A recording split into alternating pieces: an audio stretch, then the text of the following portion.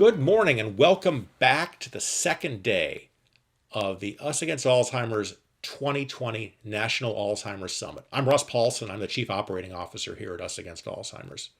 This year we're beginning each day with conversations about brain health. What can you do for your own brain health? Over the past several years, we have tried to change the conversation from one about brain disease to one about brain health. And today, we'll have an interview with Dr. Mark Hyman, who is a researcher in this area and a clinician, and our own Meryl Comer, who hosts our Alz Talks webcast series. Dr. Hyman's going to talk about brain healthy food and what processed food does to your brain health. And then we'll switch to the University of Kansas Alzheimer's Disease Research Center about their work and what they're doing to try to help people actually implement some of the stuff that Dr. Hyman is going to talk about as well. Thanks for joining us again. Meryl?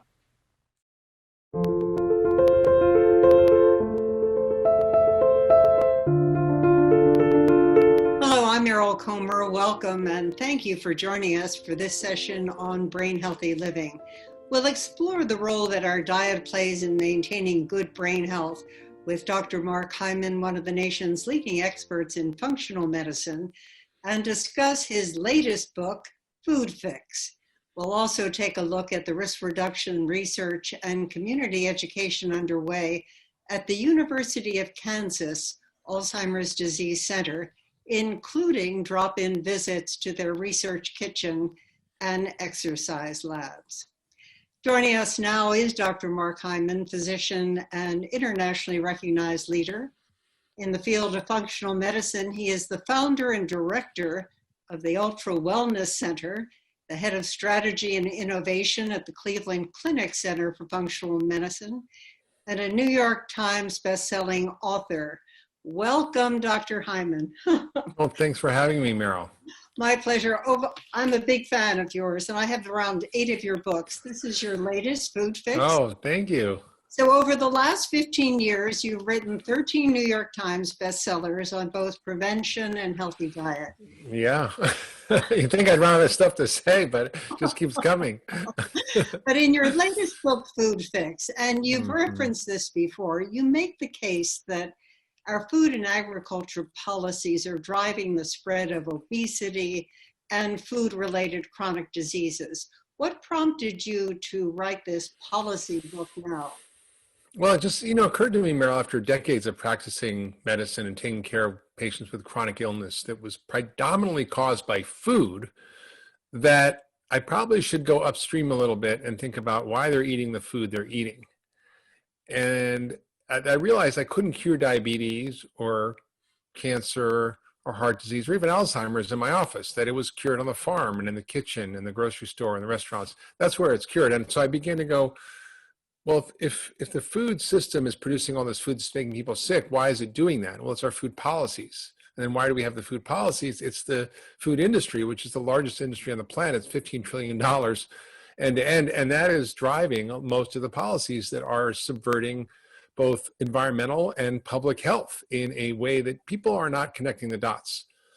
So that's really why I wrote the book, to try to draw attention to that, to name the problem and the intersection of food, not just health and not just the environment, but also social justice issues, health inequities, educational development in children, and national security, the economy, and so much more. And so the goal of the book was to really lay out the problem and then provide a solution. It's called Food Fix, not Food Apocalypse. There were some stunning statistics that you offered. You said in 10 years, 83 million Americans will have 3 or 4 chronic diseases compared to 30 million in 2015. Yeah. Most of them are the disease cost drivers: cholesterol, osteoarthritis, blood pressure, stroke, cancer.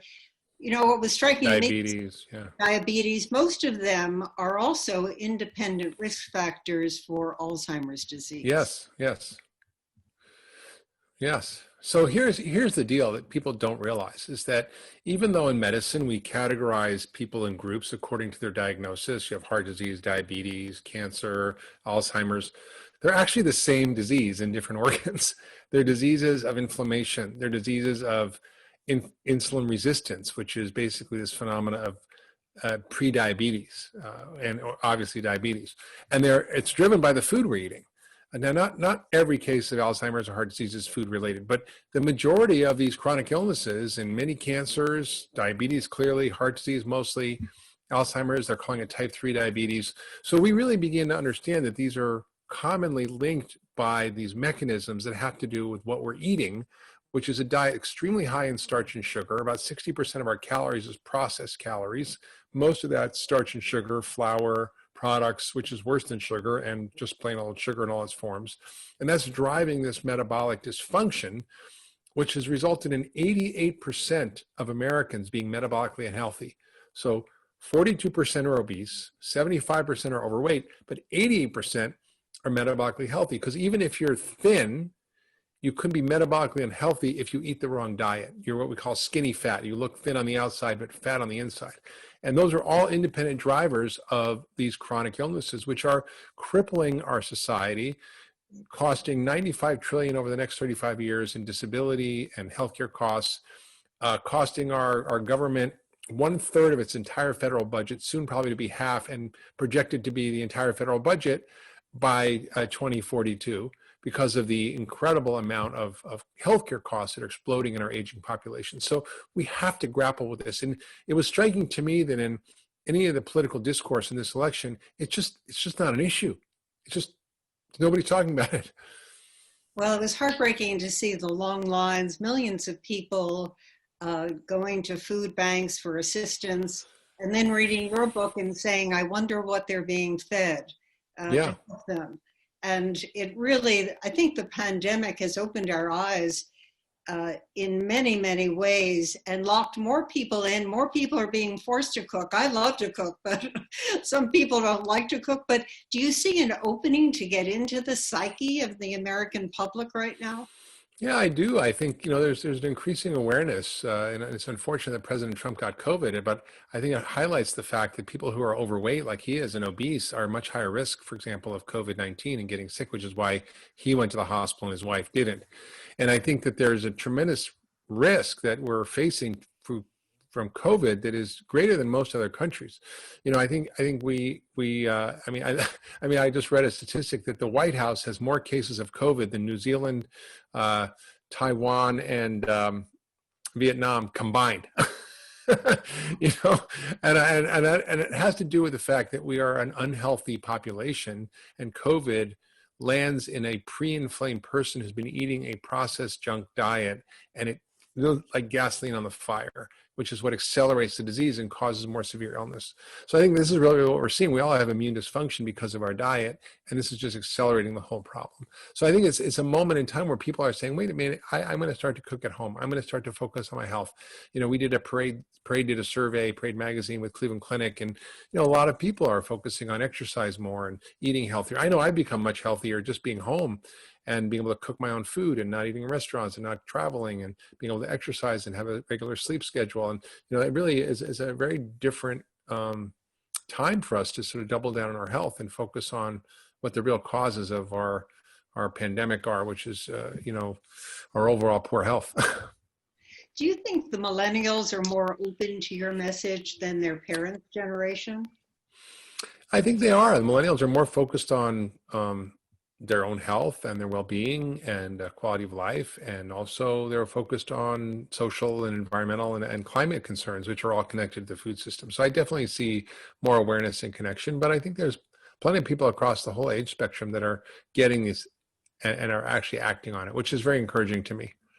In Food Fix, you also talk about health disparities and how important food is in getting to health equity. Can you spend some time on that? Because the New York Times came out with a report that those who died of COVID, the large majority had long-term chronic disease, and that set them up for their vulnerability. Absolutely. We see in terms of social justice and health inequities, the African-American, Latino, and the Native American populations have been ravaged by this disease. And for example, in Chicago and Louisiana, if you are you're African-American, population there is about 30%, but the percent of deaths is about 70%. So even though they made up only 30% of the population, they made up the majority of the deaths from COVID. And why is that? It's because these populations are heavily targeted by the food industry. Their communities are often food deserts or food swamps. In other words, they have not enough good food and they have too much of the bad food. And they're heavily targeted by these food companies in direct ways that have been shown, for example, by the Yale Rudd School, medicine and the Center for Obesity. They've shown that the kids who are African American or Latino see far more ads for junk food, far more ads for soda. So this is deliberate and I would say unconscionable in my mind. And I think that we need to start to take care of our populations in a different way and empower people with information, knowledge, education, and the support and access to the right foods. And it's not hard. I mean, you talk about the food banks. I mean, we make enough food on this planet now for 10.5 billion people. We throw 40% away. During COVID, because of the incredible centralization of our food system, of meat packing plants, of dairy, we had to throw away so much food because it couldn't get to market. But people were hungry and not getting food. So we're literally throwing away the food, and yet we're seeing people who are food insecure. And it's because we have this centralized food system run by very few companies, and if it breaks down, and it has massive consequences. So part of the solution is a regenerative system that regenerates health, that regenerates agriculture, that regenerates the soil, and that all will produce healthier food and healthier people. Now, Mark, I'd like to go back. In 2008, you wrote the Ultramind solution. Yeah. And that was fix your broken brain by healing your body, the simplest way to defeat depression, overcome anxiety, and sharpen your mind. Now, you were ahead of your time because all of the researchers in our space are now moving into risk reduction and prevention. So tell me how we can sharpen our mind, please. Well, Meryl, I wrote that book because I jokingly call myself the accidental psychiatrist and accidental neurologist, because I was treating people with all these physical issues and their brains would get better. So I'd treat them for their asthma or their acne or their digestive issues, and their depression or anxiety would go away. I would, optimize their diabetes and their memory would improve. And so I would sort of begin to notice that there was this profound effect on our overall physiology in our brain. And so I wrote the book as a way of drawing attention to that and explaining how people can optimize their brains by dealing with the fundamental lifestyle factors that are really underlying most of our brain dysfunction. And we now know that depression is an inflammatory disease of the brain. So is autism and ADD and Alzheimer's, right? So is schizophrenia. These are all inflammatory diseases of the brain. So the question is, what's causing the inflammation?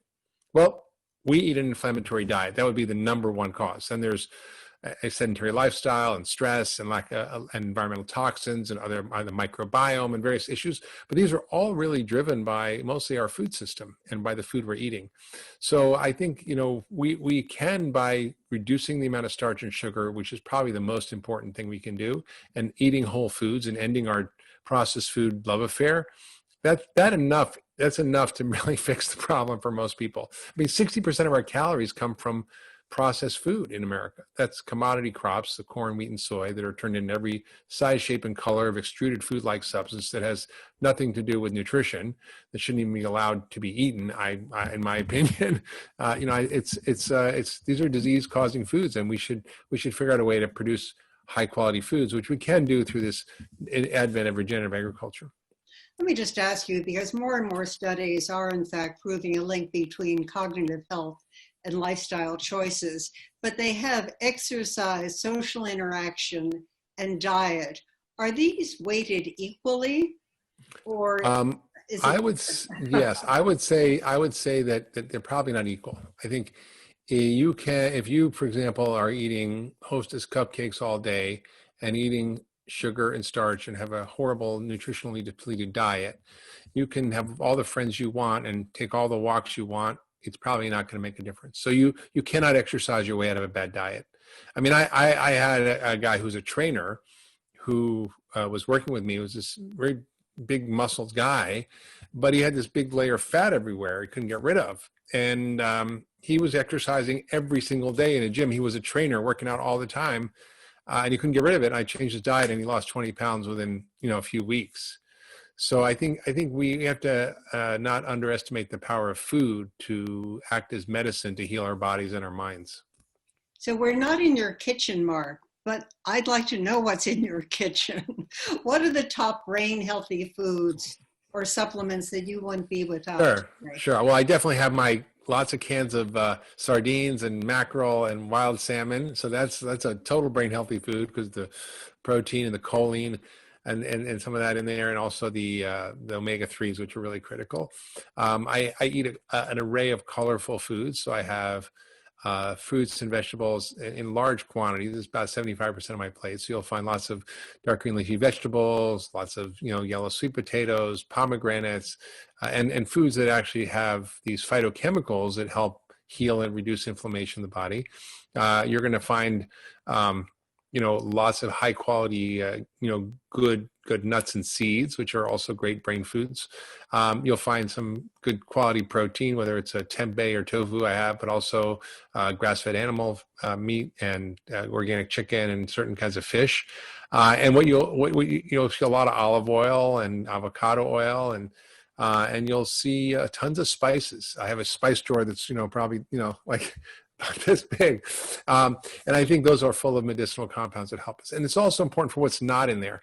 I don't have sugar. I don't have processed food. There's nothing with trans fats or hydrogenated fats. Everything, you read every label, you recognize every ingredient. It's just food. There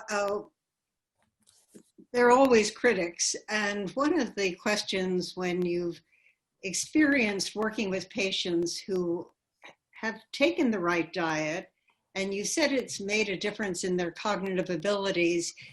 Is that anecdotal? Does it need to be a randomized trial? Can I tell you how I'm feeling? Well, no, there's been plenty. Well, there's plenty of case series published with data collected that's validated by neurocognitive testing and brain imaging and so forth. And there's also trials like the MEN trial, and there's trials like Dr. Richard Isaac's trial. So they've done interventional trials looking at changes in diet and metabolic health and have shown really significant improvement. The finger trial, there's another pointer trial coming along. So in fact, when you look at the data, some of these early trials using lifestyle are far more impactful than any drug study that's ever been done to date, even though we spend over $2 billion on drug studies and probably a few 100,000 on lifestyle studies. The $2 billion has produced nothing, whereas the lifestyle studies have produced significant hope. In your book, you talk about a universal healthy diet, and you've talked about what's in your kitchen. Does that mean that it's also good for our brains? And what about this diet? Because I have all your recommendations on diets, Mark. Yeah, I know. See, here's the thing.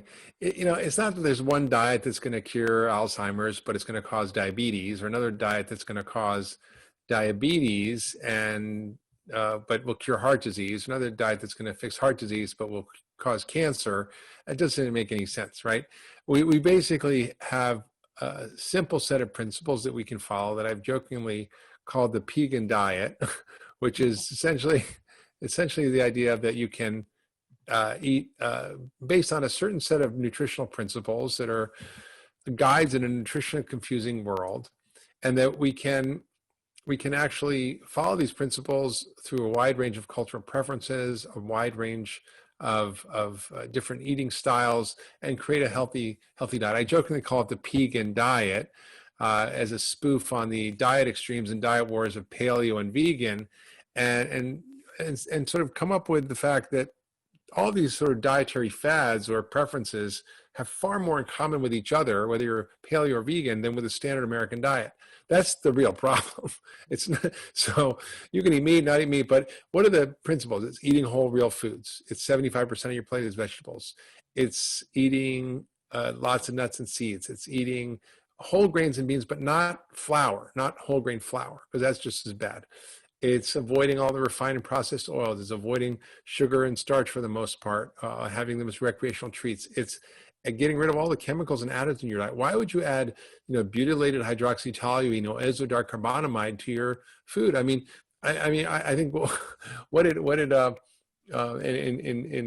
in Europe, they now, I think in Ireland, they just ruled that if you have this Subway, they couldn't get some tax deduction because it wasn't considered bread because they had too much sugar in it. There was like 10% of it sugar. But I'm like, that doesn't even matter because the bread is just like sugar anyway. So we don't want to eat any of that stuff. And it's just a simple set of guidelines and principles that helps people thrive. Mark, everyone here at our summit is really focused on brain health across the lifespan. So I'm going to ask you to take us through different ages, like 20 to 40. What's the best advice you could give someone in that age range? You know, I honestly don't think there's a different set of advice for whether you're 2 or 22 or 52 or 92, with one exception, which is as you get older, one of the biggest causes of aging and even declining brain health is poor metabolic health, which comes from muscle loss. So you need to maintain muscle. And in order to do that, you need two things. You need the raw materials and you need the heat to turn on like if you're going to put ingredients for a soup, you need to put them in the pot, but you turn the heat on. So the ingredients are protein and the heat is exercise, and particularly strength training. And that's one of the most important things people neglect as they get older, which not only results in declining function, but in a worsening of all the age-related diseases, including Alzheimer's and cognitive loss. So maintaining your muscle and having adequate protein, which is more, we need more as you get older, and it needs to be high quality protein. So you can be vegan, but you're gonna have to supplement with various amino acids and other things to help make the protein high quality enough to build muscle. We've seen that. So meat is the best, and chicken and fish, and and then beans, and sort of goes down the line. So it's really important to make sure you have adequate protein. The issue of behavior modification. How successful might we be if, in fact, the government policies were revised and food policies were improved in terms of our overall health as a society? Well, I think the biggest thing we could do would be one simple policy, which would require every single government policy, whether it's agriculture or food programs, food stamps, dietary guidelines, to only allow food that is nutrient dense, that is quality. In other words, quality is the metric. So we would create a standard of what is quality. It's real food. And if it's not real food, it shouldn't be considered really food. It's maybe something you want to have as a treat or something, but it's not what should be guiding our recommendations. So for example, we fund the growing of commodity crops that are turned into processed food, corn, wheat, and soy, that is turned into high fructose corn syrup and various kinds of food additives, soybean oil, and flour. And that basically makes up most of the processed food. The government funds the production of that indirectly through the crop insurance and other subsidies. And then those products get turned into processed food. Then the government pays $75 billion a year, which is one of the biggest line items in our almost $1 trillion farm bill, for SNAP or food stamps. 75% of that food is just junk food. 10% is soda. So the government literally funds the consumption of 30 billion with a B servings of soda for Americans, for the poor Americans. And then they pay for Medicare and Medicaid on the back end. So I think we really have, the whole system is kind of screwed up, and we're really paying for things 3 or 4 times, and the taxpayers footing the bill. We're privatizing profits and socializing the costs. You started as a family physician in rural, where was it? Idaho. Idaho. You have a sensibility about rural and what's missing for the social determinants of good health. Yes. Yeah, it's really striking, and I think COVID has opened up our eyes to so many things. When I was reading your book, in many ways, you're like the Alzheimer's advocates. We refuse to give up. I mean, you've been at this for how many years? 30 years. And in the beginning, Mark, what did they say about you? I don't know. They didn't notice me, but I think it's like you get kind of ridiculed. I mean, I'm still struggling with this. You see the naysayers and the doubters and the people are trying to subvert progress. It's just unfortunate, but the truth wins out, And I think eventually we'll all come to understand that this is probably the central issue of our time. And, I think whatever happens, we're working with the Congress and the White House, whoever is going to be there to help sort of drive change in the policies that will impact everybody. I was really fascinated of how you've been engaged up on the Hill and making things happen. His book is Food Fix, and we highly recommend it, but only if you eat a healthy diet. This is a book for our time, Mark. Thank you so much for joining us. Of course. Thank you so much for having me. I appreciate it. Take good care. You too. Bye-bye. The University of Kansas Alzheimer's Research Program was established in 2004 by Dr. Jeffrey Burns and received the prestigious national designation as a National Institute of Health Alzheimer's Disease Center in 2011. It is one of only 31 nationally designated Alzheimer's disease centers. At the KUADC, they're doing more than just imagining the future. They're working with the community to make it real. So what do we mean by that? First, we'll hear from Dr. Jeffrey Burns, followed by members of his medical team who share how they're making and keeping their connection to the community vibrant and engaged. We need to take a lifelong approach to Alzheimer's prevention. About 1 out of 10 people over the age of 65 have it, and about 1 out of 3 over the age of 85. So if you're going to live a long life, you're at high risk, and you can begin to reduce your risk, we believe, in your 40s and 50s. There is no cure for Alzheimer's disease. We have pharmaceutical remedies that will treat symptoms, but there's nothing that's going to cure this disease. And so LEAP is that prevention tool that we can use to really reduce the prevalence of Alzheimer's disease. What I love about LEAP is that it provides hope and empowers people to be able to take those steps to reduce their risk. It includes classes and books and all kinds of really helpful information, but what we're really trying to do is equip people with practical strategies that are based on science and evidence that they can use in everyday life. It is the only evidence-based educational program focused on brain health. It uses all of the research findings that are known to positively impact brain health. And those are physical activity and exercise, sleep, nutrition, stress management, intellectual engagement, and social engagement. These are the same strategies that they can use to reduce their risk for a number of other chronic diseases as well. So they're really improving their overall wellness. The difference in the changes between before the program and after the program have been amazing. I can play with my grandchildren easier. I can play with them. I can do woodworking that I love to do. I can do all kinds of things that I have not been able to do for years that I didn't even realize. A lot of people don't really start to worry about Alzheimer's until they're older adults and they've started to notice memory and thinking changes. But really, we want to start thinking about it as early as possible so that we can make healthy lifestyle changes to reduce our risk. So we've developed LEAP specifically to be inclusive of all ages. We still have a fighting chance to put it off. If there's that opportunity for us to have it, then that's something I just want to push far, far away. If there's anything that I can do now that will give me those extra years, it's worth it. People don't realize that even small lifestyle changes can make a difference. You don't have to overhaul your entire lifestyle overnight. You can take it one step at a time. So the LEAP program is our effort to try to package up all these tools and information and education to help people figure out how to embed these things into their life. It's really that prescription of what you need, that recipe that you can follow, so that you don't have to figure this all out by yourself, but you have a plan to follow and you can make those healthy lifestyle behavior changes in an effective way. When the doctor just tells me to do something, it's a lot harder to do. It's harder to do by yourself. It's harder to do when you don't have someone to ask questions to right there when you have the question.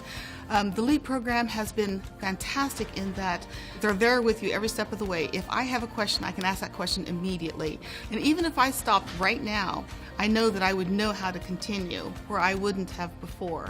It just all really works together and made sense. And when you figured these lifestyle changes could, affect all those components of your life, it kind of is a no-brainer just to go ahead and go with it. They're able to take charge of their own health. We're told to change our diet, our sleep patterns, our exercise habits. But when you share with them that it's not just for your heart health, it's not just because you want to maintain your weight or prevent obesity, but this is actually healthy for your brain. That's huge. People don't realize that they have that power.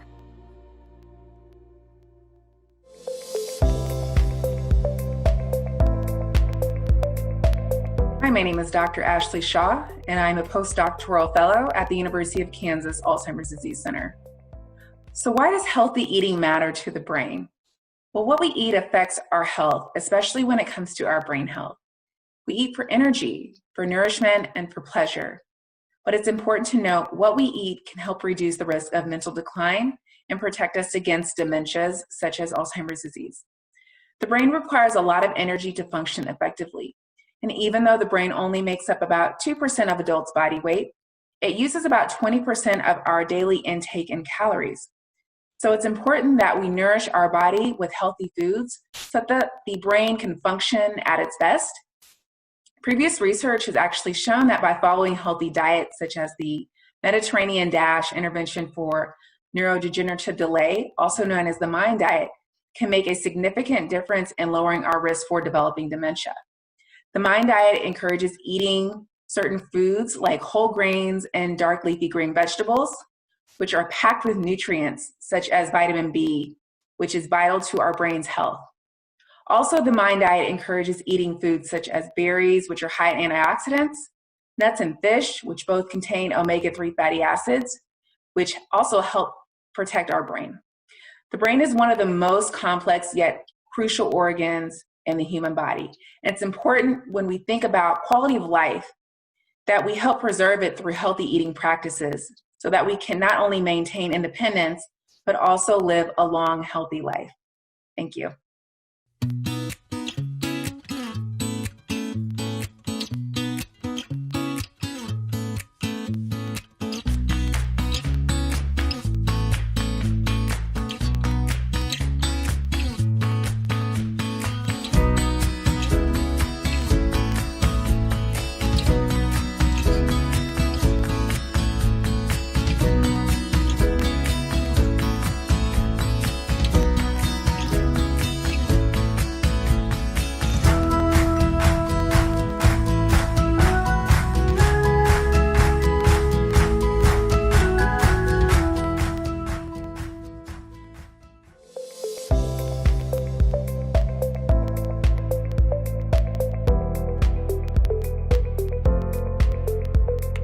What if I told you that exercise is not only good for the body, but for the brain also?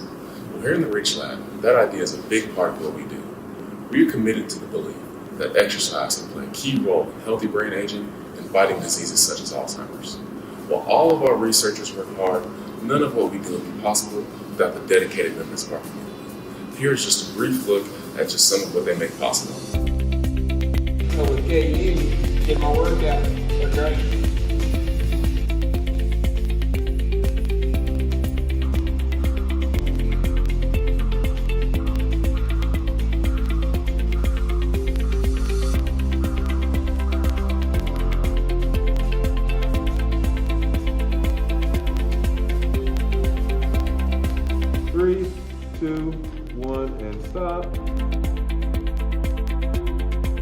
Our research team is focused on lifestyle interventions such as exercise to improve brain health, particularly as we age. We know that a single bout of exercise, even at intensities such as brisk walking, increases blood flow to the brain.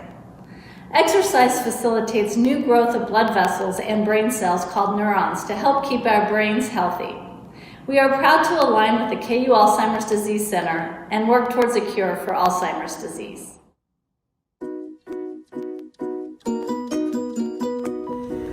Hi, I'm Dr. Erin Blocker, and we exercise for our brain health. Exercise is good for your heart health, for your muscular health, improves balance and coordination and flexibility, all things that are great for reducing your risk for Alzheimer's disease. But exercising in a group like we do also provides an opportunity for social engagement, cognitive engagement, and stress management. Exercise for your brain today.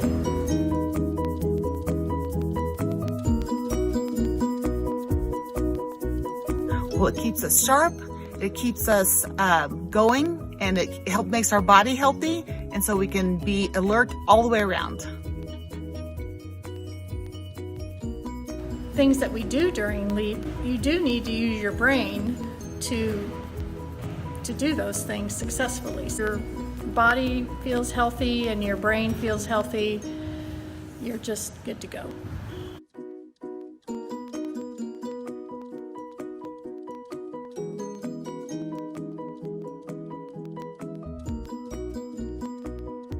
If I'm anxious, movement soothes me. If I'm angry, exercise calms. If I'm depressed, I feel better. If I'm flustered and frustrated by too much coming at me, exercise provides a sorting time. And if I'm happy, I stay that way. And I think I'm a little quicker than I used to be on thinking about things that I need to do next, and can plan a little better than I used to. With brain work, I can at least think right, eat right, and do the best I can just to stay healthy at this age. It's great. I love the class. I love being able to exercise, and I love trying different things. That works your brain. It just makes the day so much nicer and life much happier.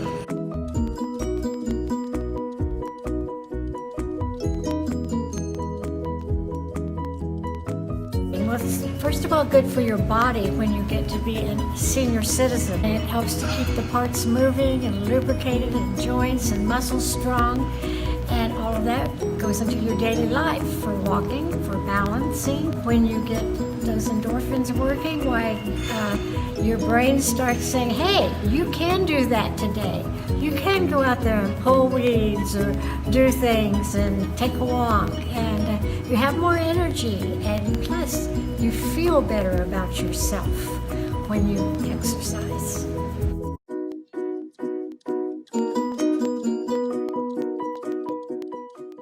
Thank you to the team at KU.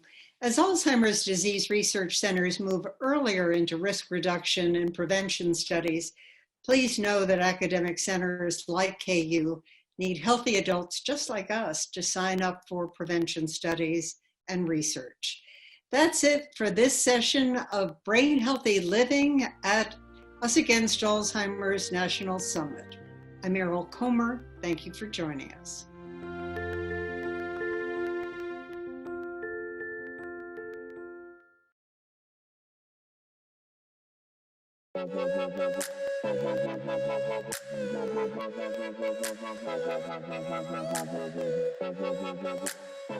Crescent lunge, right side. Begin by kneeling on the mat. Step your right leg forward into a low lunge. Ensure that your right knee is over your ankle. Now extend your arms up overhead with your palms facing each other. Keep your hips squared to the front as you lift your torso up and slightly arch back. Focus on engaging your legs and holding your core tight. Continue to breathe as you hold this pose. And if you need to modify, perform a high lunge. Change stations now. Bicep curl. This move is going to be working your biceps and your upper arms. Stand on the band with your feet hip distance apart. Hands by your sides, palms facing forward. Contract your biceps, bringing your hands up towards your shoulders. Be sure to use controlled motions in both directions. Move as quickly as you can to maximize the resistance for the entire 30 seconds. Are you feeling the burn? Keep going, you're almost done. Change stations now. Crescent lunge, left side. Begin by kneeling on the mat. Step your left leg forward into a low lunge. Ensure that your left knee is over your ankle. Now extend your arms up overhead with your palms facing each other. Keep your hips squared to the front as you lift your torso up and slightly arch back. Focus on engaging your legs and holding your core tight. Continue to breathe as you hold this pose. And if you need to modify, perform a high lunge. Change stations now. Triceps extension. Stand in a forward lunge with the band under the middle of your rear foot. Bring your arms up overhead, then lower your hands behind you, palms facing each other. Squeeze your triceps as you straighten your arms and pull your hands up toward the ceiling. Keep your elbows in close to your ears and hold your core tight to support your back. And if you need to modify, Perform a single tricep extension by looping one end of the band around your foot. Next time, do the other arm. Change stations now. Tree. Start by standing with your feet shoulder distance apart and your arms by your side. Lift one foot to the side of your shin, placing your heel just below your knee as you reach your arms overhead, forming a Y. Hold your core tight.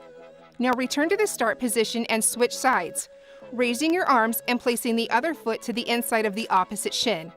Look straight ahead to help maintain balance. Be sure you continue to breathe as you hold this pose. Change stations now. Chest press. Standing in a forward lunge with the band under the middle of your rear foot, bring your arms up to chest height with your palms facing down, elbows up and out to your sides.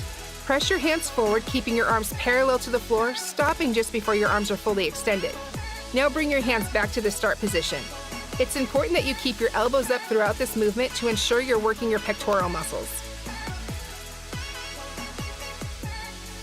Change stations now. Balancing table. Start by kneeling on the mat with your knees directly underneath your hips and your hands under your shoulders. Keep your back in a neutral position by looking directly between your hands.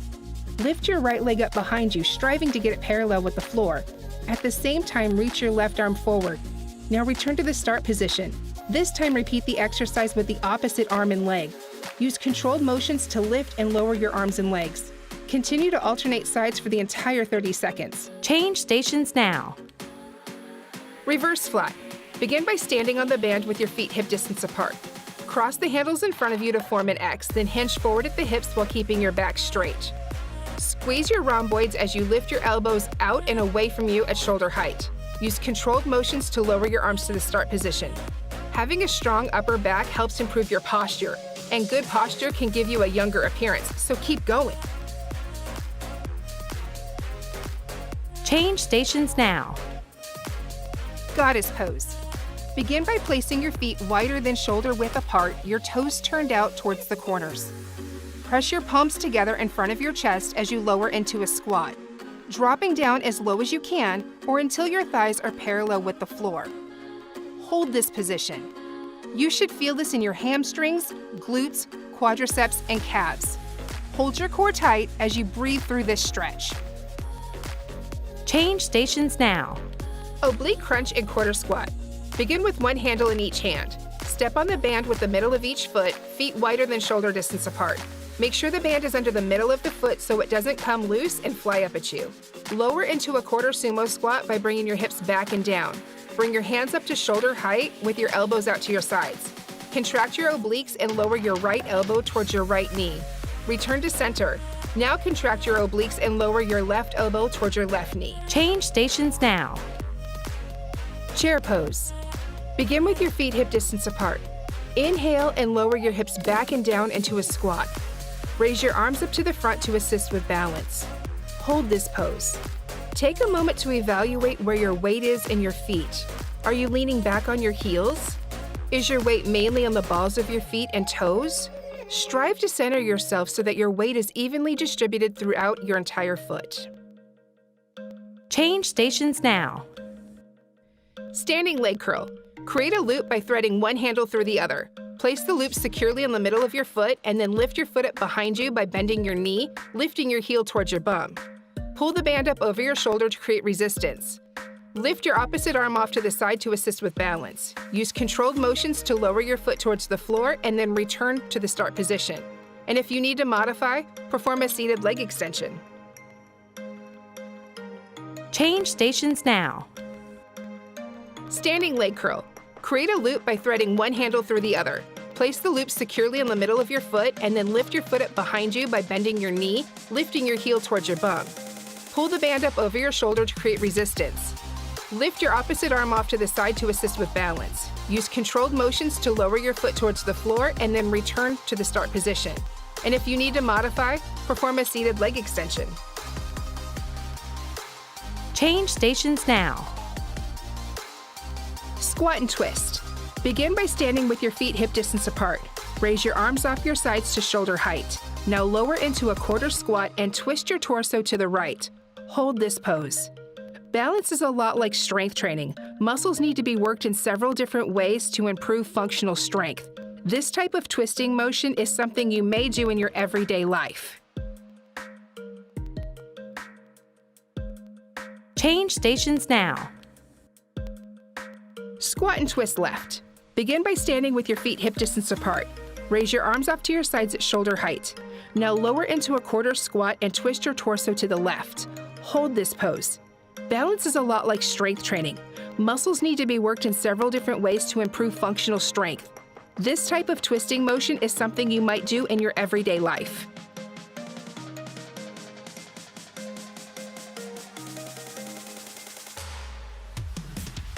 Now move away from your station and find your heart rate. Get ready for a 10-second count. Ready? 3, 2, 1, count.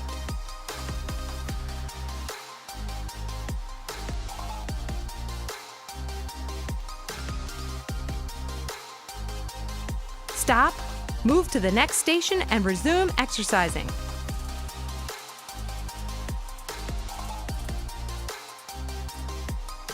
Standing shoulder press. Stand on the band with your feet hip distance apart. Bring your hands up to shoulder height with your elbows close to your body. Press your hands straight up toward the ceiling, then pull them back down to the start position. Don't let your elbows flare out. Keep pushing your hands up and then pulling them back down. It's hard not to slow down with this move, but it's the hard work that's going to get you results. And if you need to modify, perform a seated shoulder press. Change stations now. Single leg balance with external rotation, right side. Begin by standing with your feet hip distance apart. Place your hands on your hips. Shift your weight to your left leg and then bring your right foot to the inside of your shin. Slowly rotate your knee out to the side and then back to the front. Keep your shoulders pulled back and your core tight as you continue to rotate the knee out and then back in. And if you need to modify, perform a tree pose. Change stations now. Lat pull down. Grasp the middle of the band, hands about shoulder width apart. Now hold it up over your head with your arms straight. Squeeze your shoulder blades together and stretch the band out to your sides, stopping when your arms are at shoulder height. Bring your arms back up and repeat. You're working your deltoids, latissimus dorsi, and trapezius muscles, all of which are key players in being able to lift and carry heavy objects. Change stations now. Single leg balance with external rotation, left side. Begin by standing with your feet hip distance apart. Place your hands on your hips. Shift your weight to your right leg and bring your left foot to the inside of your shin. Slowly rotate your knee out to the side and then bring it back to the front. Keep your shoulders pulled back and your core held tight as you continue to rotate your knee out and then back in. And if you need to modify, perform a tree pose. Change stations now. Squat. Begin by standing on the band with your feet hip distance apart. Bring your hands up to shoulder height with your palms facing forward.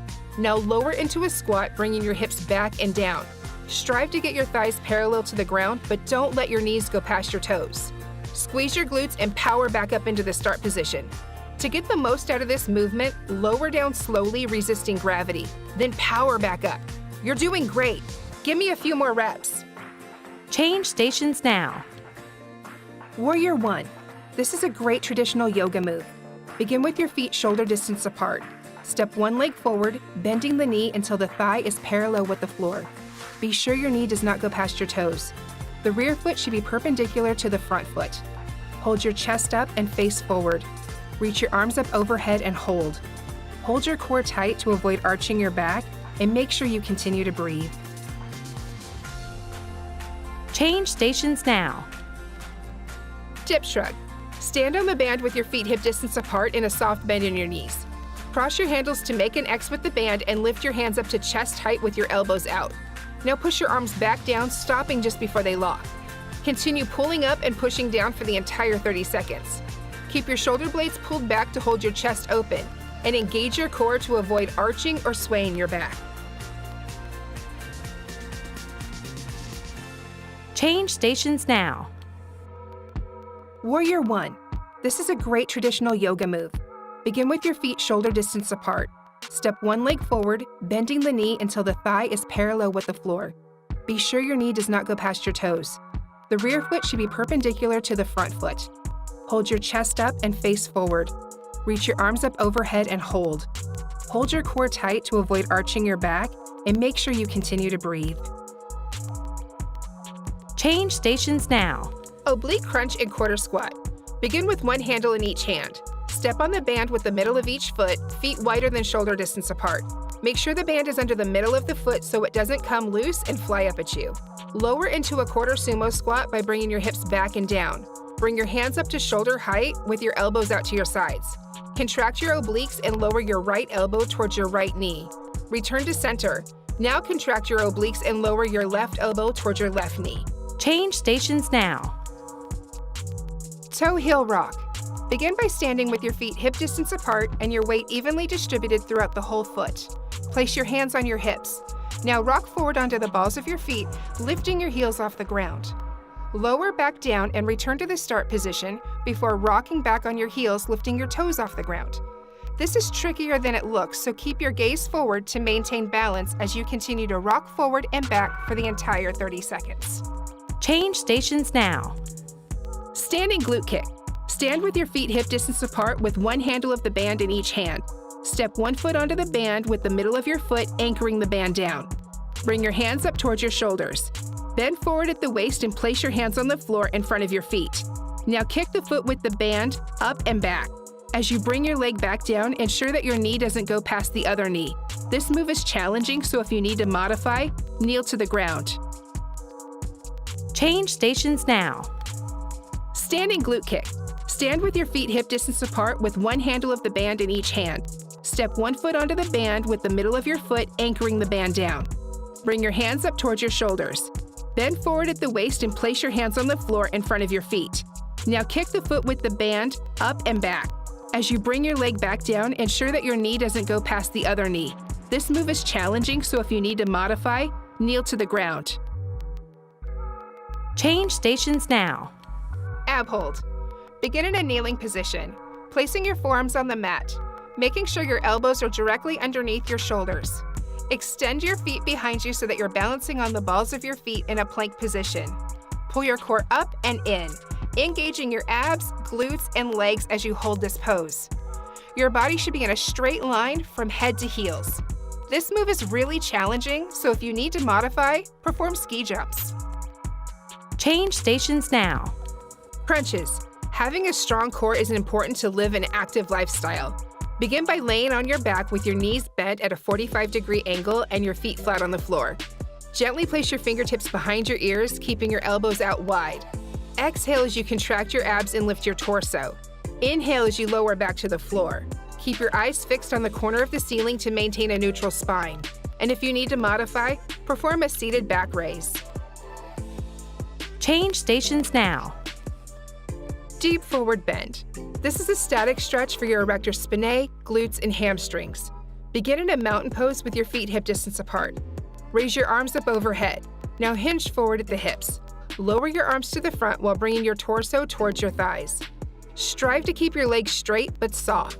Take a deep breath, and as you exhale, let your muscles relax. You should be able to go a little deeper in this stretch. Change stations now. Fantastic, you did it! Each workout helps build strength and boost metabolism. Are you feeling curve strong?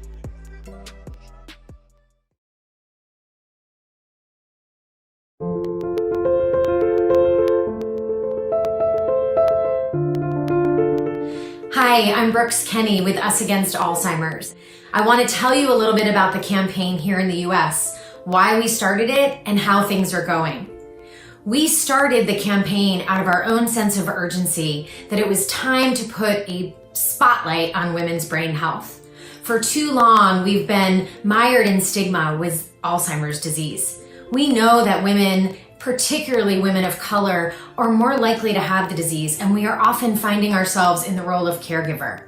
But it's not a conversation that we're having on a regular basis. We actually had a hypothesis. We thought women would be more likely to want to talk about their brain health than perhaps talk about Alzheimer's disease. So we did some research here in the US, and what we found was that by and large, the majority of women we surveyed said, I want to learn more about my brain health. I want to know the steps I need to take to care for my brain. and I want you to give me the tools to talk to my doctor. So after a lot of research and a lot of investment, we came up with Be Brain Powerful. And the aims of our campaign are to educate women about the steps they can take to care for their brains, empower them to feel excited and motivated to have these conversations with their girlfriends, with their provider, in their families, in their communities. And ultimately, we want more people getting diagnosed early and getting the support that they need because they're starting that conversation earlier. So what have the results been to date? Well, we've launched a 30-day brain health challenge and a series of challenges designed to focus on those areas that the WHO and the Lancet Commission have put forward to say, these are some risk reduction guidelines. So we focus on sleep, nutrition, getting rest, reducing stress. And each day we provide our challengers with a new tip on how they can care for their brain. And here's the exciting news. After spending that time with us in the campaign, people are reporting back higher levels of knowledge. They now know what those steps are to care for their brain. But probably most importantly, a year after participating in the campaign, participants are telling us they feel more confident raising the topic with their doctor. In fact, more than half have after participating for 1 year with us. And they're raising the topic with their loved ones. You know, there are lots of health topics that are part of our regular conversation. Heart disease, diabetes, cancer. Well, we need Alzheimer's to be at the top of the list. And the way we can do that is by shifting the conversation, one from dread to one of hope and empowerment. Because indeed, there are things we can do to care for our brain.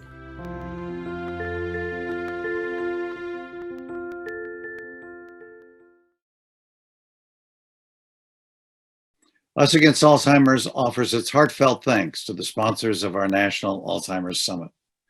We are grateful to our premier summit sponsors, Acadia, Biogen, Eisai, and Otsuka, and to our platinum level sponsors, Home Instead and Volunteers of America. We also appreciate and value all our gold and silver sponsors. Their support makes possible this National Alzheimer's Summit and the Trish Friedenberg Gala.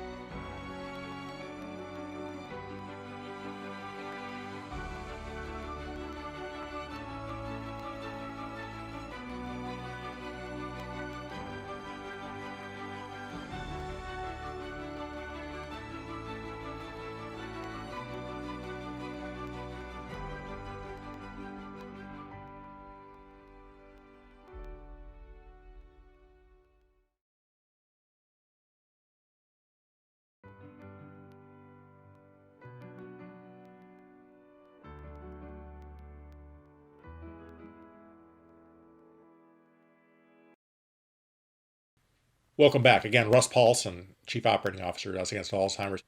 TV, plays, movies, books, they're all forces in our society that can help shape public understanding and attitudes about this disease and do what's really critical, reducing stigma, breaking down barriers.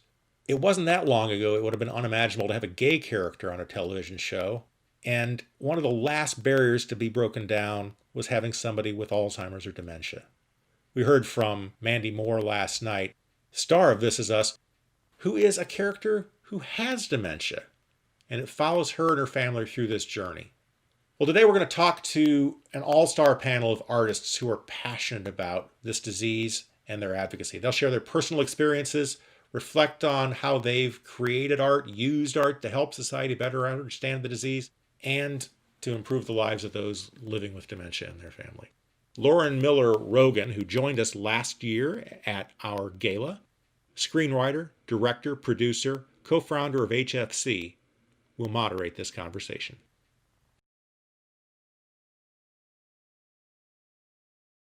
Hello, and welcome to the Us Against Alzheimer's 2020 Summit. This session is called Edutainment and Alzheimer's, Utilizing the Arts to Combat Alzheimer's. The arts and entertainment play a powerful role in educating people about a disease that is still so widely misunderstood. For me and all artists in different mediums, it's a way to share our personal stories and honor our loved ones who have had Alzheimer's. For those that don't know me, I'm Lauren Miller Rogan. I'm a screenwriter, director, producer whose life has been touched by Alzheimer's. In 2012, my mom was diagnosed with early onset Alzheimer's disease at 55 years old. After that, I co-founded HFC to activate the next generation of Alzheimer's advocates. Since then, HFC has raised over $12 million and awarded over 290,000 hours of in-home care to families, all while using humor and hope to engage people. In my real life, I've written, produced, and sometimes acted in film and TV projects such as For a Good Time Call, and most recently wrote and directed a film for Netflix called Like Father, in which Kelsey Grammer plays a man who's recently lost his best friend to Alzheimer's. Playwright Garrett Davis's mission to educate and advocate with laughter is making an impact in audiences across the nation with his touring performance arts series. His outreach, advocacy, and awareness regarding Alzheimer's disease has led to successful partnerships with Us Against Alzheimer's, Emory Hospital's Brain Center, and AstraZeneca, collaborations that allow him to reach more people and make a difference in people's lives. Anna Golja is a Canadian-born actress, singer, producer, and dancer. Anna has played a variety of roles in a number of film and TV projects, including The Fanatic, the inspirational sport drama Full Out, and Emmy-nominated drama Degrassi. Most recently, Anna decided to take on the role of producer as well as lead actress in The Cuban. The Cuban tells a beautiful story about a nurse who befriends an Alzheimer's patient who tells her of his past as a Cuban musician. The film won the Audience Award for Best Narrative Feature at the Los Angeles Pan-African Film Festival, and Anna also received the Best Actress Award at ICFF, Canada's Lavazza Film Festival for her portrayal of Mina. Kimberly Williams Paisley has been starring in film and television and theater for over 25 years and is the New York Times best-selling author of Where the Light Gets In, the story of her mother's struggle with dementia. Miss Williams Paisley began her career with the film Father of the Bride, and throughout the years, she has entertained us in movies and TV shows such as Father of the Bride Part 2, According to Jim, the Hallmark series Darrow and Darrow Mysteries, and most recently in the Christmas Chronicles and Jolene, both for Netflix. Ms. Williams Paisley is a spokesperson and advocate for the Alzheimer's Association, for which she hosts an annual fundraiser. Additionally, she and her husband, Brad Paisley, started a nonprofit organization called The Store, which aims to empower low-income families in the Nashville area with a free grocery store. Thank you so much for being here, everyone. Thank you for joining us. And thank you to our speakers for giving so much of yourselves to change the course of Alzheimer's disease. We're going to start with questions from our speakers. Then we'll take questions from our viewers. So feel free to type anything into the chat box at any time, and we'll get to that in the later part of our session. But first, we're going to dive in and have a conversation amongst us. So let's start with saying we all know that Alzheimer's is a disease that has a terrifying stigma around it and has had that stigma for too many years. People who had the disease or cared for their loved ones with the disease often stayed quiet. They did not share their stories, but that only adds to the stigma. And fortunately, These days, more and more people are talking about their experiences, showing that not only can you live with Alzheimer's, but you can thrive with it. And of course, when we share our stories, we make others feel less alone. We make others feel less scared. And perhaps most importantly, we can educate. Alzheimer's is a complicated disease. It's so much more than forgotten car keys. But without stories, without TV shows and plays and films and books which depict the disease in an accurate way, it would remain misunderstood. That's why I'm so thrilled to dive in and have this conversation with these wonderful humans about how and why we share these stories. So, Anna, let's start with you. But of course, we should all chime in at any time. This is a conversation. We don't need it to be so formal. But Anna, let's start with your film, The Cuban, which so beautifully depicts Louis Gossett Jr. as a former musician who has Alzheimer's. Can you tell us a bit about your film and why you chose to tell this story in the way that you did? Yeah, absolutely. So the initial seed of an idea came to me when, my great-grandmother was struggling with Alzheimer's, and she still is. She's alive and well at 93 years old. But I was noticing firsthand how music just completely brought her back to life and made her a lot more social and engaging. And my business partner was going through struggles and always wished that he had spent more time with his grandparents before they passed. So we kind of came together and we wanted to put some love and goodness in the world. So we came up with this pathetic pitch for a short film and got a director and screenwriter involved. And then it kind of just snowballed from there. But the film is about a pre-med student named Mina, played by me, and her first job in a nursing home where she is given the task of taking care of this enigmatic patient with Alzheimer's and various forms of dementia. And through their relationship, she realizes that music really brings them back to life. So she uses music therapy to get these moments of lucidity and build a beautiful relationship. That's so wonderful. And we'll come back to some of this, but I'm just curious, how has it been received so far? People, I'm sure, watching this message, I know they're very touched by it. How has the portrayal of Alzheimer's in your film been received?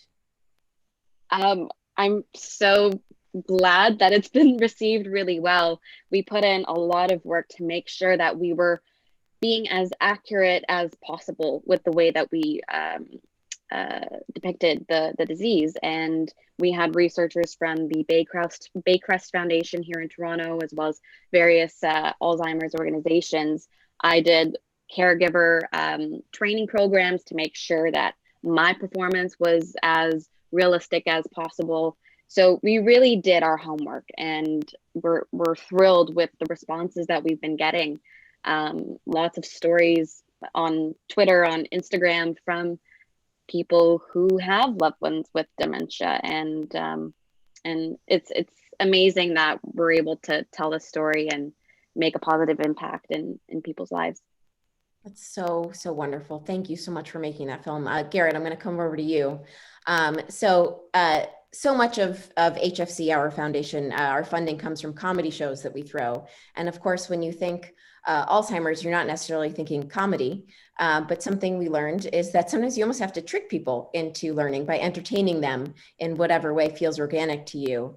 And so I'm curious about your journey in making the decision to use plays to educate people, and of course, what that journey has been like and how your work is received. It started off being therapy at first, because when my grandmother died from Alzheimer's disease, it devastated me, Lauren. I wanted to know why. I wanted to know, there's a lot of questions I wanted answers to, and I just didn't. And I became an advocate with the Alzheimer's Association, and then led to Us Against Alzheimer's, and meeting, George Vredenberg and what they wanted to do. And so it was therapy at first, but then I saw the power of people coming up after the play was over saying, I saw myself on that stage. I went through that situation, and it began to show me how the power of a theatrical performance could really be used to enlighten, educate, inspire, and provide hope. And from those conversations after the play, I began to kind of broaden the play more about, well, maybe let me educate about clinical trials. And so what happens with a theatrical performance, from my opinion, it allows people to see themselves on stage. It allows people to say, you know what, when I go back home, let me handle this a little bit differently. It gives them feedback in terms of, let me talk to my family about this. And so it's been received very well. Forgive Me Not has been running for 11 consecutive years. We are looking at trying to make it into a film. So it's been received very well, and hopefully one day it won't be as needed as much because we'll have a cure for Alzheimer's. But until then, I plan to do as much as I can to kind of keep it out there. That's so amazing. Thank you. All right, Kim, you're up. Something that you and I have talked about is how there can still be so much joy shared with your loved one who has Alzheimer's. As you shared in your book, you and your mom had a lot of laughs as her journey went on.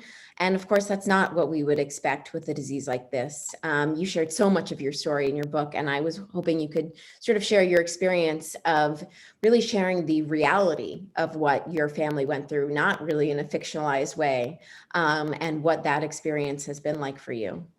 Yeah, absolutely. Well, you talked about at first about stigma, and that was a huge part of our journey, unfortunately, is my mom was diagnosed in 2005, 2006. And the first thing she said to all of us was, do not tell anybody. Don't even tell other doctors. I don't want another opinion. I don't want my friends to know. So we had to hide. And unfortunately, we were so isolated. It's already such an isolated disease and an illness, and can be so isolating for caregivers.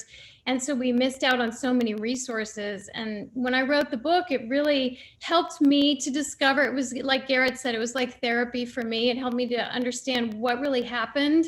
As I looked back, I wrote it when my mom was still alive. But one of the things I talked about was finding that joy in the new mom, and sort of finding a level of acceptance in who she was becoming, and even finding delight in that. I mean, there was so much tragedy involved in the story, but I didn't want that to be the end of the story. I wanted to find the silver lining. And one of the things we found was that my mom had always loved people.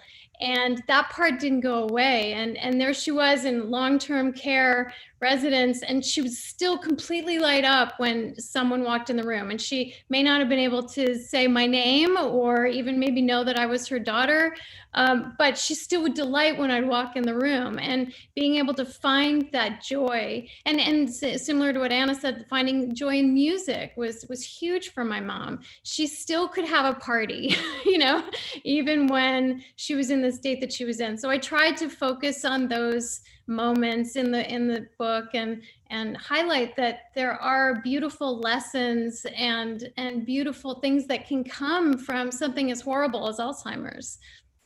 Yeah, totally. I don't want to focus too much on it, but I thought we should all as artists sort of talk about the struggle in that, and then in the 1 o'clock that surrounds it. And it's 1 o'clock, everyone. Definitely.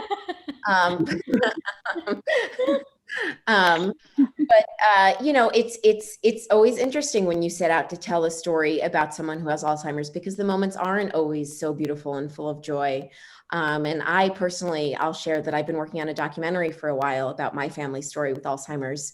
And we recently tried to get some distribution for it, and we actually struck out. I think partly because it's a pretty graphic look at the ugly shit that happens with the disease.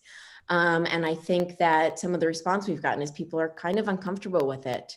And we're reworking it, and we try to add hope into it, because there is a lot of hope that I think the three of us have certainly found in storytelling. But I'm curious if the three of you have ever received any sort of pushback about sharing too much that was too sad or too upsetting, and what how you navigated those situations. I received a little pushback. This whole Forgive Me Not process was written because of my grandmother. But here I am, 10 years, 11 years after doing Forgive Me Not, my mother has Alzheimer's disease. And as I would go around the country talking about my grandmother, the question became, are you going to talk about your mother? I mean, yes, because, the thing that we have in common, those of us that are on Zoom, we have stories that need to be told. And there are people that are looking at this that have similar stories. I encourage and challenge you to tell your story. Whether you get a movie deal, a playwright deal, a book deal, that's not the important thing. The important thing is telling your story. Alzheimer's disease is a disease that strips you of your dignity. Don't let it strip you of what you should do. And what you should do is tell your story, because you never know who's looking at you and you're going to give inspiration to, and you're going to inspire and give hope to. Is if you hide it, that does not help. Alzheimer's wins. Yeah, gosh, absolutely. I know in the early years, as we touched on, my mom did not want me talking about her illness either. And that was really hard for me. As a storyteller, I share my experience. And as an artist, I've always expressed my feelings in an outward way. And keeping it inside, really, honestly, it hurt me physically. Like I was in such a dark, scared place all the time until I started sharing my experience. And felt suddenly realizing that I was not alone, because other people were sharing their stories and they were hearing mine, which inspired them to tell theirs, and so on and so on and so on.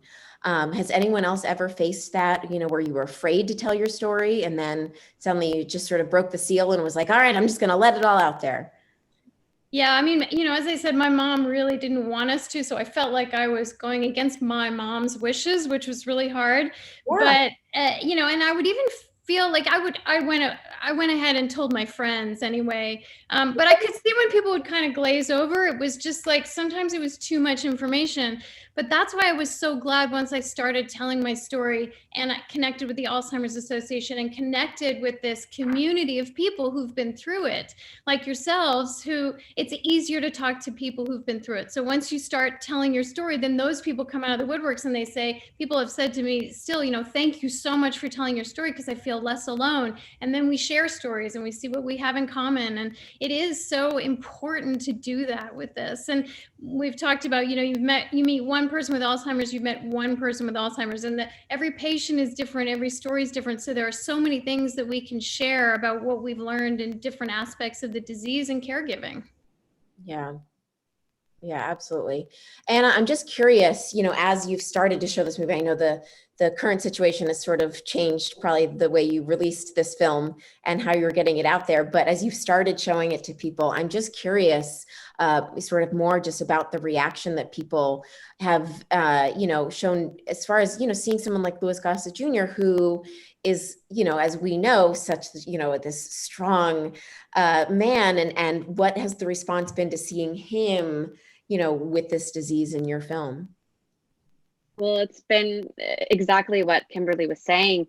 People just really relating to the story and looking to the film as an inspiration. A lot of people still don't know that music can bring patients back to life, even if it's just for a moment. But that moment can mean so much and can have such a huge impact on the people around that patient. So it's the reaction has been amazing. Louis did an incredible job. Every day was like a masterclass working with him. And so I'm so grateful that the response has been overwhelmingly positive and people just really relate to it. It's that's why we're in the arts. We want to connect with people and make an impact on their lives. Yeah. I'm curious, any of you. So in our work, like I said, we do comedy shows to raise money for Alzheimer's, and we do other programs which are much more serious and related, but comedy and Alzheimer's don't necessarily go together. So we've, brought in people who truly don't know anything about the disease. They come to our events or some of our programs with, the fortunate, life story of never having known someone with Alzheimer's. And I always find that people have the response of like, oh my, I had no idea. When we would show our documentary, a lot of people, the response afterwards, they would say, I had no idea it was like this. Oh my God. And in your experience, the three of you, feel free to jump in. Have you felt like you have really, opened the eyes of people who don't know? The three of us have lived it. We've all experienced it personally, but there are people out there who haven't. And what has your experience been like, to someone who comes to your work as a clean slate, we'll call it? How do you see people being affected by that? I've stumped you all. I find that people don't read my book unless they have Alzheimer's in their family or they're in that situation. So I really admire and thank you for the work that you're doing in bringing people in to learn about it when they haven't experienced it. I think that is a gift. And I think it's hard to get listening ears. It's hard to get people to be interested if they haven't experienced it personally. That's my own experience. Yeah. Garrett, do you find that most people who come to see your work have experience, or do you find that people just come as a way of hearing, oh, I heard this was moving and emotional and beautiful, and oh my God, I learned so much, I had no idea? Yeah, well, what we do is we kind of do it backwards. We don't advertise that it's an Alzheimer's play. We don't want, because, I think it's important that we be culturally sensitive in everything that we give out, meaning if I'm taking care of my mother who has Alzheimer's, the last thing I want to do is go see an Alzheimer's play. Right. But if I go see a play and I learn something about Alzheimer's, now I'm more inept to pick up that magazine when I take mom to the doctor about Alzheimer's or call the Alzheimer's Association. I think, if I'm coming to be entertained is one thing, but if I come to be entertained and while I'm entertained, I learn more about it, I think that's been the effective way that we have used it. Yeah. That's exactly the same even with us, Garrett. As far as marketing the film, we haven't been marketing it as an Alzheimer's movie, like a disease movie, because of course there is still a stigma attached to it. So rather than focusing on the disease, we've been marketing it with the musical element and the element of bringing back memories and building beautiful relationships with our elders and cherishing them and respecting them and listening to their stories, because the stigma is real. But if we can tell an entertaining story while still educating people, I think that's the sweet spot. Yeah. I think that I've learned, we sort of touched on this earlier, but it is such a dark disease, but there are so many moments of light throughout it. And, I think that, even if we have to, as I use the word, trick people and bring them in, it's worth it, because this is reality, right? Like, this is something that has touched all of us. And I know in my work, it's through, connecting with other people that has given me the hope that I didn't have early on. And knowing, how much you can live life with the disease and while you are caring for someone with this disease. I want to switch over real quick. As we know, Alzheimer's is a disease that disproportionately affects people of color. And this for Anna and Garrett. I'm just curious if we could touch on real quickly, how do the Cuban and Forget-Me-Not address this issue that also affects Alzheimer's disease? And what kind of impact can storytelling have in the area of, really highlighting the disproportionate effect on people of color? Well, with the Cuban, we didn't intentionally choose to make Luis an Afro-Cuban character because of that reason. We didn't even know that when we were developing the film. We chose Afro-Cuban because we found that there is a large diaspora of Cubans living in Toronto. But as we were doing research, we did find that, and we realized that we had something very special and very unique, because you don't really see the stories of colored people living with Alzheimer's. And actually, when we were at the Pan-African Film Festival in LA, the astounding amount of people who came up to us to tell us that, they really related to Luis and his experience, and that it was so rare for them to see somebody that they identified with so deeply on screen it was just so shocking to me. But again, it film and the arts in general really has this power to educate and inform. So it's been a very rewarding experience. Yeah, like Anna said, it's been a very rewarding experience because the arts does have a power to educate. And the thing that bothered me is when I started researching about Alzheimer's disease and found out that African Americans are twice as likely to get Alzheimer's disease, then I did my own personal polls. I would go around, I would ask, African Americans, if you had Alzheimer's, would you know where to go get help? And they would know. And that would bother me so much. It always felt, and I took it personal, that how could this disease that affects a community so much, but then you have, that community, they don't know where to go get help. They're not educated about it. And not to say that no one isn't doing a good job, but I took it upon myself. I wanted to do my fair share to educate. And so by writing those pieces and putting those scenes in, you can't talk to an African American about a clinical trial without the word Tuskegee coming up. That's the elephant in the room. And so having those conversations and having those scenes on stage that deal with Tuskegee, it got the elephant out the room, and it started making a certain community understand how important a clinical trial is. You don't go to Walmart and get a pill without that pill going through a clinical trial. That's why so many different people take so many different medicines for the same headache, whether it's Anacin, Bayer, Goody, Potter, Aleve. And we have to make sure that we as artists are doing our part to use that platform to educate our people so they can have a better quality of life. Yeah, thank you. That's such important work. Yeah, absolutely. So thank you for highlighting those really important issues that still surround the disease. Okay, so we're going to switch a little bit. So for people living with dementia, as we've talked about, creating art can be so important for maintaining quality of life. And of course, coping with and expressing the experience of living with the disease. So I want to introduce you to Reverend Cynthia Huling-Hummel, who has early onset Alzheimer's, and she created a series of masks. I think we're going to cut to.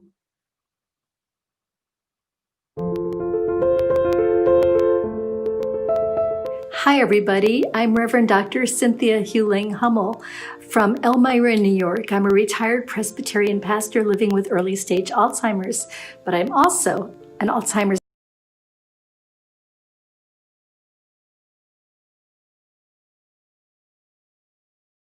advocate, I'm an author, and I'm an artist. In 2017, I was part of a project called Art Reflects at the Community Arts of Elmira, where we were invited as people living with dementia to create a mask. And I decided to create a mask that reflected what it felt like to live with dementia. But I couldn't stop with just one mask. I created 35 more. And then I took pictures of them and I wrote stories about each of the masks. And then I put them together and compiled them in this book called Unmasking Alzheimer's. Last summer, 10 of my masks were on display at the National Gallery of Art in Stockholm, Sweden, as part of the Dementia 10 conference. I'd like to tell you about just one of my masks, and that's this one. It's called Love Remembers. No matter how my dementia progresses and no matter who I forget, faces and names and loved ones, I do believe that my heart will remember our love. Thank you for joining me today and have a wonderful conference. God bless you all.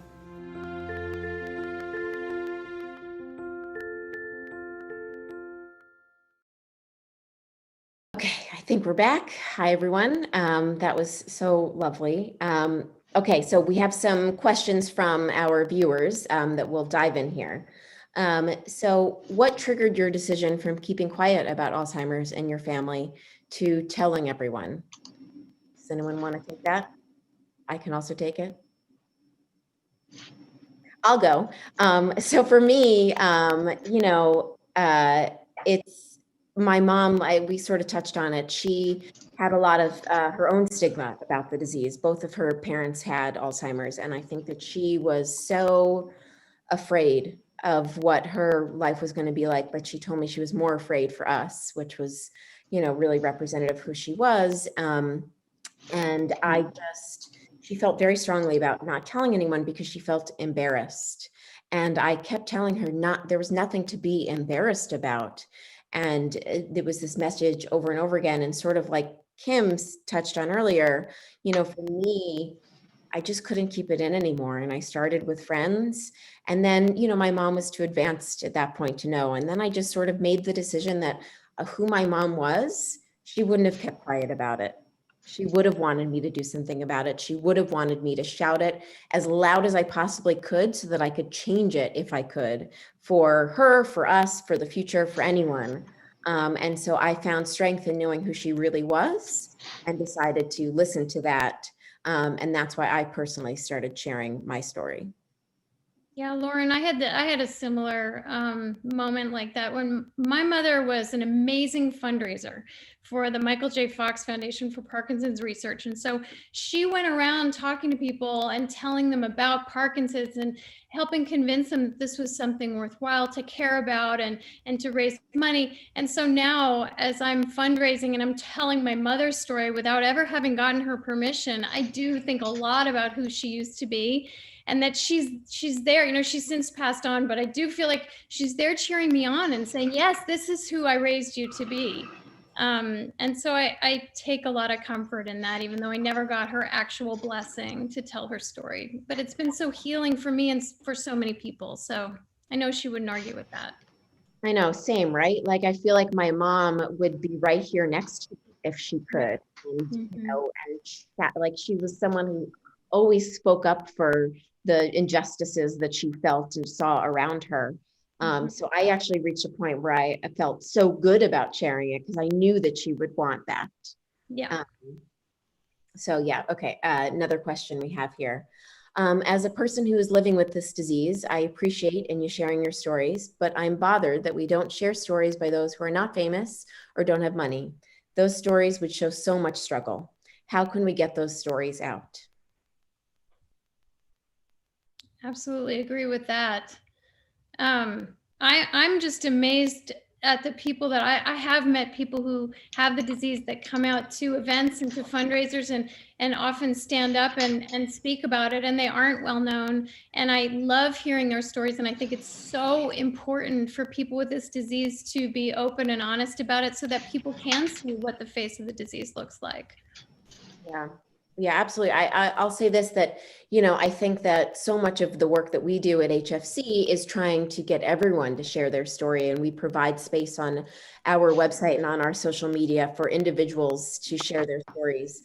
Because you're right, seeing people that you can't relate to in real life doesn't provide a whole lot of comfort all the time. And so you want to be represented out there by people who are, feel true to your story. I'm curious, Garrett and Anna, not to put you on the spot, do you have anything to add about, really making sure that we are showing the real side of Alzheimer's and not just a, movie version of it?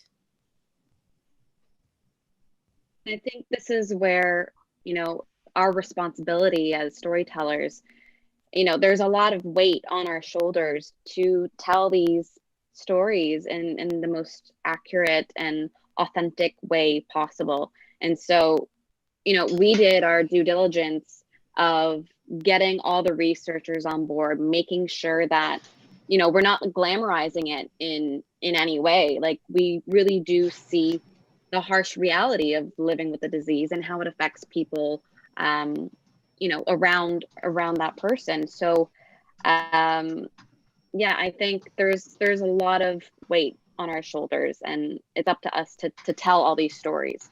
Yeah, absolutely. Yeah, and and we'll continue trying to normalize the disease. I think that's something that, for me as a filmmaker, we really try to normalize it. In Like Father, the Alzheimer's storyline wasn't a huge part of it. It was Kelsey Grammer's backstory, and it was revealed later on in the story that he was bankrupt because he had spent all of his money taking care of his best friend who had Alzheimer's. And that is certainly something that I think, a lot of people can relate to, because Alzheimer's is a extremely costly disease. To care for someone requires an extraordinary amount of strength and finances that most people don't have. And so it is so important to highlight that, the reality of the disease. Absolutely. Another question. I loved seeing the video from Cynthia Huling-Hummel. Can Anna talk about Lou Gossett's character and his connection to music? Absolutely.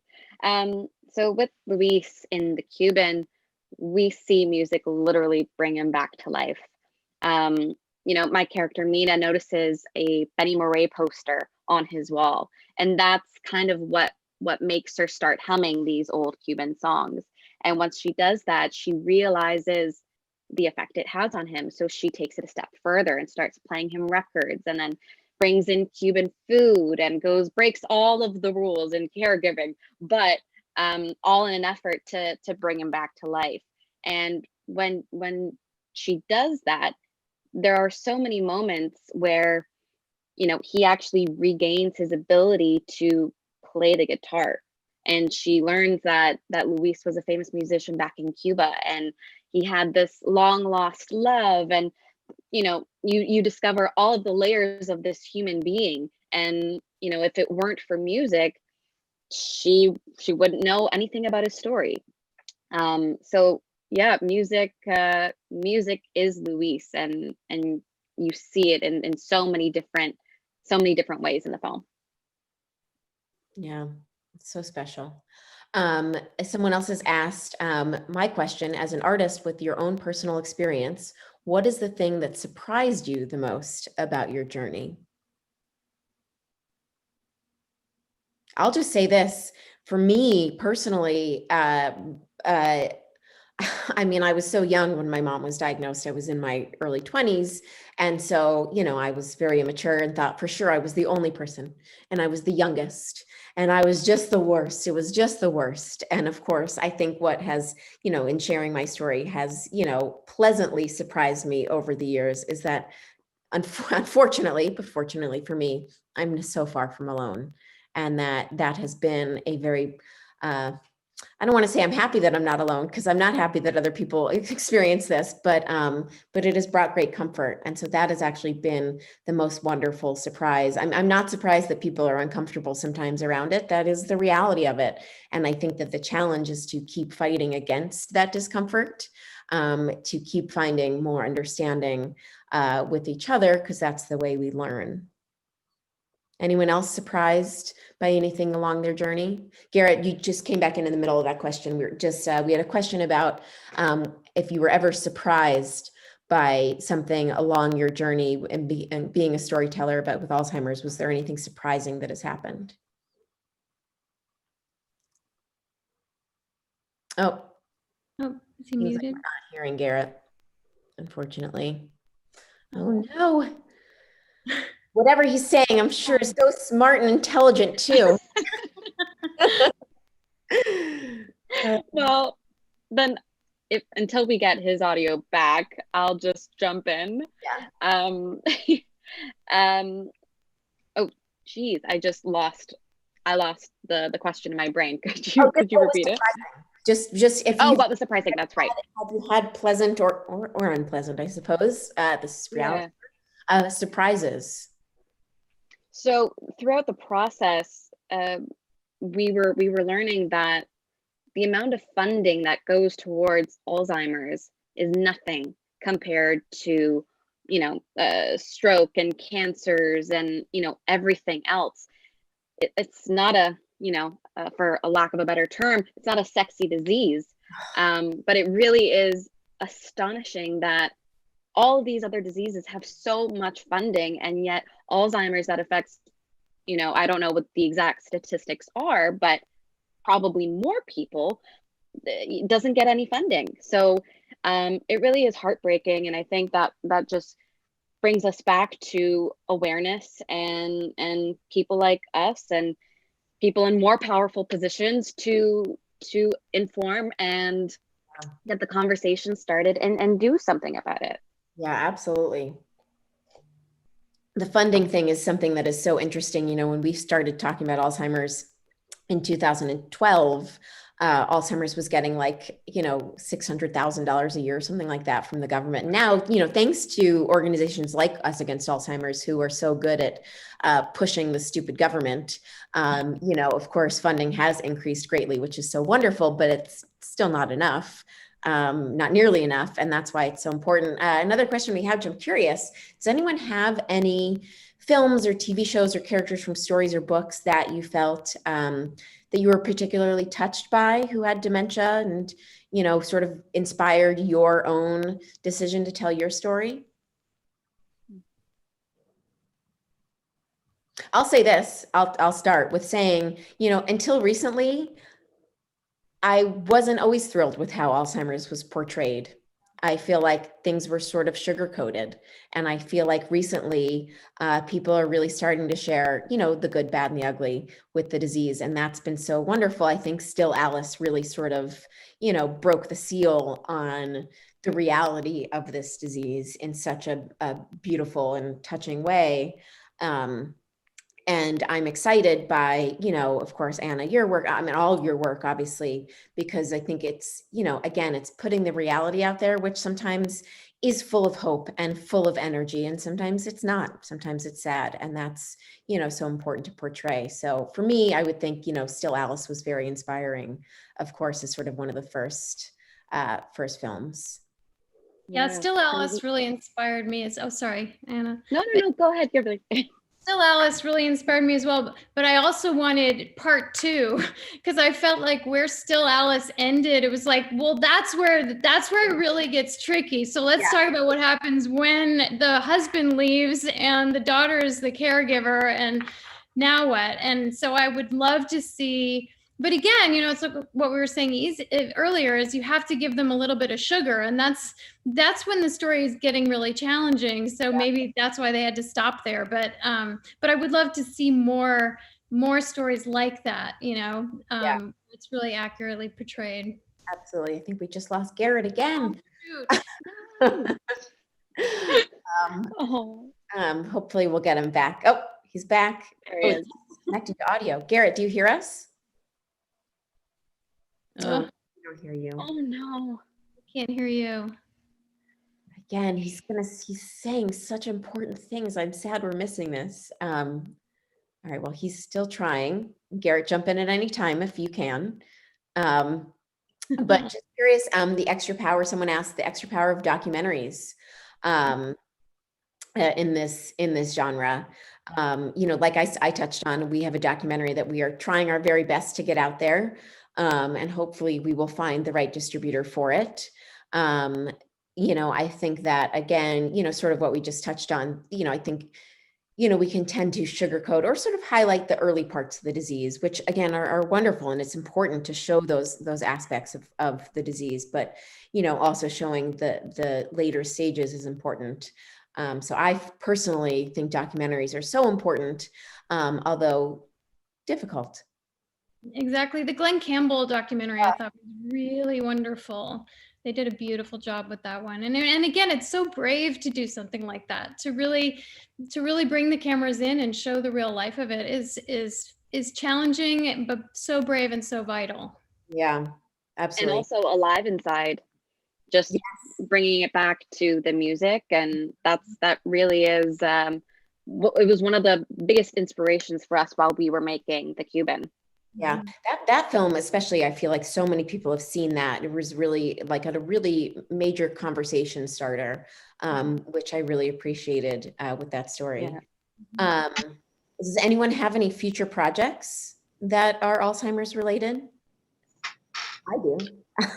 We've been working on an animated film about Alzheimer's based on a graphic novel about a young woman who lost her mom to Alzheimer's. So animated films take a while. So unfortunately, it'll probably be a few years before that one gets anywhere. But that's something that I'm excited about and working on. That is awesome. Wow. So cool. Does anyone else have anything they want to plug before we wrap up? Can you guys hear me? Oh my God, you are.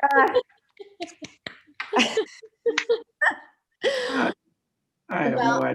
Before I know we have to wrap up, but real quick, Garrett, I want to make sure because you have so many smart, important things to share. I feel like we missed it. Is there any sort of parting wisdom you want to, just share with us about your experience before we go?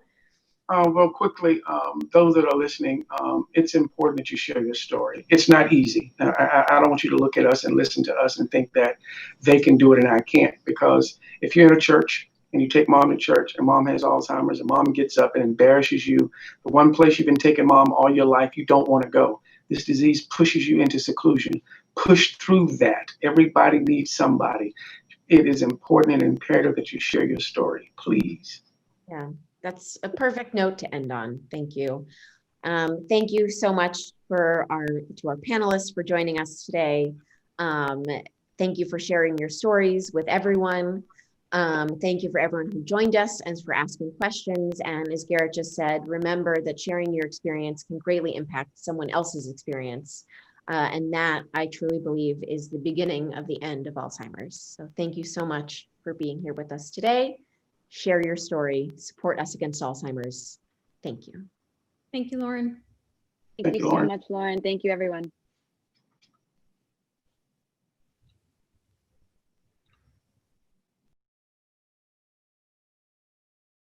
Hi, welcome to our Brain Health Booster video series, where we're sharing with you science-based tips and tools to help you strengthen your brain health. I'm Jennifer Zients, and I'm Head of Clinical Services at the Brain Performance Institute.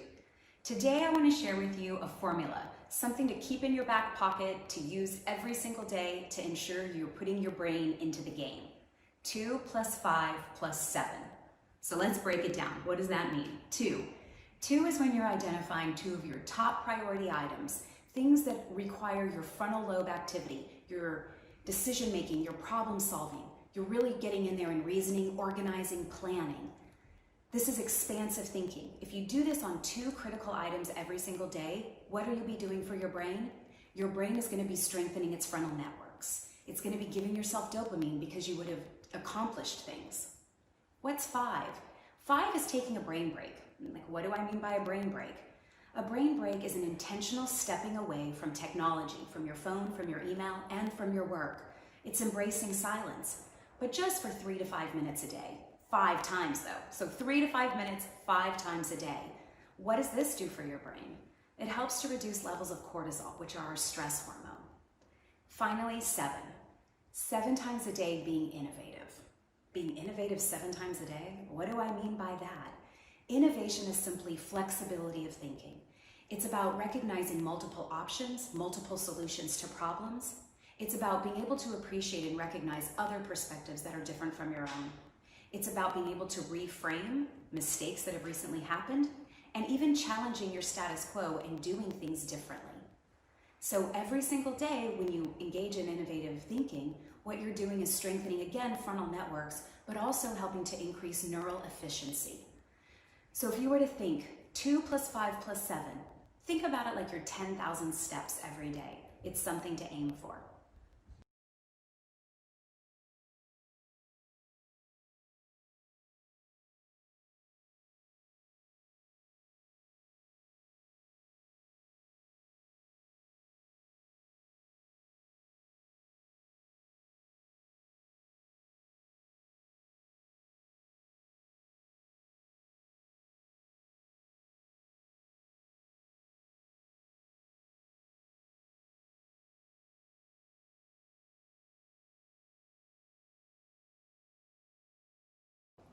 Hi, welcome to the Brain Health Booster video series, where we're sharing with you science-based tips and tools to help you strengthen your brain health. I'm Jennifer Zients, and I'm Head of Clinical Services at the Center for Brain Health. Let me throw out a situation to you. You tell me if this sounds familiar. You've got a long list to do, got a lot of things going on, a lot of people to answer to, a lot of people that need you, a lot of deliverables, right? So you intuitively think, well, the more that I do at the same time, the more productive I'm gonna be, right? Yeah, I think a lot of us do think that. Surprisingly, that's toxic to our brain health. When we multitask and are in environments that are highly distraction and interruption filled, we are dousing our brains in cortisol. Cortisol is our stress hormone. And while it's good in short-term situations, fight or flight, and we can even leverage it at times, the way that we live in today's society is becoming a toxic overload. So the one thing if you could do today, if you could minimize even by 10% the amount of multitasking that you're doing and the kinds of environments that are distraction and interruption free, you're gonna be doing your brain a world of difference. Try it, let us know.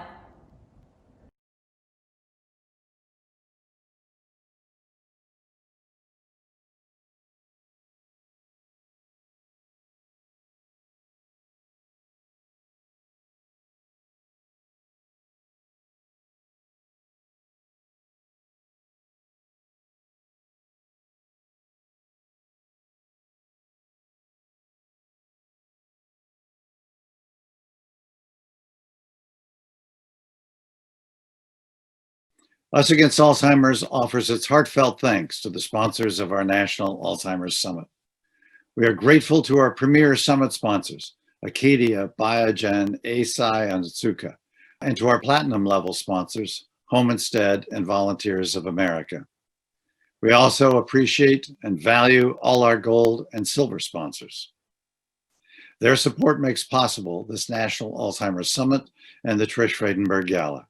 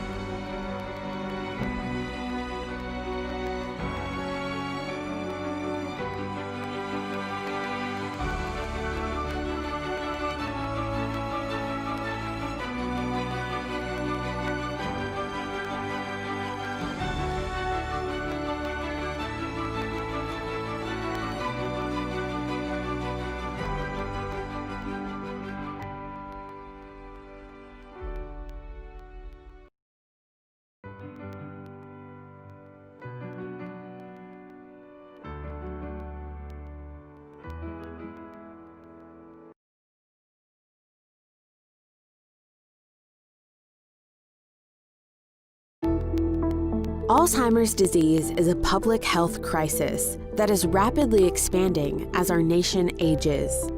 An estimated 500,000 Americans die each year from causes related to Alzheimer's. Think about that. Many more Americans will die this year from Alzheimer's related causes than from COVID-19. It is the only top 10 cause of death, currently without an effective treatment or a cure. Is it any wonder that Alzheimer's remains the most feared chronic disease by U.S. retirees, even during the most dangerous global pandemic of an infectious disease in more than a century? Alzheimer's takes a devastating emotional and financial toll on people living with the disease, their caregivers and families, and our nation. It is inescapable that chronic aging-related diseases such as dementia will be the next emerging pandemic. Dementia threatens to be larger, longer, more devastating, and more costly than COVID-19. The Economist described rising levels of dementia as a global emergency. Alzheimer's disease is a worldwide demographic and societal problem, and the Davos Alzheimer's Collaborative, created by CEOI and the World Economic Forum, is developing a global action plan. It will build a diverse global cohort for finding new treatments, a clinical trials platform to speed treatments to patients, and prepare the healthcare system for improved care. The United States created a moonshot equivalent effort when it set a national goal to effectively treat and prevent Alzheimer's by 2025, with a plan to get there and with the government structures and mechanisms to deliver it. After some earlier disappointments, there are new and hopeful signs of progress. We could be at the turning point in the fight against this disease. At least 3 drugs could be available in 2021. These include the first disease-modifying treatment for early Alzheimer's, a new treatment for hallucinations and delusions, and a drug therapy for insomnia symptoms associated with Alzheimer's and dementia. We've also seen progress in the development of tests to help detect and diagnose the disease and biomarkers that will help make future treatment decisions. These tools are as critical to success as new treatments. But despite these positive signs, more must be done to clear the path for approval, use, and coverage of new tests and treatments. How robust is the drug pipeline? How can we ensure that healthcare providers have the right tests and treatment available for the right patients at the right time and know how to use them? Will Medicare cover the costs of these necessary diagnostic tests and treatments? How can we stop this emerging global pandemic? Will the U.S. meet our national goal of preventing and effectively treating Alzheimer's disease by 2025?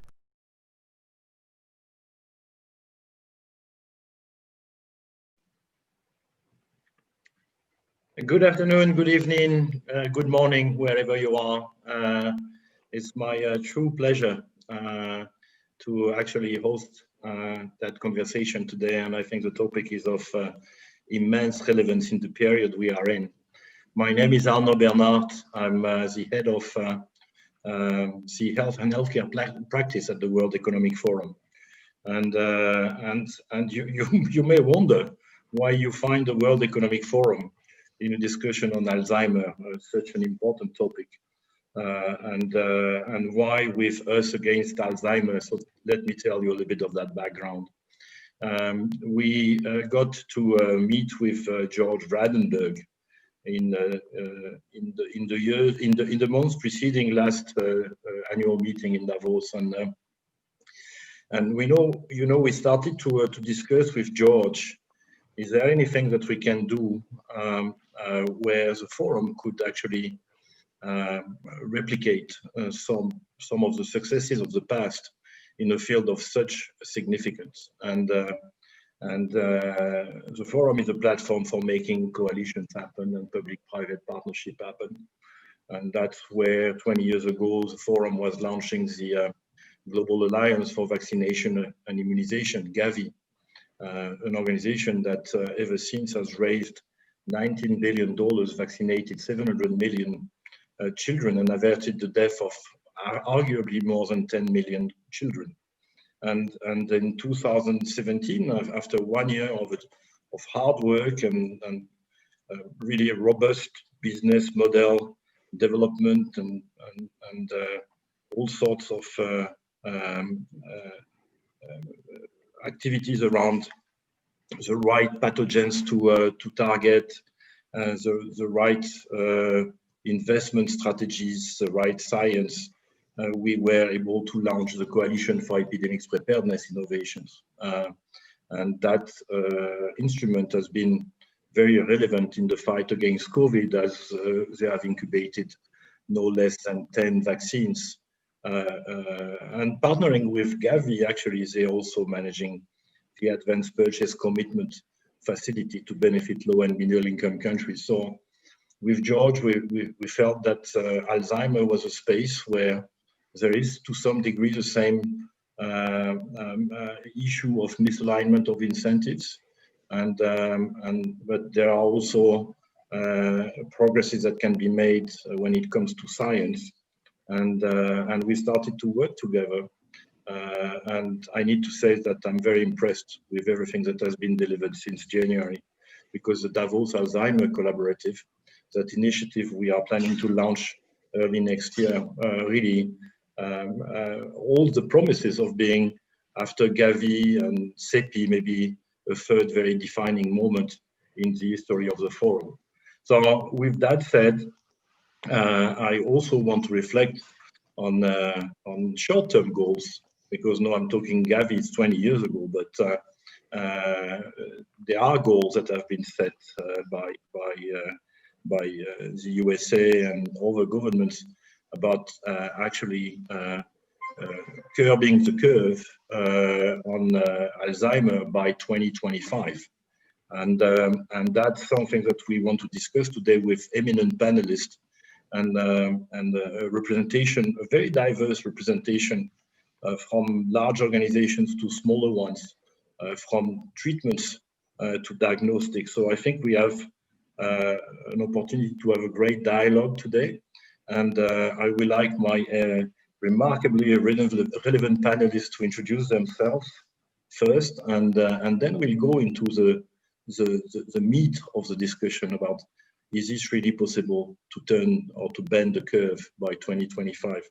I would like to start with you, Pony. Pony, you are an MD, Senior Vice President, Global Head of Medical Affairs at Acadia Pharmaceuticals.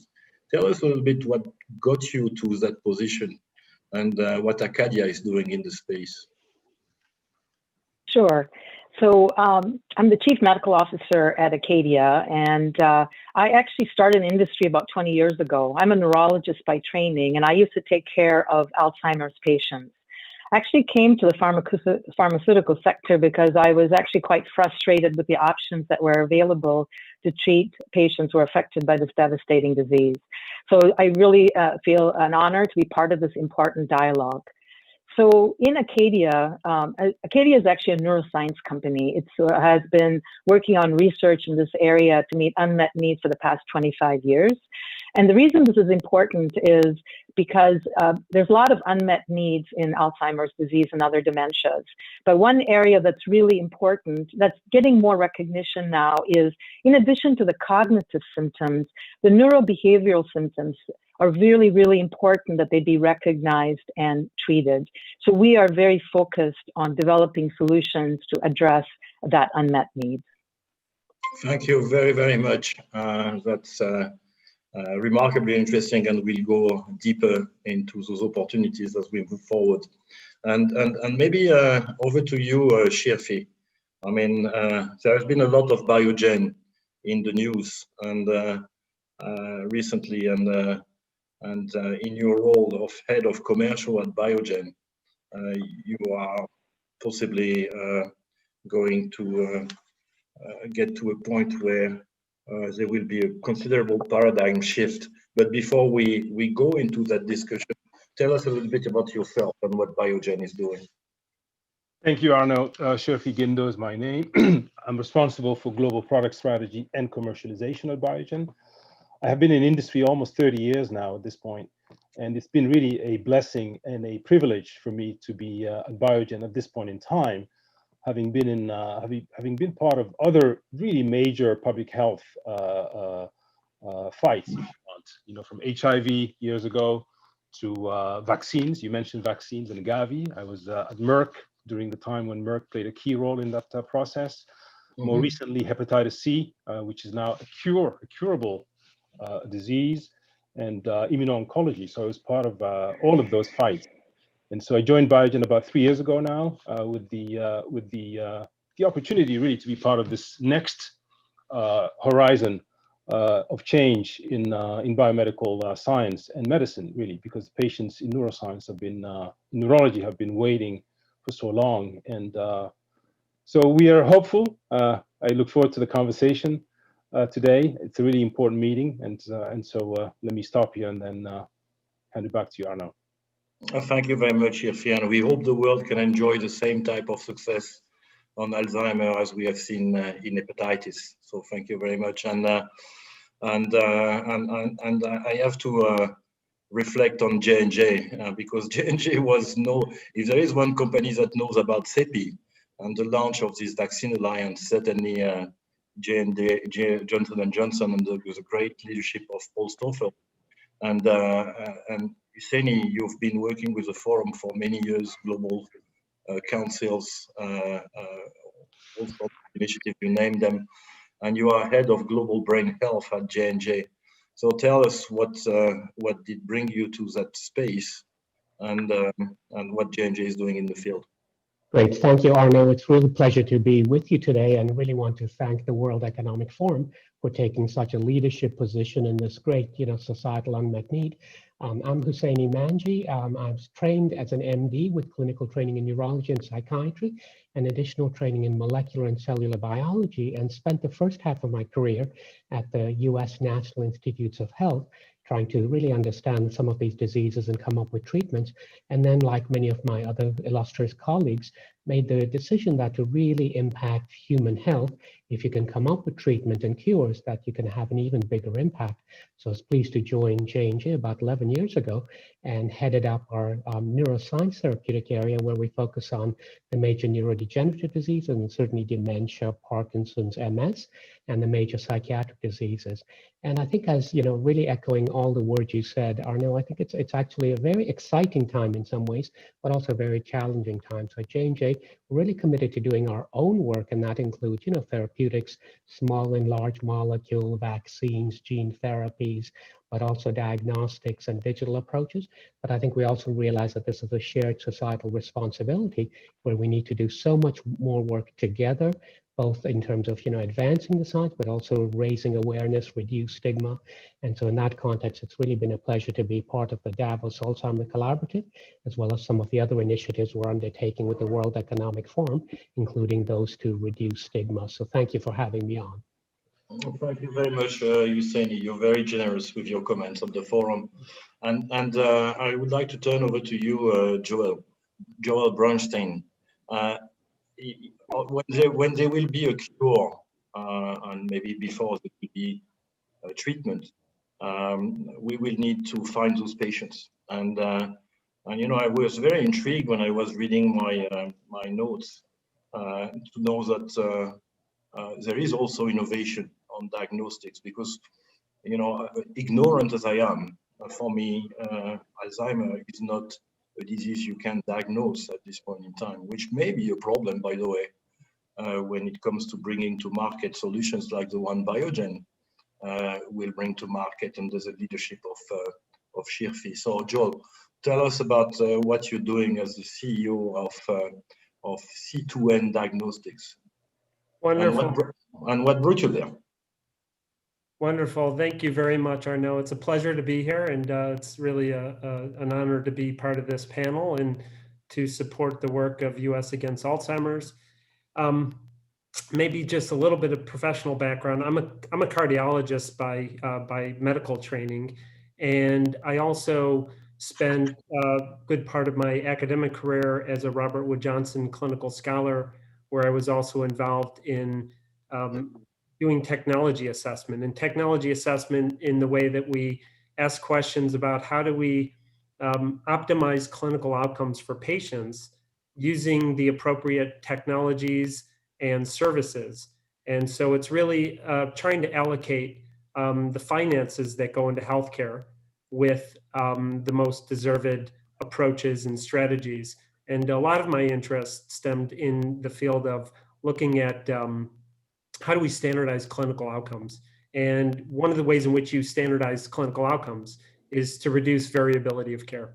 And so if we can start reducing variation and come up with best practices and guidelines around the best methods for treatment diagnosis, obviously, a very important topic for Alzheimer's disease. And coming from the field of cardiovascular medicine, I feel like we're able to maybe take some of these lessons and apply them to Alzheimer's disease and other neurodegenerative disorders.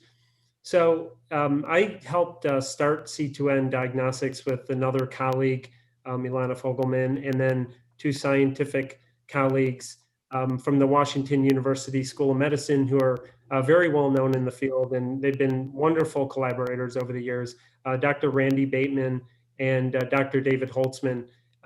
Both of them have really spearheaded a lot of innovative efforts around helping to better understand the disease, think about novel approaches to therapy, and then even more recently, how do we optimize diagnosis so that we can, again, if we have effective therapies, it's not really a question of if, it's a question of when, we'll be able to identify those individuals who are most likely to benefit and be able to track those changes over time.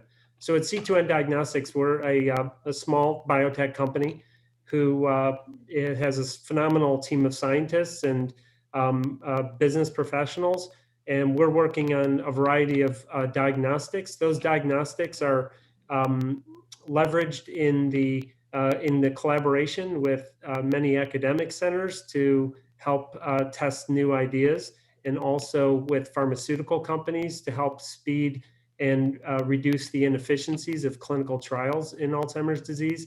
And most importantly, the end game is to think about how can we actually bring these technologies to the clinic, whereby we can now start using them in clinical practice, again, with the hope that we can identify individuals earlier, more precisely, and then ultimately treat them more effectively.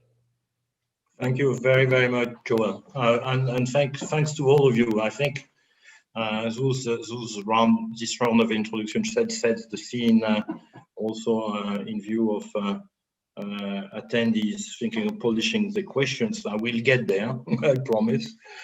We will open the dialogue after we go through those round of questions from my end. And I would like to turn over to you, Seni, because turning the course of the disease or stopping, I don't even know what the word was that has been used. By 2025, it sounds to me like unrealistic, unreasonable, but maybe there is acceleration in the speed of research also, and maybe we should be optimistic. So what do you think about 2025 and about optimism? Great, thank you, Arno. So I do think that my overall message is one of optimism and hope. I think the audience tuning in today really needs to recognize that we are making a lot of progress, and there's reasons to be optimistic that we will get there.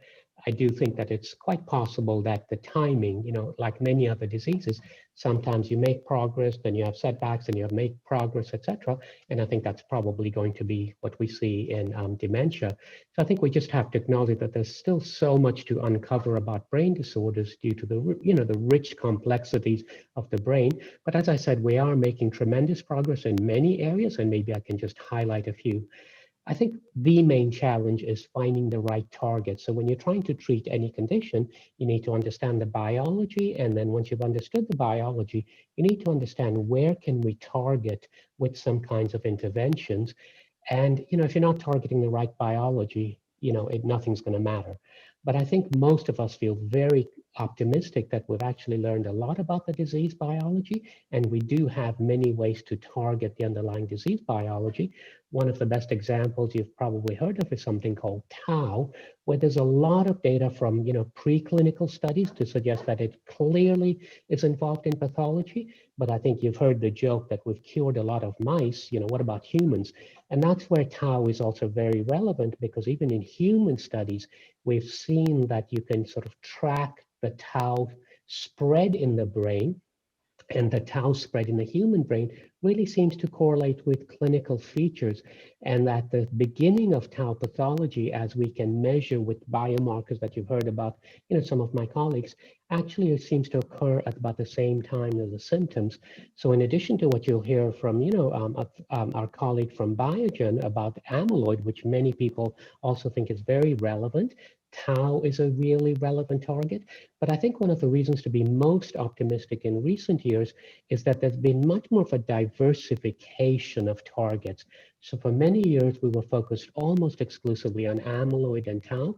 Now we're looking at many other targets, including inflammation, synaptic integrity, neuronal protection, vascular components, and others, all of which we think are very relevant. I do think for this field, and I think it was, fortuitous that you even highlighted hepatitis C. I think that's one of the questions we're still grappling with. Will a single target work, or like many other diseases, will we need a combination strategy? And many of us think that hopefully if the Biogen drug is, successful to begin with, then we could add to it. Just mention a couple more things, and I think this panel is going to illustrate it much more. In addition to having the right targets, you also need predictive biomarkers and sensitive endpoints, because one of the things that's kept this field back is, in contrast to something like oncology or immunology, you've had to have the years-long trials where you're looking at cognitive decline as an endpoint. And if you can have the right biomarkers that give you early readouts, that'll really accelerate our progress. And I really do think that with the advances in blood, CSF, and brain imaging biomarkers, we're there from an experimental standpoint. And I think once we have treatments, even in the real world, we'll be able to do things. And I think, as you know, from the Davos Alzheimer's Collaborative, I do think that a lot of it's going to actually rely on digital technology. Yeah. So the last thing I'd like to say, and then, turn it back over to you, is I think one of the reasons I'm also optimistic is because of the advances, not only in the science, but the culture of science. And there again, coming back to some of the examples you made, like the field of HIV/AIDS, when society came together, many companies, governments, academias, all working together. We're seeing that happening in Alzheimer's disease. I think even recently, the COVID-19 example, where people were willing to come together, I think we're seeing that in Alzheimer's disease, and that sort of culture of science is also going to accelerate progress. So I remain very optimistic.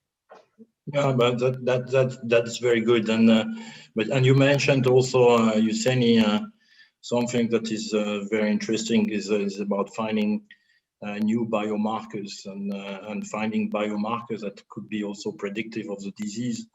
And to you, Joel, is this also a field of interest for you, or because at this point in time the diagnostics technologies are either relatively crude, thinking about CSF, which has its own challenge in terms of adoption, or very expensive when I think a bit about scans and SPECT/CT. So, where do you think there will be a game changer in diagnostics, and will this also apply to predictive screening? What do you think the issues are with detections and diagnosis today, and what in your views, if you are also optimistic, shall we see in the future? Great, thank you. Obviously a very relevant question. It's something our team thinks about on a daily basis. And in fact, we've been around since late 2007, and for about 12 years have been working on biomarkers among a variety of related technologies to really try to better understand this disease and ultimately be able to bring tests to the clinic that can help in diagnosis, early detection, differential diagnosis, so that how can you distinguish one disease from another. So we think it's really essential, and in fact, think it's part and parcel to effective disease therapies, modifying therapies. And part of the reason for that is obviously we have good clinical scales to look at cognition, but unfortunately, as we know, using those scales, by time someone starts to manifest cognitive symptoms of the disease, we're actually fairly advanced. And so I come back to the field of cardiovascular medicine and think about where some of the major transformative technologies came from, and the ability to reliably measure certain markers. In this case, as an example, take cholesterol. That spearheaded really the foundation for a whole new field around lipid-lowering therapies and the ability to prevent heart attacks, secondary prevention, effective markers to look at the stage of heart failure and progression. And so I feel like we're kind of in maybe the first or second inning as it relates to that. We actually have some very good effective markers now with PET scanning, imaging, and CSF measurements, but we also recognize that those are quite expensive, and they're invasive and at times. And so those two issues actually have a profound impact on patient access. Patients are either not overly excited to undergo those kinds of tests. Monetary financial barriers can exist that delay access. And so the ability to have a blood test, in our view, is a transformative effort. And obviously a number of groups, including ours, are working on that. So the, I think where the field is headed, we see a vision whereby we can use effective markers to not only identify people at the earliest stages, but then be able to track their responses to therapy using measures that are a lot more guided and precise than the clinical cognition approaches. And we think that that will really open up the ability to intervene at the earliest stages. And that's where we believe the greatest impact on clinical outcomes for patients will come. We're very interested, and we know it's highly important to be able to treat the symptoms of disease, but the ability to think about prevention and the ability to identify a person who's at elevated risk, but yet hasn't progressed to the clinical stage of Alzheimer's. If you know that condition exists using pathological biomarkers that can now be measured in blood, you can now intervene in many different creative ways, lifestyle behaviors, therapies, et cetera, et cetera. That's very interesting, Joel. And if you can disclose to the participants and the audience, when do you think we see a test submitted for FDA approval by C2N? That's a loaded question, Arnaud. I'll do my best to answer that. So C2N has a blood test that we call Percivity AD. And that is a test, it's a blood test that measures a panel, it's a multi-analyte panel that measures amyloid beta 42 and 40 in the blood, and apolipoprotein E proteotype, which we know is a genetic risk factor for the disease, and age, knowing that that's a risk factor. And we can combine that into a score that gives us an understanding of the likelihood of an individual having early Alzheimer's pathology. That test received a breakthrough device designation from the FDA in 2018. So we've been working closely with the FDA and trying to map out a process for a blood-based biomarker that meets the expectations for approval. This hasn't been done before, so some of this is, mapping new territory. The good news is that as we've been moving that process along, we also have a CLIA certified laboratory that can offer clinical testing services, and that's actually how we intend to roll out the first version of that test. So we expect the Percivity AD blood test. We have not made the public announcement. All I would say is that stay tuned. We're hoping to be able to release some very exciting news within the next few weeks, actually. So it's coming to the clinic, and we're very excited. Yeah. You said it. You said too much, Joel. You said a few weeks. You know, I tend to talk too much, so. Thank you very much. That's really encouraging. And Pony, Acadia, can you tell us about what you're doing? Is this a very different approach? Are you focusing on different targets, or tell us a little bit about your own development journey, in a way, to the extent you can disclose, obviously. Sure. As Hosseini mentioned, I think we have to look at Alzheimer's disease through different lenses and different targets, right? And so Acadia is focused on both in its early pipeline as well as its late stage pipeline on bringing about different approaches to addressing CNS disorders. So let me talk first about the late stage part of the pipeline. That focus is really on dementia. So, and it's about not only focusing on cognition, but other symptoms, specifically, as I mentioned earlier, the neuropsychiatric symptoms. And why is this important? Because often, because there is a certain hopelessness of urgency to diagnose and treat, right? And so it's really important that this particular symptoms get recognized, because often if they're not, they progress and often lead to increased risk of repeated hospitalizations, increased risk of nursing home placement, and actually progression of the underlying dementia and even increased risk of mortality.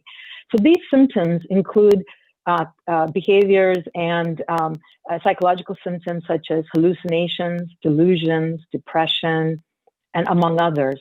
Now, this is often very hard for patients and families to talk about, not just in Alzheimer's in general, because these type of symptoms are often stigmatized, right? They're portrayed in a bad way in our media, in our movies. And so actually Acadia did a patient survey in partnership with Us Against Alzheimer's Disease and Lewy Body Dementia Association with about 200 patients and caregivers. And what it showed was that majority of older adults with dementia when they experience these symptoms, are overwhelmed and don't even understand what's happening to them. And often they have a real difficulty communicating it. And so one of the really important areas we need to focus on is, in addition to bringing about diagnostics and treatments, is education and awareness. And that's a very important part of what Acadia is trying to do in this area of neuropsychiatric symptoms. Now, as I mentioned, our focus on the late pipeline is we do have a supplemental NDA that has been submitted, that is under review by the FDA right now. And it's for the support of use of pimavanserin, which is currently in the market as Nuplazid for the treatment of Parkinson's disease psychosis. But we submitted a supplemental NDA for the use of pimavanserin for the treatment of hallucinations and delusions associated with dementia-related psychosis.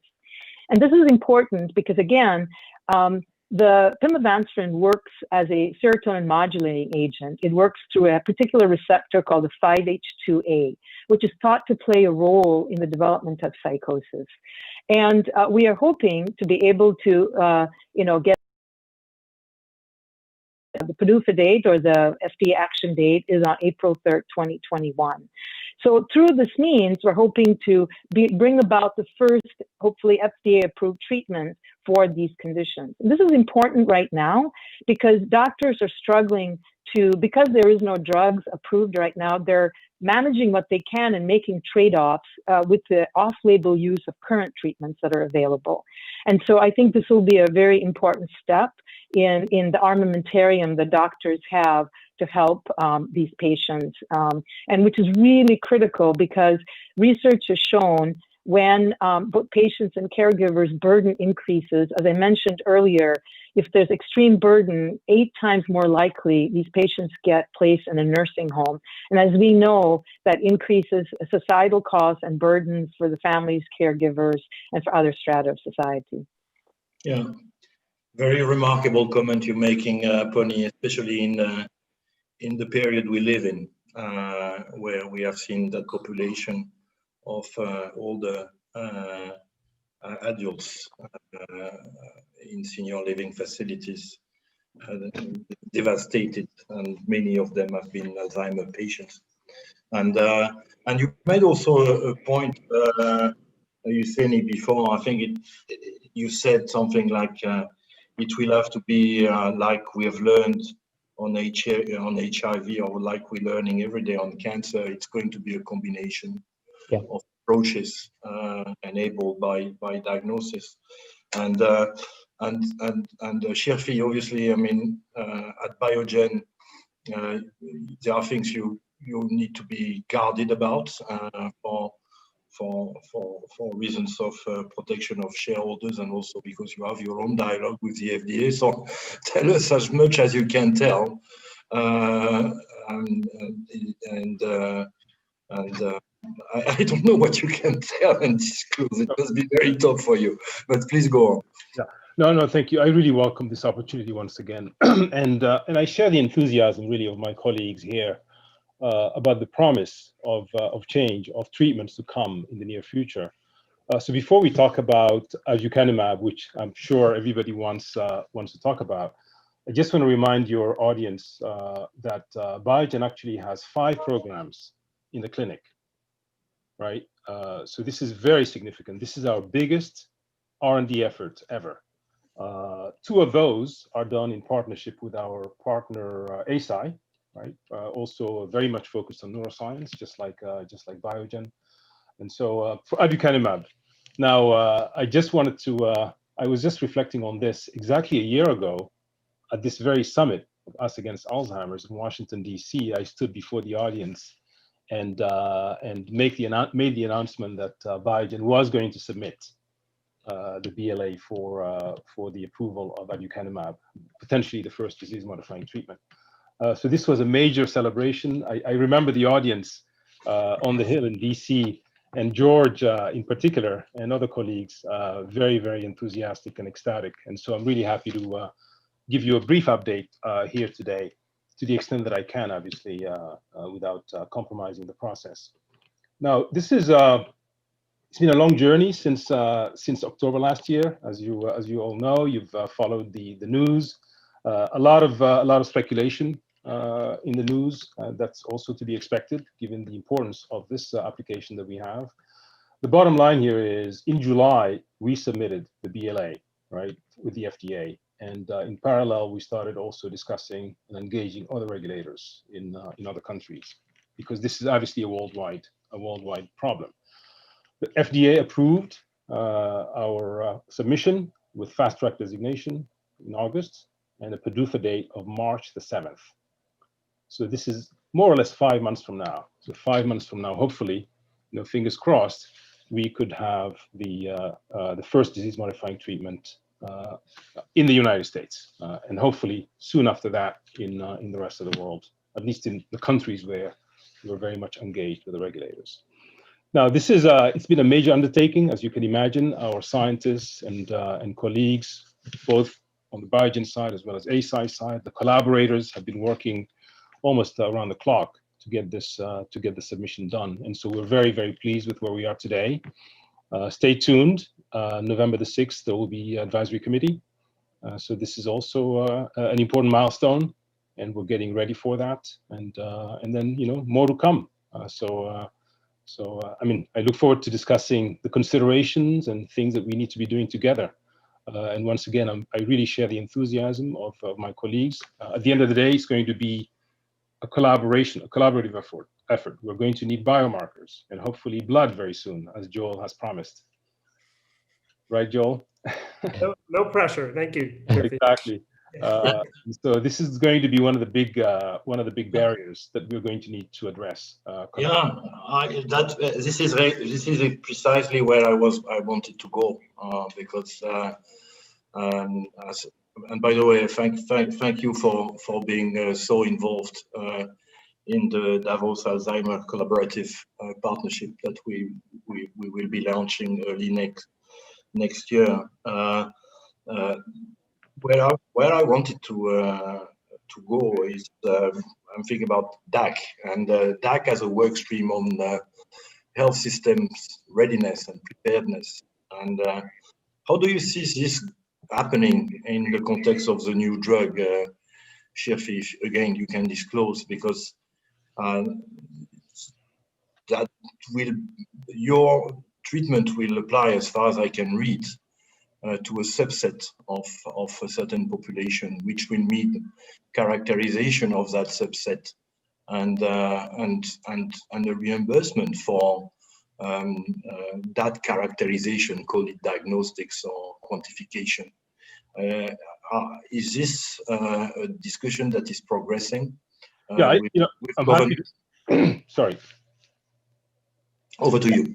Yeah, I'm happy to share how we're thinking about this, right? How we are preparing to manage complexity and to prepare for the potential launch of aducanumab. I think the first thing to remember is that aducanumab is a targeted treatment. So this is a very important concept, and we're going to need to manage expectations, right? It is unlikely that aducanumab is going to be for all patients. So really, this is where the diagnostic comes in. It's really important to make sure that A-beta confirmation is available, is affordable, so that patients could be, the screened patient could be diagnosed and confirmed. So this is really one important consideration. The second important consideration is specialist care. The RAND report has actually run studies in multiple countries, including the US, Canada, Europe, Australia, and so forth. What they all have in common really is the fact that there aren't enough neurologists, there aren't enough specialists who are going to care for these patients. And the primary care physicians are not going to be equipped to deal with these medications, at least not initially. It will take a long time before they get there. So I think education is going to be important, managing expectations is going to be important, and making those diagnostic tools available and affordable is key. So once we work on that, obviously we have to also motivate the public payers and the policymakers to actually fund the treatment in all its totality, right? So it's the drug cost, it's the infusion, it's the diagnostics, and so forth. So we are engaging appropriately with the payers as we speak. We have a number of interactions with experts to help us understand those barriers and come up with strategies to make sure that from day one, as much as possible, we have tools in place that will allow the right patients to be screened, to be diagnosed, and to be linked to care. Just to give you an idea, in the United States, just to ground everyone on the numbers a little bit, obviously you read about very, very high numbers, 10 million, 15 million patients who might be MCI or early AD, mild AD dementia. But once you start drilling down and you start understanding the numbers, right, you use the funnel of how many are actually connected to care, how many are actually clinically diagnosed, and how many you expect to have A-beta positivity, and so forth. That number comes down to somewhere around 1.5 million. Yeah. Roughly 1.5 million patients in the United States who would be candidates for aducanumab treatment, just to ground everyone. Now, obviously, not all of them will have immediate access, and that's something that we work on. No, I think that's we need to think about patients and family, and I think it's super important that the world, or we communicate precisely on those hopes and also don't create expectations that can't be met. So listen, after this first round, I can tell you we have a lot of interest in the audience, and with no particular responder asked, but every one of you, in a way, I'd like to reflect on some of the questions that have been raised by attendees, and one of them was because Husseini, you touched on digital markers. And there is an interest to understand what it is. Sure. Is this the way we walk, we talk, we sleep, we interact with a computer? Is this an iPhone? What is that, or is this everything? So if every one of you, when you have an interest, please. I understand you, Seni, you want to. Sure, maybe I could start, and maybe I could start, and I'm sure my colleagues will add. So I do think that one of the things to be also excited about is the digital technology revolution, and the hope is that we can, utilize it to improve outcomes for our patients. And I think coming back to the question from the audience, I think it's in a couple of parameters. One would be the specific cognitive measures. So for the longest time in Alzheimer's disease, we've basically had almost kind of paper and pencil questions of people about asking them about, something like episodic verbal memory, some of those things that we think, change early. And what we're finding is that you can ask some similar questions using digital means that actually recapitulate, with a lot of accuracy, kind of what someone in the clinic would be doing. So for example, we've even developed an iPad-based test to try and develop very early on. That might be something we come back to, why it's so important to pick up the disease early on, but very early on, some of the earliest changes in cognition that you could pick up with digital means. So I think that's one of the things. But I think potentially to be even more excited is the way you frame the question, is that we know that, for example, things like speech, there's you can pick up through speech changes in brain function that could be indicative of something like dementia, also depression and other things. Things like your keystrokes, so how fast you're typing, could do that. Same thing with things like movement. So the thought is that with using some of these digital technologies, you can use them both to pick up early warning signals, because I think, as we've heard from many of our illustrious panelists, we have insufficient number of specialists, etc. So how are you even going to decide who to send for a specialist exam, etc.? But if you can have some of these early warning signals that could even be coming through passively from people's smartphones, or in some cases you ask them to do certain tests, then you could use that as a screen to decide, okay, who needs to go for the slightly more confirmatory test. But I think even in terms of the readouts right now, and again, this is one of the things that COVID-19 is even showing us, all of us with our clinical trials almost made our patients come to the clinic for every visit, etc. If you can make some of these things more virtual and have the fidelity and the confidence that they're also accurate, and the FDA is completely along these lines, I think it'll also improve clinical trials. It'll maybe give you even more objective measures. It'll have less caregiver burden.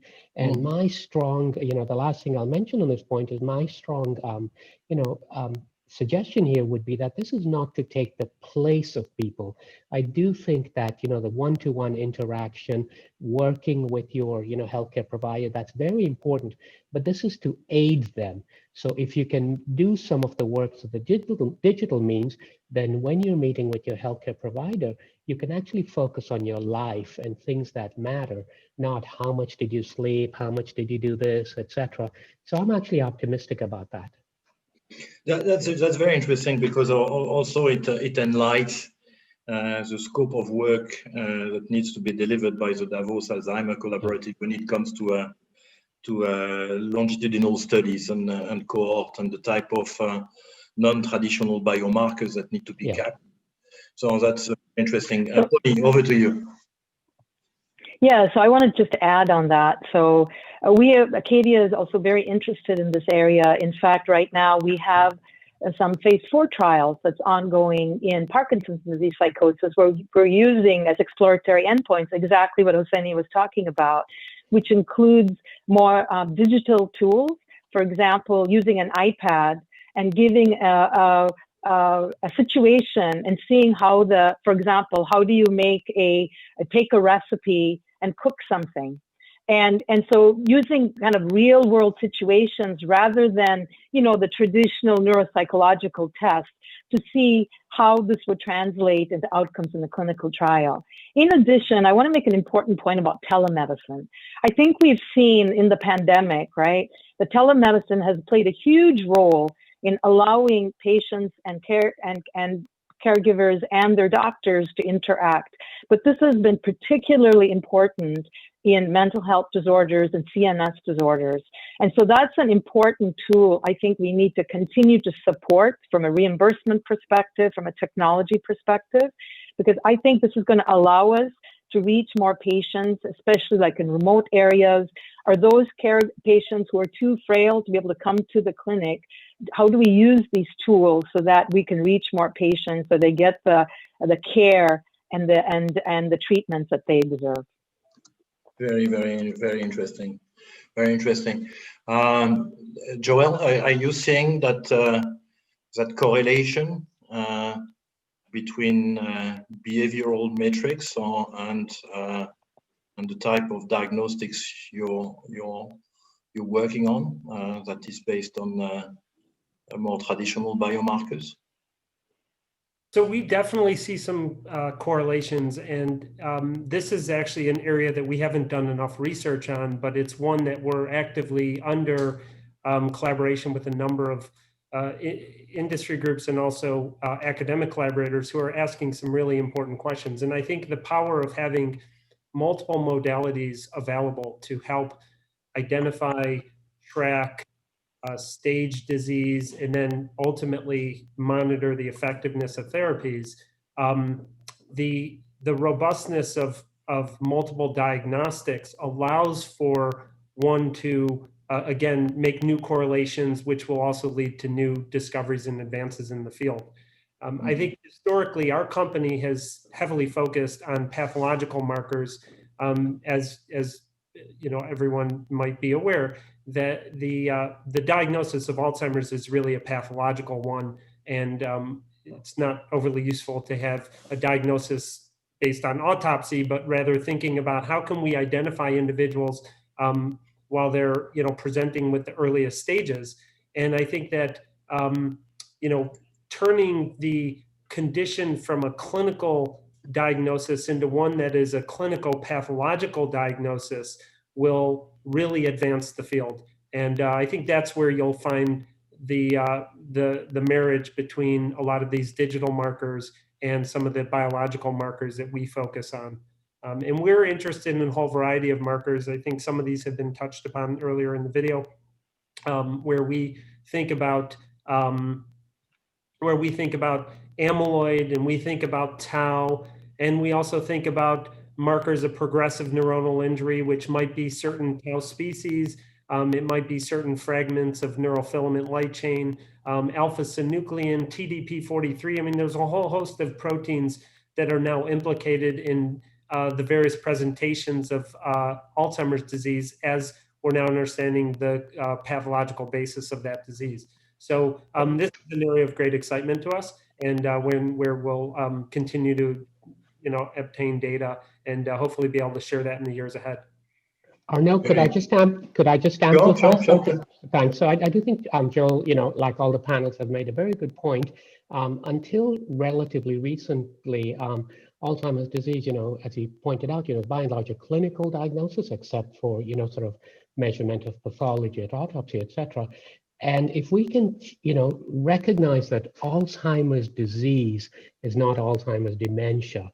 The dementia is almost an end stage of a disease process that's been cooking for many years. So you can understand that if you know, going to wait until people have cognitive changes, the disease has been cooking for many years. So if you can pick up some of these early biologic changes, you can hopefully see, okay, who's at the start of the disease? You know, I think just coming back to the cardiovascular example, you know, might be thinking about picking up cholesterol early so you prevent the heart attack or the stroke. And that's the kind of mindset we need. And I think, you know, I think there's reasons to be optimistic. You know, people are working on medications or even vaccines targeting amyloid or tau. But I think there's more and more data suggesting that we all, you know, almost every disease is a combination of genes and environmental factors, and that's true of dementia as well. And now we've learned a lot about the modifiable risk factors, and a lot of them are actually related to cardiovascular health, diabetes, depression, etc. So the more we can sort of educate people to really even look after these things, I think the more we can sort of try and prevent the end state. So I think that's a very important thing we need to work on to educate people about. And you know, Shirfi, I'm going to ask you about, by the way, because yeah, we've seen indicators of probability of the disease to develop like 20 years before dementia would happen, right? But what can we do? I mean, changing nutrition, changing what type of behaviors are you going to change that is going to have an effect at this early stage? Over to you, Shirfi. Yeah, so a couple of comments. First of all, I think that there's hope that the digital. I want to just comment on that part before getting to your question. On the digital biomarker, early indicator as a tool for screening, I think there's reason to be hopeful. At Biogen, we actually did a pilot in MS, multiple sclerosis. Mm-hmm. We developed a tool that allows us to do just that: passive monitoring of patients. Looking at their dexterity, their strength, their vision, as they go about using their iPhone on a daily basis. And that information is then communicated to the healthcare provider. An algorithm is used to then inform and predict who might get into a worsening state in their MS and so forth. So the tools are there, and we are working very, very hard to develop solutions also for Alzheimer's patients. So more to come on that. If you're interested, at the last Congress in MS called ECTRIMS, just in September last month, we presented some preliminary data on this tool in MS called Explorer. Connectum. Sorry, Connectum is the one that I was referring to. So back to your question. Obviously, amyloid builds over time, and I think the way we're thinking about this is that through education, through training, lifestyle changes, as Husseini was alluding to, you can control. You can control for some of the risk factors, maybe 40%. Literature says that you could probably control up to 40% using a variety of those lifestyle changes. But ultimately, you're going to need intervention. Mm-hmm. And the key then is to try to screen and predict who is likely to progress. And this is where the digital biomarkers come in. This is where the simple blood biomarker would come in. And a drug like aducanumab, if approved, would be ideal for a patient who is in the MCI stage. Because once you're in that stage, then you could delay disease progression and hopefully maintain patients in that stage for as long as possible, so they can remain independent. They could go about their activities of daily living and so forth. And that really is the ideal place for these DMTs that we're talking about. Yeah, and Pony, is this also your view, because you were talking about education before? Is this also your view that lifestyle changes could have an effect on the course of the disease to the magnitude of 40%, maybe, or maybe more? What do you think?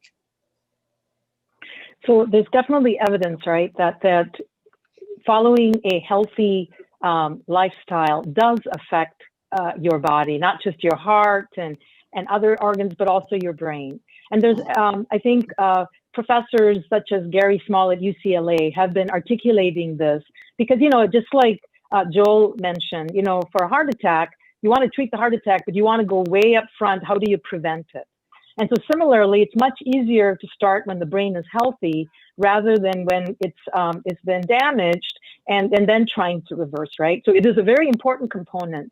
But I think there's three areas that has particularly gotten some attention. I think one is managing as far as your getting exercise, physical and mental exercise. It has been clearly shown that even as you age, taking up a new language, doing puzzles, doing things that does challenge your brain is really important. Second is healthy nutritional diet, which is important not just for your heart, but for your brain, right? Things that we all know, complex carbohydrates, decreasing sugar that causes inflammation. And I think the third is stress management. Stress definitely plays a role. And so what are the other, there's a big emphasis right now about wellness, right? How do you use techniques such as yoga, meditation? All those factors are important and can play a role. So I think sometimes right now, as I mentioned earlier, dementia can create a sense of hopelessness. But I also think there are things we can do early on that we have control over. But at the same time, investments in these treatments and diagnostics is critically important as well. So it really is a multifactorial approach. That's that's very interesting, and actually, that's a question from the audience that you kindly addressed. Is really why is this so important to make to make those early intervention happen, but then when do you start? 20 years old, 30 years old? What age should you start using those early detection tools? Or no, I have an opinion on that, like many things, but I think it's an excellent question. I think all of the comments by the rest of the panelists have been spot on. I think, Pani, you really eloquently summarized, the value of kind of understanding what's happening early and thinking about lifestyle interventions. There is ample data now, overwhelming data to support that you can actually have an impact on this disease by using things that we know are generally good for the body. What is good for the heart is generally good for the brain. The tissues are not so markedly different. They have very similar origins, right? And so when we think about issues that impact tissue health, inflammation, dietary consumption, how actively we exercise, how often we stimulate, and challenge our thinking, that these can have an impact on affecting, cognition and ultimately Alzheimer's disease. Just one other point. I think, in my experience and having spent a lot of time in health services research, and thinking about the importance of patient consumerism and the informed patient, in virtually every single clinical condition that is known, the more informed a patient is and the more proactive a patient is on their health and their caregivers and their physician, the better the decisions made. And so, we think this educational component is really a very important point that really probably, warrants even more attention, because it is generally supported education by the phenomenal work of the nonprofit organizations and foundations. But there's almost needs to be that industry support for education, because if industry will be providing the innovative solutions to treatment and even diagnosis, we need to ensure that individuals understand that, as Pani indicated, that Alzheimer's, while it can instill kind of a sense of hopelessness, that you can be proactive and you can take measures that will improve your quality of life and even, forestall the progression of the disease. And so I think that these are really challenges that all of us need to come together to support and think about ways to kind of influence and create a perception, understanding of the disease that really hasn't existed before, because historically people have said, well, it's, disease of aging and it's a slow, continuous progression. Turn it into something that's a little more proactive. The acuteness of a heart attack stimulates a lot of people to make changes. Let's think about brain injury the same way. And that's really the core focus at C2N, which is developing really a comprehensive brain health panel to help measure brain health and allow patients to be more informed in how they're doing and how they're hopefully improving with lifestyle changes and ultimately therapies. Thank you, Joel. And I think this topic alone would deserve a panel of its own. And I would love to stay on that topic, because I think it's also where it gets so close to patients and families. But we have also quite a number of questions I need to say on the type of clinical trial. And the first one is, do you see a risk with what's happening with COVID at this point in time, that we've researched since vaccines and therapeutics and diagnostics? I think considerable amounts of money will be diverted from neuroscience and clinical research? Maybe I can start, Arno. So I think it's both a risk and an opportunity. I think there's no question, we're all living in this world, and we've seen the tremendous, not only pain and suffering, but costs from COVID-19. And it's understandable that, a lot of resources are going towards COVID-19. And so what many of us are trying to do is work with our, legislatures and others to make sure that, of course, COVID-19 is very, very important, but there are other pandemics, and dementia is one of them, that are also important. And we've just got to make sure we don't, stop research or reduce research efforts there. And I think, as you correctly pointed out, with COVID-19, unfortunately, a lot of people passing away have been elderly people with dementia in nursing homes. So it's even further shining the spotlight.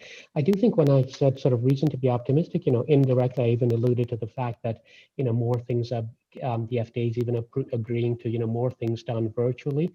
And I think a lot of credit to the UK folks who did and are still doing the recovery trial, where, they would basically design this trial and had 175 participating sites with 10,000 patients in a record time. And I think it's also sort of pointing out to us that at times we are the victims of our own bureaucratic processes. We always assume this is always the way it has to be. But if we can, even learn from some of the things that have come from COVID-19 to incorporate into our trials, which would include, taking advantage of digital technology, using data-enabled recruitment, coming back to what Joel mentioned, real engagement with patients and members of the public. Obviously, in dementia, caregivers are very important. So I think we all have to, if you will, lobby to make sure that funds are not, taken away from neuroscience during this crisis we're in. But maybe we can also take advantage of some of the learnings, especially about streamlining clinical trials and doing things in a new way that might help our patients as well. So I think if we're sensible, we can actually allow this situation not to stop research, but do research in new, more efficient ways. And more efficient ways, and more diverse also. I'm thinking about the minorities and the inclusions of minorities. What do you think? What can be done? Over to all of you, maybe starting with you, Bonnie. Yeah, so just commenting on the COVID, I agree with Hosseini. This is an opportunity to learn. And actually, COVID also affects the brain, right? This has been described as brain fog. And it is also patients who have recovered from COVID continue to have these long-term symptoms. So I do think it is also a CNS disease. But to Hosseini's point, I think there's great opportunities, and we have done that within Acadia, is because it has affected our clinical trials process, it has made us think innovatively, how do we continue to see patients in clinical trial settings? How do we use remote technology? So I do think just the fact that we're here having a panel discussion remotely speaks to that fact, right? We would not have considered this a year ago. So I think this is a very important opportunity for that. Second, with regards to minorities, I think that is really, really important. Majority of our trials are in Caucasians. However, mental illness and brain diseases such as Alzheimer's affects a lot of different races and ethnicities. And so, but I think we have to be very sensitive to what are the incentivization for people of different communities to participate in these trials. There have been, episodes where it has caused distrust, which means we have to work with the leaders in those communities and hear what they are saying and be transparent about how we're going to address those concerns and be really committed to it, not just do it as a statement, but follow it up with action. Which, and Hosseini mentioned that too, and I think Joel mentioned it, is the patient voice and the caregiver voice is going to be very, very critical. And I think FDA has really supported that. So it's not just later when the drug is on the market, it's when we are developing our trials, FDA wants to hear the voices. And that's one of the reasons we actually did the patient caregiver survey that I mentioned. It's actually part of our filing. And so as we think about involving minorities, we have to go and get their perceptions and what they are feeling, and then working with them to improve the enrollment of all different groups in our clinical trials, including in our Alzheimer's trials. Yeah, and I'd like, because this is so important, if anyone wants to chime in on the same topic, please, Shafi. Yeah, so I agree that COVID is a challenge, but also an opportunity. Obviously, the governments are going to be challenged in the U.S. as well as outside of the U.S. So, as companies that have developed treatments, Biogen or my colleagues here on the panel, we're going to need to be very responsible in the way we bring these drugs to market. We're going to need to engage with the public payers to try and find ways that will make sure that budgets are going to be able to accommodate the treatment of large numbers of patients, appropriate patients and so forth. So we are very well aware of that, and we're working on different models and different approaches to be innovative in the way we would potentially come to market with aducanumab in this case. I also agree with my colleagues that the regulators, FDA and others, have been very willing to work with us on finding ways to do remote monitoring of patients in clinical trials. They have worked with us to find ways to upgrade labels so that we could do home administration in cases where patients are afraid to go to the hospital. So we have infused drugs in our portfolio at Biogen where we can actually now send teams to the home of the patient and infuse them in a safe manner. And so that's going to be a consideration potentially for aducanumab if approved in a COVID environment. And so I think COVID is an opportunity because it forces us to be innovative, and it also forces us to engage differently. So just to give you an example, our teams, whether they're MSLs or specialists who visit doctors, I mean, right now 90% of their engagement is done virtually, 90%. So that's a whole different model of engagement, which we are monitoring, and certainly I don't think we will go back to the world before COVID going forward. So thank you very much. And listen, we are 3 minutes before this fascinating conversation is going to end. I'm personally very I find myself more optimistic at the end of that conversation than I was before, and I was starting optimistic, by the way. And that's also because it's so inspiring to realize that there are ways to identify the onset of the disease faster and actually address with lifestyle changes the decline, and also we see drugs coming to market, and hopefully diagnostics in a few weeks. Right, Joe? So that's remarkably inspiring. I would like to ask you a final question to all of you in no more than 40 seconds each. Gavi was launched 20 years ago, and we know the success and we know the good it has done to humanity.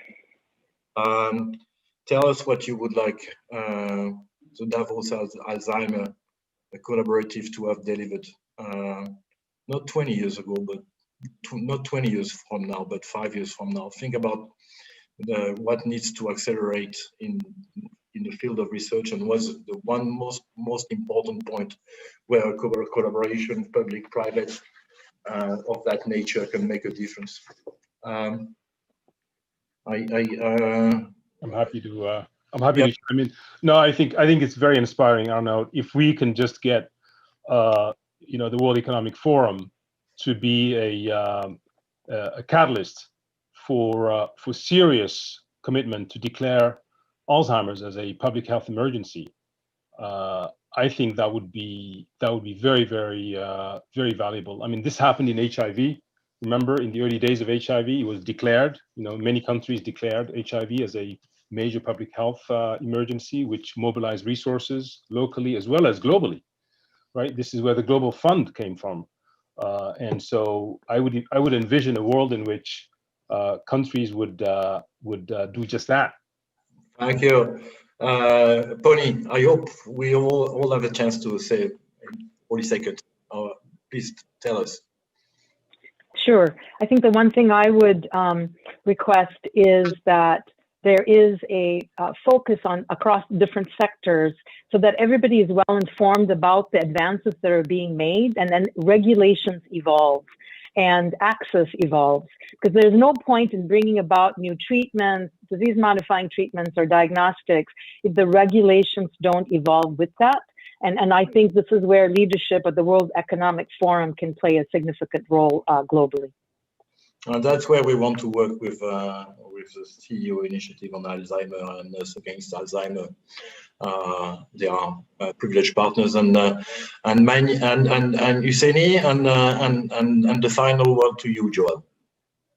Okay, thank you, Arnold. So I think you really, one of the things I'd emphasize, and I think the World Economic Forum has the gravitas to do this, is exactly what we've discussed, to really make sure this is global. Because as you know, the majority of people touched by this illness are actually in low and middle income countries. And what we've got to avoid trying to do is, just have a Western focus and then deploy it to low and middle income countries. Let's have people throughout the world participating in the research, letting us know what's needed, and develop treatments with them in mind, rather than, just starting with the West. So I think that's something that the World Economic Forum can play a big role in. Thank you very much, and we'll do that with our partners. Again, with so phenomenal to work with George and team. And the final word to you, Joel. Thank you, Arnon. So I would be thrilled to see heightened attention to some of the ethical issues. Some of these points have already been discussed: accessibility and affordability. There are still enormous disparities in healthcare. And I think that as we start introducing cutting edge technologies, both in therapies and diagnostics and other approaches to intervening, that we have to be really sensitive to that and think about ways to help finance what's an expensive proposition. I also think around the ethics of understanding now that individuals will have an ability to actually track disease like they've never been able to track, both physicians and patients, to understand the education involved of what it means to have an early quote unquote pathological diagnosis, and what can be done to intervene, and the ethics around disclosure. So how is an executive to respond based on an early pathological observation? What does that mean in professional and personal lifestyle? And I think that the whole system needs to be prepared to have these discussions as we start getting these targeted therapies and effective diagnostics on the market. Well, with that, Joel, and with that, all of you, I need to thank you so much for being so inspiring today. I hope attendees have learned as much as I did, and they were also equally inspired. Thank you very, very much, and I wish you a good rest of the day. Thank you. Bye-bye. Thank you. So George talked last night about Against Alzheimer's, all of us against Alzheimer's. You just saw some of us against Alzheimer's. One of the other things I've really appreciated about the vision for this organization is that we want everyone to win. So we wish all the best luck to the pharmaceutical companies, to the diagnostic companies who are on the panel and those who are not on the panel, because it will take all of us to beat this disease. Dr. Sabaya talked about pivoting from this sense of Alzheimer's being something that gives people despair and hopelessness. And several of the panelists talked about what we can do to prevent. And a few years ago, preventing Alzheimer's was not a thing that mainstream science held a lot of stock in. Our next panel, coming up at 3:30 Eastern, will be full of experts on what we can do to prevent Alzheimer's. Join us back here at 3:30 to hear all about it. Thank you.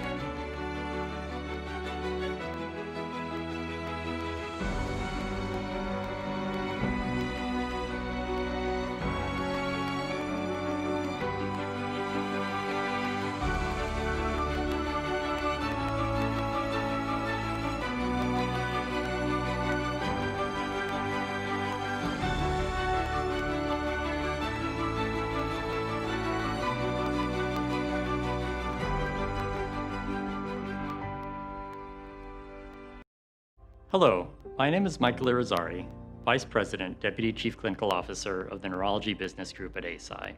I'm honored to introduce the town hall session this afternoon that will be focusing on the importance of early intervention and prevention of Alzheimer's disease. For over 30 years, ASI has been committed to addressing one of society's greatest unmet needs, Alzheimer's disease and other related dementias. Our human healthcare mission is a driving force behind our efforts. ASI aims to understand the true needs of patients and families dealing with dementia, not only to develop precision and breakthrough medicines, but also to advance care by providing educational and practical solutions for managing the disease. In order to prevent and treat dementia, we will need to find innovative ways for earlier identification of cognitive decline and diagnosis. We'll need to address the stigma that may prevent people from seeking diagnosis and treatment. We'll need to increase public and physician awareness and understanding of the disease. And finally, also to reinforce the importance of lifestyle and health modifications. Organizations like Us Against Alzheimer's, who can bring together top experts in the field, are critical to the advances against Alzheimer's disease. I look forward to the discussion today, and on behalf of ASI team members in the US and around the world, we are grateful for your dedication and look forward to helping conquer Alzheimer's and related dementias together.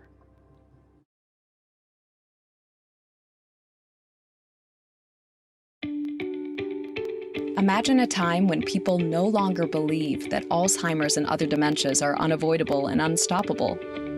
That cognitive decline is not seen as an inevitable part of aging. Imagine the possibilities, the benefits, the hope, when people of all ages understand that there are steps that we can take to promote brain health, to reduce the risk of Alzheimer's and dementia, to delay onset and even to perhaps prevent this dreaded disease, to increase the likelihood that more people can thrive and remain independent into their later years.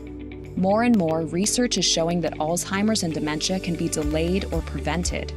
Studies indicate that up to 40% of dementia cases are potentially preventable. How?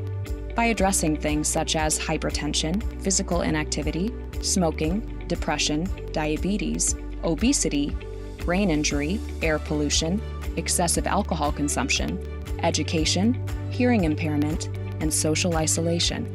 Our nation must do more to turn this promising news into reality. The United States should set an ambitious national goal to prevent Alzheimer's disease and related dementias. We need to launch the Alzheimer's version of the Million Hearts campaign to reduce cardiac deaths. Momentum is building for a national dementia prevention goal. More than 150 organizations and experts already have joined together to call for adoption of a national dementia prevention goal that aims to reduce prevalence by 2030.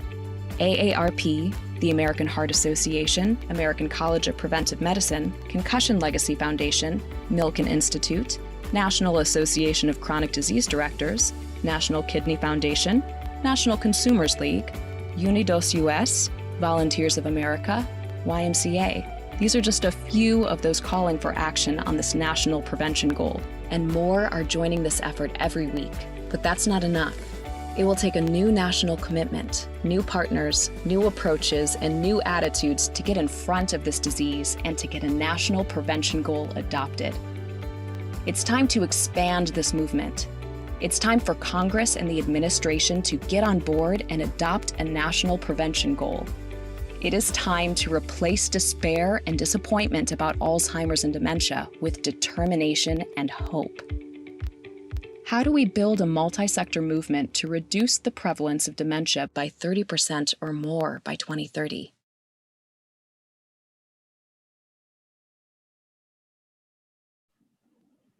Hello, everyone.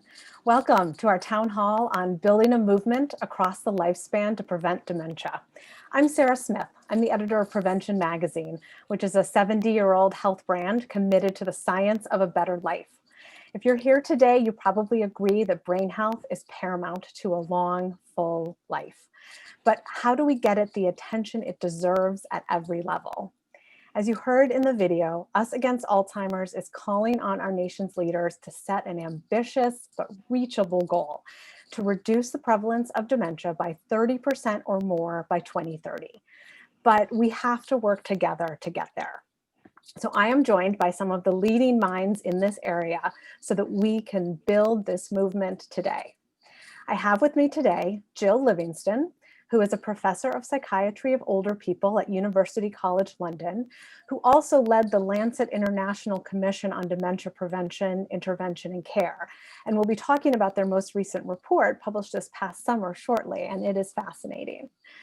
Chris Nowinski is the founding CEO of the Concussion Legacy Foundation and a co-founder of the Boston University CTE Center. He's an all-Ivy Harvard football player turned pro wrestler turned neuroscientist. So we are grateful for all of that experience and insight today. Eduardo Sanchez is the Chief Medical Officer for Prevention at the American Heart Association and the AHA lead on initiatives with the American Medical Association and the American Diabetes Association. His much lauded experience in public health is a huge benefit to our conversation. Charlotte Ye is the Chief Medical Officer for AARP Services, where she works on programs that help lead to enhanced care for older adults. She's spent more than 3 decades as a practitioner of emergency medicine and has been an administrator for Medicare and Medicaid, so we are fortunate to have her expertise on this panel too. So I'm sure you are all eager to hear what they have to say, so let's get started. I want us to first talk about what we know now about brain health and prevention and the potential to reduce the risk and the prevalence of dementia. So Dr. Livingston, can you start us off by talking more about what we know to date about prevention and that latest Lancet report findings, particularly the 3 new risk factors that have been identified?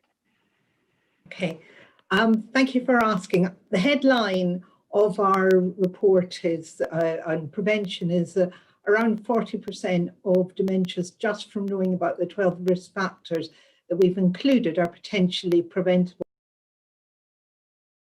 If we had medication that would do that, we'd all take it. We'd throw money at it. So, we identified in 2017, or we calculated in 2017, about 9 risk factors. And we took a life course approach. So I think the important thing to understand is that risk or prevention of risk starts really early in childhood with education. Then what happens in midlife makes a real difference, and in late life, it continues to make a difference. So we calculated about 9, but more recently, we added 3 more risk factors, as you say, which have new information and new evidence. So let me start off by saying, just before I talk about these 3 ones, that 3 other risk factors account for half of the possible prevention, and that is in early life, less education, in midlife, peripheral hearing loss, and in late life, smoking. And you add them up together, they account for 20% of preventable risk, 20% of population attributable fraction of dementia, which may be prevented. The 3 new risks discussed and talked about are traumatic brain injury, excessive alcohol, and the pollution, air pollution. So let me start off by talking about alcohol. I don't think it's going to be surprising to anyone that very large quantities of alcohol impact on your brain, but what we found in our new meta-analysis is that drinking what might be regarded as socially quite acceptable amount, so 14 drinks a week, increases your risk of having dementia when compared to drinking less alcohol. And that's really important. I think that people might think if they have a drink with dinner every night, a couple of glasses of wine, then that's no risk, but that's not the case. Moving on to traumatic brain injury. We're talking about traumatic brain injury in midlife, and that's from road traffic accidents, military incidents, recreational sport, firearms and falls. And we've always known that if you have a major brain injury, then at that point, you might lose your ability, your cognition. But I think that what we haven't realized is that even if you recover, your risk is higher than it would have been, and it remains higher over the next 30 years. And the worse the injuries and the more injuries you have, the higher the risks are. And finally, air pollution. There's not a great deal that any of us can do about individual air pollution, but whatever it is in the air, different sorts of particles, whether it's particles from exhausts or particles from anything else, increases the chance of dementia. And that's something that governments can make a difference. I can and probably will later say a lot more about it, but I know you want to move on. Good, I hope you will, thank you. I would love if everyone else could weigh in on factors that affect dementia too. Dr. Sanchez, would you jump in and talk about the heart? Sure, happy to. I'll talk about the risk factors because when we talk about heart disease and stroke, and we talk about risk factors, there are some common threads, common root causes. Among them are diabetes, high blood pressure, being overweight or obese, being sedentary, smoking, and having high blood pressure. Don't think I mentioned it. 6 of those are among the 12 that Jill just mentioned. They were easier for me to rattle off than they might have been because those 6 constitute what we consider the 7 factors that define cardiovascular health and brain health. And you'll see the overlap: not smoking, healthy eating, physical activity, healthy weight, healthy blood pressure, healthy blood glucose, healthy blood cholesterol, we didn't talk about. But healthy eating, physical activity, and not smoking are 3 factors that one can control oneself to some degree, not totally, and they contribute to the other things, including dementia. So we believe living a good, healthy life for cardiovascular health is going to protect your heart, protect your brain, not only from stroke, but from dementia. That's great. Thank you for explaining that connection to us, how those things go hand in hand. Dr. Nowinski, can you talk a little bit more about TBI, your area, or other things you want to bring up in addition to Dr. Livingston? Thank you. Thank you for the opportunity. I was thrilled to see traumatic brain injury added to that wonderful review paper in Lancet, because it's something that I've lived, but was never really aware of while I was getting those brain injuries. And I think I own the record for most brain injuries on this panel. I've had probably about 15 diagnosed concussions over the years. But what's interesting is what's not in that paper, because we don't yet have enough data, but it's coming very quickly, is this idea of, as Dr. Livingston pointed out, we've studied midlife traumatic brain injury very well.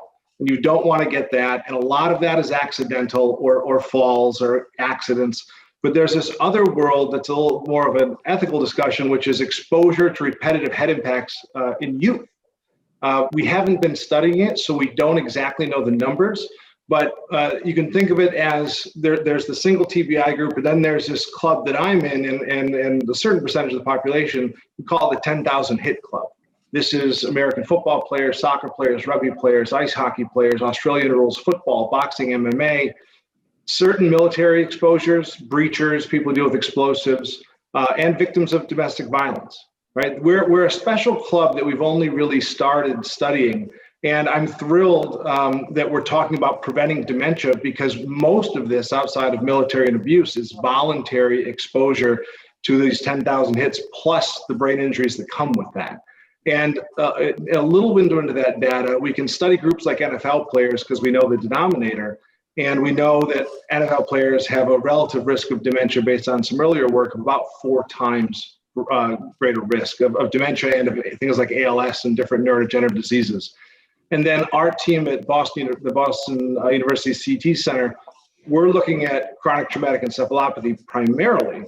And we don't know absolute risks, but we did learn relative risk in studying 266 deceased football players and finding that each year of football they played appeared to increase their odds of developing CT by 30%. And the end of CT is dementia. And then we've also published that athletes who played more than 8 seasons of contact sports had 6 times the rate of Lewy body disease. So this is a sort of a new area of focus, but it's a tremendous opportunity for prevention because we're talking about mostly children getting exposed, and we're talking about it being entirely voluntary. That's a really fascinating point about voluntary and the choices that we can make. Dr. Ye, can you weigh in now on factors that affect dementia? Certainly, and I just want to say thank you to the Lancet Commission on Dementia, because in addition to the items that you described and Dr. Sanchez and Chris described, we have, I love the fact that the Lancet Commission has identified hearing impairment. It is the epidemic of silence, is how I like to say it. 2/3 of people 70 and older have clinically significant hearing impairment, and yet only 20 to 30% ever get hearing aids. And yet think of the risk of dementia. We did a study with Johns Hopkins and with the University of California and Optum Lab, starting with over 100,000 large-scale observational study, and we found an association of a 52% higher risk of dementia if you went 10 years without correcting your hearing loss. This really matters. And by the way, it also costs us money. It was over $22,434 per person for uncorrected hearing loss over 10 years. So it matters. And yet, surprisingly, there is such huge stigma against hearing loss that no one gets their hearing tested, and only 20 to 30% of people with hearing loss ever even get a hearing aid. We had an ARP study that actually showed more people admitted to having colonoscopies than they did to getting their hearing test. So this is a huge factor. It is the single biggest factor of avoidable dementia in the Lancet Commission. So why wouldn't we want to address this? That is fascinating, Dr. Ye. I'd like to stick with you for a moment because I think that goes hand in hand with a question I want to ask you about how I think a lot of people see dementia, and I think probably hearing loss too, as an inevitable part of aging.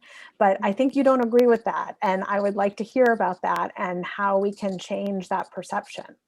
Yeah, so I think it's fascinating that when we survey older adults, over 90% say, dementia is a really, really serious problem in the US, and yet 3/4 think that cognitive decline, memory loss, et cetera, is just a normal function of aging. And if you think it's normal, you're not going to do anything about it. Similarly with hearing loss. And yet this can be addressed. If you do have hearing loss, getting your hearing tested, getting a hearing aid, there is evidence that if you get a hearing aid and you do speech comprehension and rehabilitation, you can actually reduce your risk of dementia. But what's really scary to me is not just older adults, but the younger generation. We also surveyed about noise, and we know that loud noises and exposure to noise can actually increase your risk of hearing loss. In fact, that's probably one of the silver linings of the COVID pandemic is we don't have the big stadiums and the noisy bars that you're exposed to anymore. But what is fascinating to me is 31% of millennials are already saying they have difficulty hearing in noisy spaces, and 38% of Gen Ys. So if we are not careful in addressing both the prevention of noise and as well as early hearing test and early correction, we might see an even greater epidemic of dementia to come. So I like to say, you think you're old with a hearing aid, you are old without one. That'll stick with us. That's good. Another big issue I want to be sure we address at the top here is, Dr. Sanchez, I hope that, since you're on the National Quality Forum Disparities Committee, can you give us an overview of the health inequities in this area and why we should be keeping that in mind throughout our conversation? Wow, that's a really important issue. At this time, COVID, some of the issues going on with social and criminal justice system injustice have brought to light disproportionality. So there is disproportionality of dementia by race, ethnicity. Some of that is predictable based on some of the risk factors that we just talked about, because there is disproportionality of those risk factors across the population. So African Americans are likely to experience more dementia than whites. And again, when we look at risk factors, the risk factor profile will predict that. Education, when we look at education levels, there's a disparity. When we look at blood pressure, type 2 diabetes, obesity, there are disparities there. When we look at exposure to air pollution, there's disparities there. Low income, people of color, more likely to live in places that not only have air pollution, but to Charlotte's point, have noise pollution, because you can move away from those loud factories or loud buses or whatever it may be. So what I would say to you is that if we can address those risk factors, one, if we can have as a principle that drives what we do, health equity, two, and if we can admit to ourselves that social determinants of health and structural inequities have to be addressed in order to equitably reduce the likelihood of dementia, we can get to that place. And I see Chris on the screen. I don't know if there are disparities around traumatic brain injury, but if we looked hard enough and deep enough, I would bet that there are, and the kind of sports that some engage in versus others also creates a disparity of risk. And so there's disparity of risk that concentrates in some versus others. Thank you for the question. Really, really important. It's an issue of the day that has profound implications in so many other realms, even besides dementia. And I think the reminder is, if we did all the things that we could do to prevent dementia, the collateral benefit, heart disease that goes down, traumatic brain injury that goes down, strokes that go down, and oh, by the way, suicide that goes down. I will share one more thing before I go. I was looking at the top 10 causes of death in the United States. So Alzheimer's is number 6, 122,000 or so in 2018. Stroke, another brain illness, is number 5, about 148,000. And suicide, which I would put into the category of a brain disease, about 48,000. You put all of that together, it's 300,000 deaths. That would push that collective to be the number 3 cause of death in the United States of America. Not insignificant. No, not at all. Great point. Thank you. You know, when you talk about addressing these risk factors and these disparities in care, you know, let's talk about getting messages to people. Dr. Nowinski, let's start with you. Can you speak to the timing of addressing these factors? You know, you touched on it earlier when you were talking about youth, because I mean, you were a football player and a professional wrestler, and you know, this was an interest you came to later. So when would have been the time for you or your family to have been thinking about this? That's a great question, and I appreciate the opportunity to share my experience, because I suppose I'm a case study for doing a terrible job of preventing dementia risk factors. And my issue is that, like, my course really started when I was a child, right? So when I was 13, I had no risk factors, for nothing on that list. And then I decided, you know, I was sort of recruited and encouraged to play football because I was tall. And so I was 6'4" and 155 pounds. So I was a super skinny kid. And the football itself opened up the door to those 10,000 head impacts and all those brain injuries that we know are increasing my risk for certain types of brain diseases, including CTE.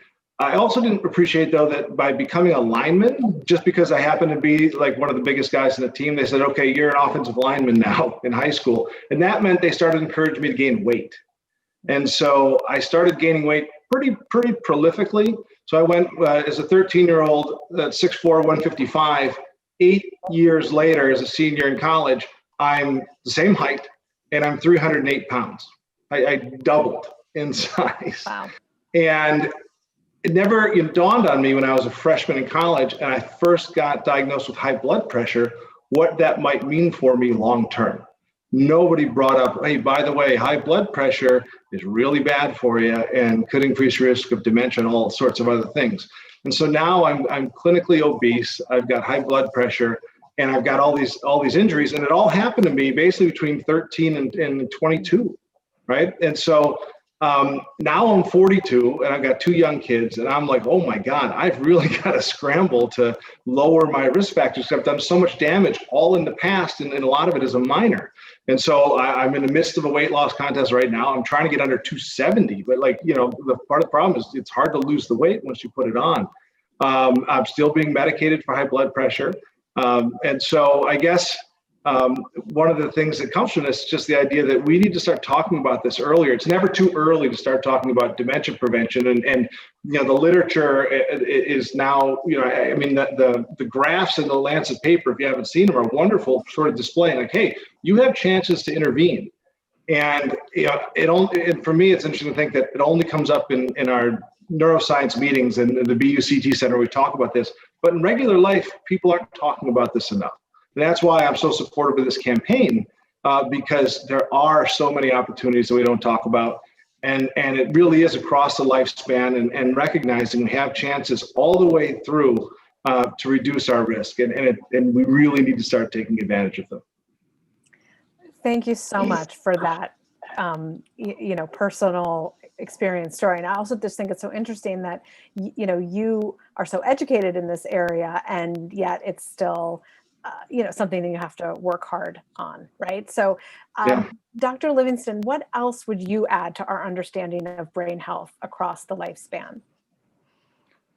Well, I agree with everything that people have been saying, but I wanted to emphasize the sort of hopefulness of some of the situations. So, been randomized controlled trials of reducing blood pressure using antihypertensives, and they had to stop the trial. It's called the SPRINT trial, and many people may know it. They had to stop the trial because keeping people's blood pressure at less than 120, the systolic, was so much better than keeping it less than 140 that they couldn't go on. However, following up the people 5 years later in the SPRINT Mind trial, and they didn't know what happened in between, they were still less likely to develop cognitive impairment and less likely to develop dementia. So treating high blood pressure can make a difference. If you've got it, it's not necessarily a sentence. It's keeping it down with whatever means you want. Exercise, weight loss, and medication can really make a difference. Equally, studies have shown that even in late life, if people stop smoking, the risk goes down. And as Charlotte's been saying, that while there's probably, I would say there's a higher increased risk than she thinks, a twice risk of having dementia if you have hearing loss. There is no increased risk if people use hearing aids. So there's a lot of things that you can do that can really make a difference. So on the one hand, you can not know about it and ignore it and be at a high risk. And another, you can know about it and really begin to make things that reduce your own individual risk. And society can do things that reduce risk as well. It's like Eduardo said, some of it's personal, but some of it's in society. If you're living in a place where the only food you can get within walking distance and you don't really have money for transport is really high calorie, there's not many pavements, there's not places to exercise, and you're pretty likely to be overweight, and quite likely to have high blood pressure and quite likely to have diabetes. So it's a societal input, because people who come from deprived neighborhoods or from minority ethnic groups have the most to benefit and need it the most to making these changes. And it really would make a difference to the people. Many fewer people develop dementia, and that makes a difference to them, but also to their families and to society. Very expensive to look after people with dementia. Right, good point. Thanks for pointing out that there's a hopefulness here and that we have answers. But Dr. Sanchez, how do you think we can share this information and these brain health messages in a way that people will remember and be encouraged to follow?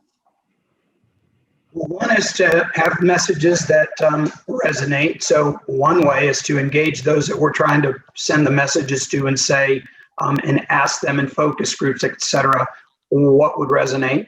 I ran the state's health department in Texas. We were trying to figure out how do we deliver messages to young people. And what they told us is don't have the older folks be the ones who are delivering the messages. And they helped us customize some messaging for young people. That's one. But I also think, I'm just going to repeat what Jill said, we need to, one, message, and then we need to work to create the conditions where the things we're saying to people they can and should do are really easy to do. And so creating noise-free environments, creating air pollution policies that protect air, making sure, I hope Chris would agree that we try to figure out how we minimize, if not eliminate, head contact that takes place. And then the message is coupled with the situations, the circumstances, the conditions that make that messaging possible. I do think that one frustration is that sometimes we message and the ability of a person to be able to do that which we're telling them to do is either not possible because of the situation they're in, or because they don't have the resources to take care of things. So I'll add one more for Charlotte's list, and that would be that hearing aids become a durable medical equipment that people can get with their health insurance, and that is not always the case. Well, I actually want to add one hopeful thing is there is over-the-counter hearing aid legislation for mild hearing loss that has been passed. So we expect the regulations to be coming out soon. And while as initially, and we know with Medicare will not cover hearing aids because statutorily it's not covered, because in 1965 we thought that hearing loss was a normal consequence of aging, so we would never treat for hearing loss, which we now know not to be true. But about half of insurance actually covers some form of aid towards covering for hearing aids. And if you're part of the VA system, that is actually the most common disability reported by veterans for which they can get coverage for hearing aids. So that can be done. And I just want to tap into Jill's comment about hopefulness and positivity. We didn't talk about another factor that is associated with increased dementia, which is social connection. We have a study from ARP that says the more friends you have, the more healthy behaviors you engage in. Healthy exercise, eating, nutrition, social engagement, etc. So I do think as a society, we should be thinking about how do we stay connected. It is difficult in these COVID times, but look at the Zoom conferences. Look at our ability to reach out. We clap for people across balconies. If we can keep that kind of social connection, that may be another area that we can reduce. And if you have friends around you to support you, you're more likely to engage in the kinds of healthy behaviors that we talked about. Can I say something about that? Please do. Yeah. So I think that we've done some studies looking at social connectivity, and we find that it's protective, and part of that is accounted for by the fact that people have more healthy, that people live in a more healthy way, but part of it is not. And I think that seeing other people is socially stimulating, is cognitively stimulating, and helps your brain in and of itself. So it's more than one route to it, and it also decreases depression. And equally, not having hearing aids means you can't hear other people, and you tend not to go out. So I think that there's a really important message that doing things that are enjoyable, like going out, talking to people. I know there's a limit, as you say, with COVID, but doing these things really make a difference. And the second thing I want to say about hearing aids, so I'm from the UK where we have socialized medicine and hearing aids are free. We still have a problem with people wearing hearing aids because they're greatly stigmatized. And when I was growing up, it was there was a stigma to wearing glasses, but there isn't anymore. And I think that that's something that could really make a difference. Is thinking about campaigns about the stigma of hearing aids. They're now making them prettier. Just thinking about how it can be, because a lot of people feel, like Charlotte said, that wearing a hearing aid means you look incapable, old, decrepit, not the sort of person you'd want to be. That's something we need to change, because people won't wear them they think it says that they're a useless sort of person. Yeah, and I think there are several things. One is it's associated with being old. We've done focus groups and people say, I know I've got hearing loss, but as soon as I get a hearing aid, I'm no longer older, I'm old. And as I said before, you will be old if you don't wear a hearing aid. But it's also, I love your idea on fashion. Nowadays, everybody wears things in their ears. So why can't we just show off hearing aids? And the third is people don't realize that hearing aid technology is way past your grandmother's technology. There's a company out there now, Starkey, that makes a hearing aid that can translate 27 languages in real time. So imagine, that you will want a hearing aid just so that you can talk to other people in other languages. Think of the brain stimulation, the social connection, let alone that you're treating one of the treatable causes or avoidable causes for dementia, which is hearing aid.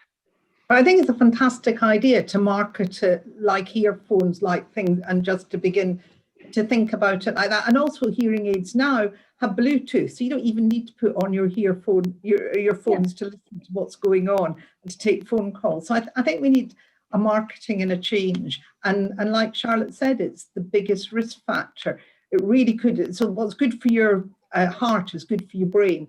But what's good for your mind, what's cognitively stimulates, it's also very good for it.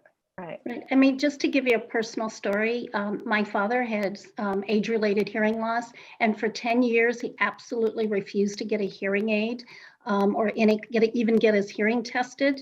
And over the years, we thought actually, and I'm a physician, we thought he was getting dementia. He was sitting by himself. He wasn't talking to people. He was stumbling and walking. Finally, when my mother was locked out of the house for half an hour because he didn't hear the doorbell ring, he finally admitted and got a hearing aid. 2 months later, we see him at a family reunion. He is regaling people with stories. He is telling jokes. He gets out of his chair. He walks with confidence and stride. And I went, oh my God, I thought it was cognitive decline. I thought it was dementia. And all it was is he couldn't hear. So this is really powerful for social connection, for allowing physical activity, for allowing you to be part of society, challenging your brain and keeping it active. And it is just so simple to get a hearing test. I'd love to use that as a jumping off point, Dr. Ye, to talking about how I think just 16% of people get regular brain health assessments, which Medicare covers free of charge. Meanwhile, the cumulative impact of managing dementia consequences is estimated to be over $1 trillion by 2050. So we have some number disparity here that seems bridgeable. So what do you think are things that can be done at the doctor or medical community level to improve the number of people who are getting assessments? Yeah. So I think the first and biggest step, and this is why I love the Lancet Commission and why I love this campaign, is for people to understand there are things you can do. Most adults think you can't do anything about dementia or cognitive decline, so why would you do anything? So first and foremost, you can do something. And if you raise it early, you can start with these protective effects of managing your diet, managing your obesity, managing blood pressure, managing trauma. So I think that first piece of awareness that it is not inevitable in cognitive decline, not just among the general public, but frankly among the physician and the medical community as well. So much of physicians think, oh, there's nothing we can do, but it's not true. Getting rid of that fear and stigma that there are options available would be important. And we all have a collective duty if we want to keep the cost of healthcare, the cost of community and social resources, reduce the stress on caregivers. We have a collective duty to actually identify early and start implementing those protective effects. So this campaign is first, let's change that perception of aging. It is not about decline. And wouldn't you want to preserve that wisdom that you get with aging? And when we're thinking about changing the way people think or changing systems, I want to jump to you, Dr. Nowinski, to hear about what kind of systems changes you see, maybe in the area of sports probably, and how it fits into, our culture's love of sports. It seems like a tricky one to change. Yeah, as you've identified, I'm focused on one issue. And it is an interesting sort of systemic change we need to create in sports. Sports are great. They promote exercise, which we want everybody to do, with this being one of the reasons. Promote socialization, all these good things for the brain. But some of those sports bring with them extraordinary brain trauma.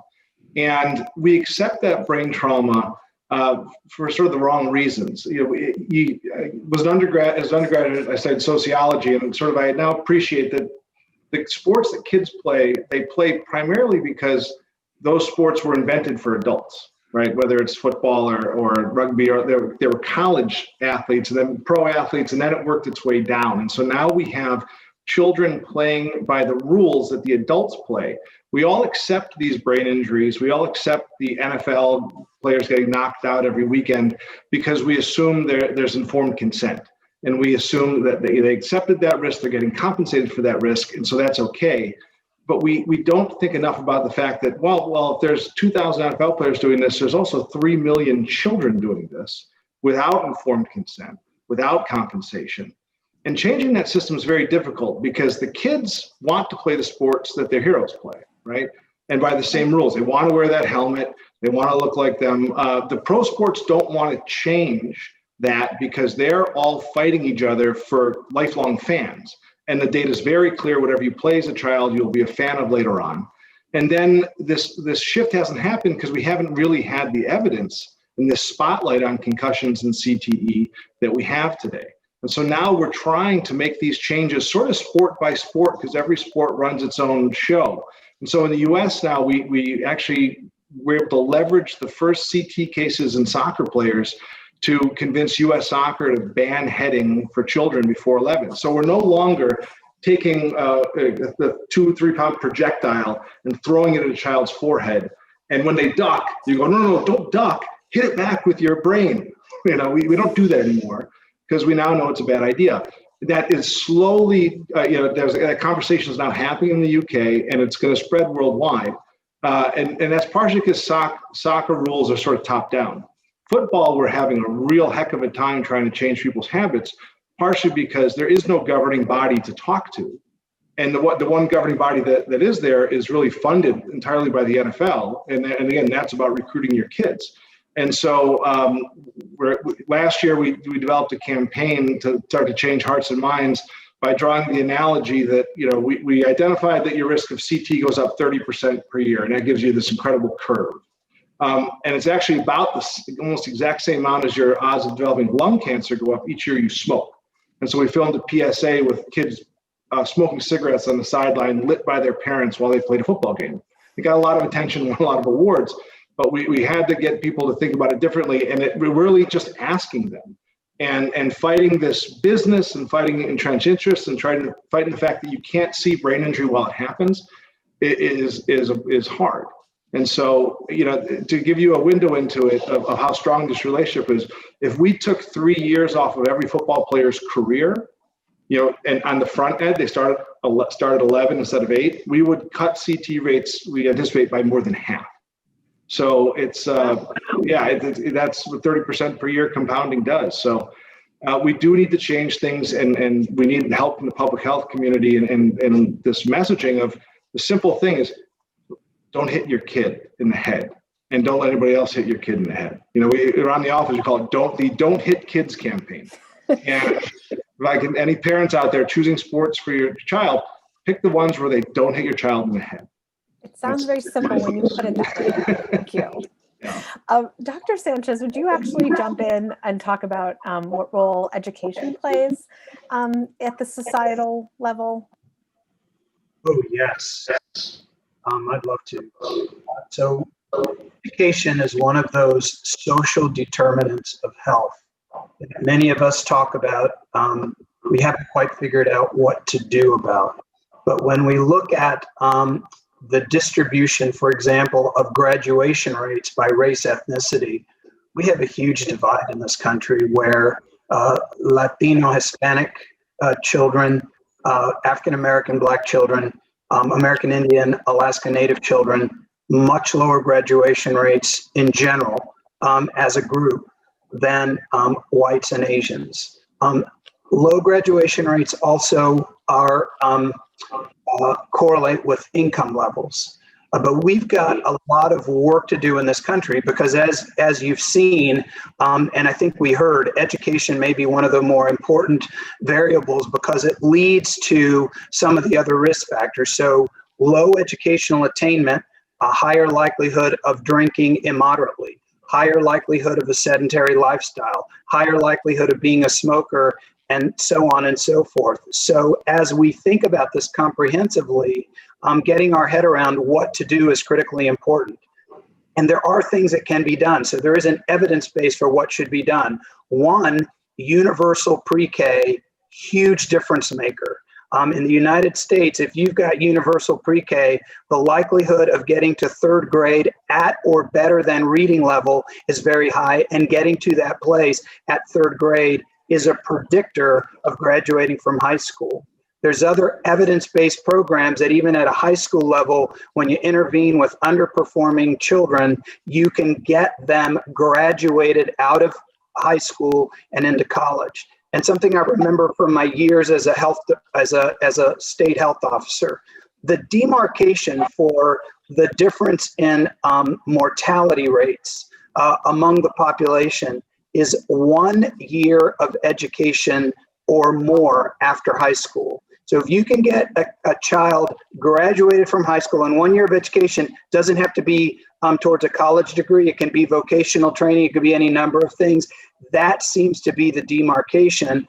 And what I'm hearing is that would have a tremendous impact on the downstream likelihood of not having dementia. So critically important. There's some evidence-based things we can do. There's some policy change things we've got to grapple with in the United States. But I'm going to go back to hope is running high because we know what can be done. We just have to get it done. Yes.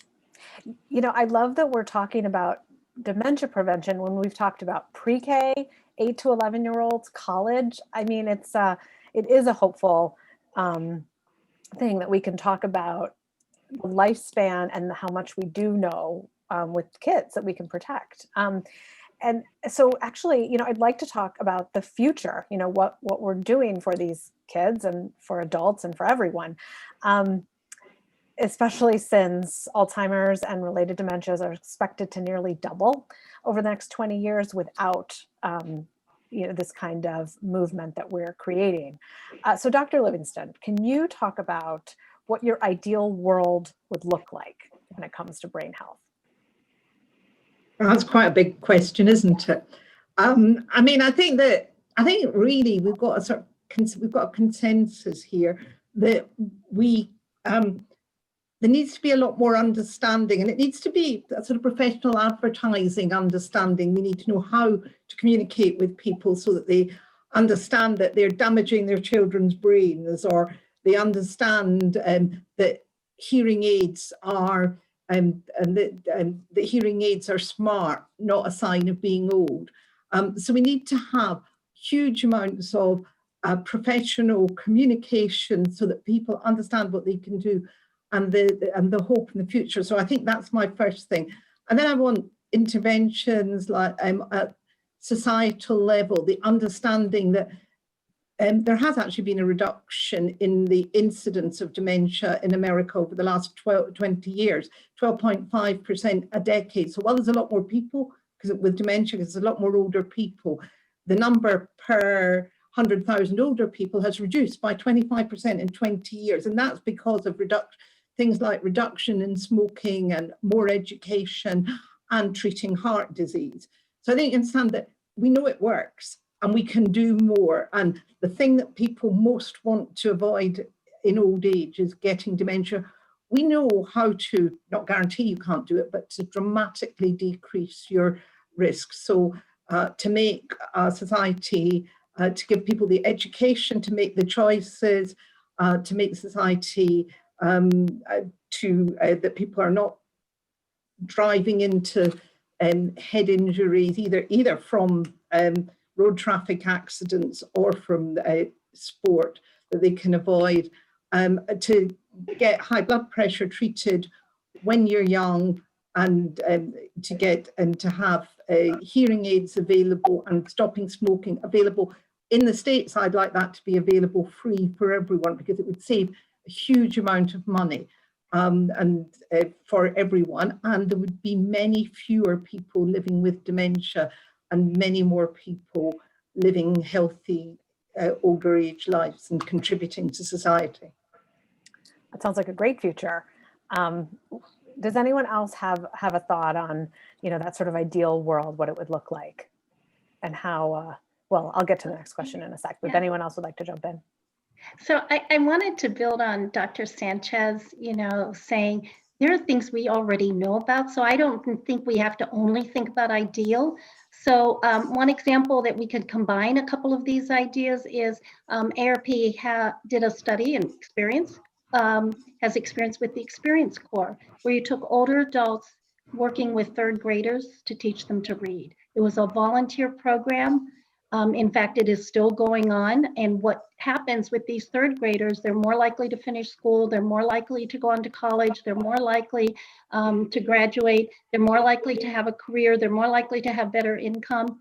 So imagine if what we did is do something that is truly multi-generational, where we tap into the value of older adults, create that positive perception of aging, that we can have them work with children to make sure they're doing activities that don't require being hit on the head, that we can help work with them on reading.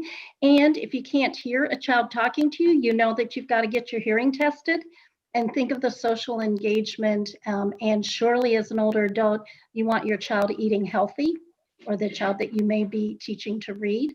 So think of what you could be doing with healthier eating, and watching your blood pressure and seeing your doctor on a regular basis. These are things that already can work. So we don't have to say it's ideal and unattainable. It's absolutely within our grasp. That is such a great point. Some of the most ideal things are happening. We know them. We just have to make them bigger. Sarah, I'll throw in one of my favorite quotes these days. It's a guy named Hans Rosling, who died in 2017, described as a celebrity statistician. And the quote is, "I'm not an optimist, but I'm a very serious possibilist." And I think that the Lancet Commission talks about what can be done. It's not a bridge too far. It's a bridge that we have all the materials to build, and we just need to build it. Possibilism may be a stronger word than optimism. Let's just get done what we know can get done. I love that. That's great. Yes, please, Dr. Nowinski. I'll drop one more thing. I want to reiterate the idea of communication and this idea of educating people on what we know today, which is, it's happening in real time. But I mean, I grew up in a world where, even my age, my 40s, people are worried about heart attacks. But people don't realize how empowered they are to control their own fate for strokes and dementia and those sorts of things. And it needs to become part of our conversation. We need to let people know how much they still control, no matter what happened to them when they were younger. And then I think maybe one thing that we're lacking that we have for the heart is, I go in and get EKGs, and there's something to look at. We don't really have those biomarkers for measuring your brain health directly. We have different things for different diseases. But if we had something where we could show people where you stand, I think it would help with compliance. And so I think we need to advance the medicine a little further on that. Great point. How do you all think that a comprehensive multi-sector approach is something that'll help here? Why is coming together like this matter? All things that have worked are multi-sector, multi-factor approaches. When I think about when I say things that work, I'm a public health guy, so that's my lens. I would say reduced tobacco use in this country is a huge success story. And it was things at every level: education, laws, smoke-free laws, think air pollution-free laws, et cetera, and so on. Interventions in the workplace, interventions that are targeted at different age groups. And I think my sense is that all tough issues have been resolved, not with a magic bullet, but with a collaborative, team-based approach that brought multiple sectors, multiple perspectives, all working together to get us to where we needed to get. And if I could add to that, we talk about, the health plans of public health officials, we talk about the sports education, but there's one stakeholder we haven't talked as much about. We've alluded to it when we say communication, but think about media and the marketing. So to me, it is really fascinating that when you look at old folks, and all we see is decline, right? Old folks are virtually never seen on TV, not in movies. They're not the heroes. They have no dialogue. They're essentially been whitewashed out of reality. And yet, and if you see them at all, they're a joke. So as long as we think of old age as decline and memory loss is inevitable, and there's actually a study to say if you watch 4 hours more of television and media, you are more likely to internalize that old age is about decline and memory loss. So if we can work with media and marketing to show the positive effects of aging, and if you have a positive view of aging, you live 7.5 years longer, just for example, that gives people a reason to, oh, I guess maybe I won't eat Doritos day in and day out because I have something to look forward to. And I will have, my kids, grandchildren that I can volunteer, I can participate in sports. If we can begin to change, then there is hope and we can all participate in this as a team sport together. I'm glad you brought that up. And I can tell you that at Prevention, we will do our part to answer what your call just now, to make aging something that is something you look forward to. It's a good part of life. So thank you. We are on it. Okay, so before we go to our Q&A with the audience, which is we'll do in just a couple minutes, I have one last question that I hope each of you can answer. If you will all tell us one thing that would get us to a better place, one thing that exists now, one thing a policy you want to see, just leave us with more of that sense of hope and possibility today that you've all talked about. Dr. Livingston, would you start us off with that? One thing. Yeah, one thing. Well, I think people do what they think everyone else does. We know it, like hotels now say, they say with the towels, most people will reuse their towels. Please reuse them or leave them in the bath if you won't. And then people reuse them. Let's get the message out there that people, all of us are working together as a society to prevent dementia. There's a lot we can do. We're doing it really well and we can do it much better in the future. Thank you. Dr. Nowinski, your turn. I'll keep it simple. Don't hit kids in the head. That's my one piece of advice to take home. Thank you. Great. Don't hit kids in the head. We can remember that. Dr. Sanchez? I'll channel my mother, 86, my mother-in-law, 83. Reach out and touch somebody who maybe doesn't have the same level of social contact that the rest of us may have every single day. Great. Thank you. We can all do that. And Dr. Ye? I'll just add in, get your hearing tested. Thank you. Easy. Yes. Great. Those are all really doable things for all of us. Thank you. I have loved hearing your answers to my questions. And now I am really excited to bring you some questions that our audience is asking. So let's start with, how much impact does family medical history have on one's probability of contracting Alzheimer's? We haven't touched on that specifically. Could one of you weigh in on that? Can I? Yeah. So Alzheimer's is quite common in older age. So family medical history of Alzheimer's might just mean your family lived till they're very old. And if you don't have it, it might mean your family don't live as long. But in terms of genes, the effect of the common gene, which is related to Alzheimer's, ApoE4, is 7%. So if you look at that against the 40% with these reversible risk factors that I've spoken about, it's got a relatively low effect. And even if you have these genes, then then tackling the risk factors mean you're still much less likely to get it, and if you get it, you're likely to get it later. Yeah, I'm just going to jump in and say that's such an important message, that even with the genetic predisposition, addressing the 12 risk factors will lower your risk. So you can, you do have your own fate in your hands to some degree. Great, thank you for that message. Yes. I have two questions here that sort of go hand in hand. One is, how can health providers play a part? Primary care doctors, what should they be doing? And then at the next level up, our health system and Medicare, what can they do to address the risk factors? So that's a big question, and I know we've touched on it in some ways, but let's focus on it here. Who would like to jump in first, either on doctors or health insurance and Medicare?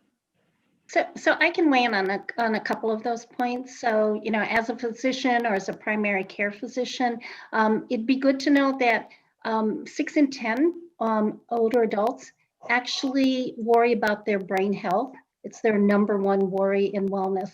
So if you know that that is something people worry about, bring it up in your conversations. And when you talk about it, you can then start having this message. There are things you can do. The stopping smoking, the alcohol, don't get hit in the head, these are all conversations because prevention is such a key part of our medical care. Secondly, for Medicare, I'm thrilled that they've included, doing cognitive assessments as part of the Medicare exam. But I do think we need to change this notion that age-related decline, hearing loss decline are all normal consequences of aging, because as long as Medicare acknowledges it and doesn't reverse that thinking, then of course nobody begins to pay attention, and that's why we get silent epidemics like hearing loss. So I do think putting in those policies into place, identifying these risk factors, and maybe creating the kind of value projects, innovative programs in place addressing these risk factors. And then you've got NIH funding, and CDC tracking that could also collectively becomes that multi-stakeholder engagement. I'm going to jump in and say 6 of the 12 risk factors have a strong evidence base for doing the clinical preventive service in primary care settings. Hypertension, diabetes screening, obesity screening, smoking screening and counseling, depression screening, alcohol misuse screening. I guarantee you, the data would say there's more room for improvement than there is room for doing worse.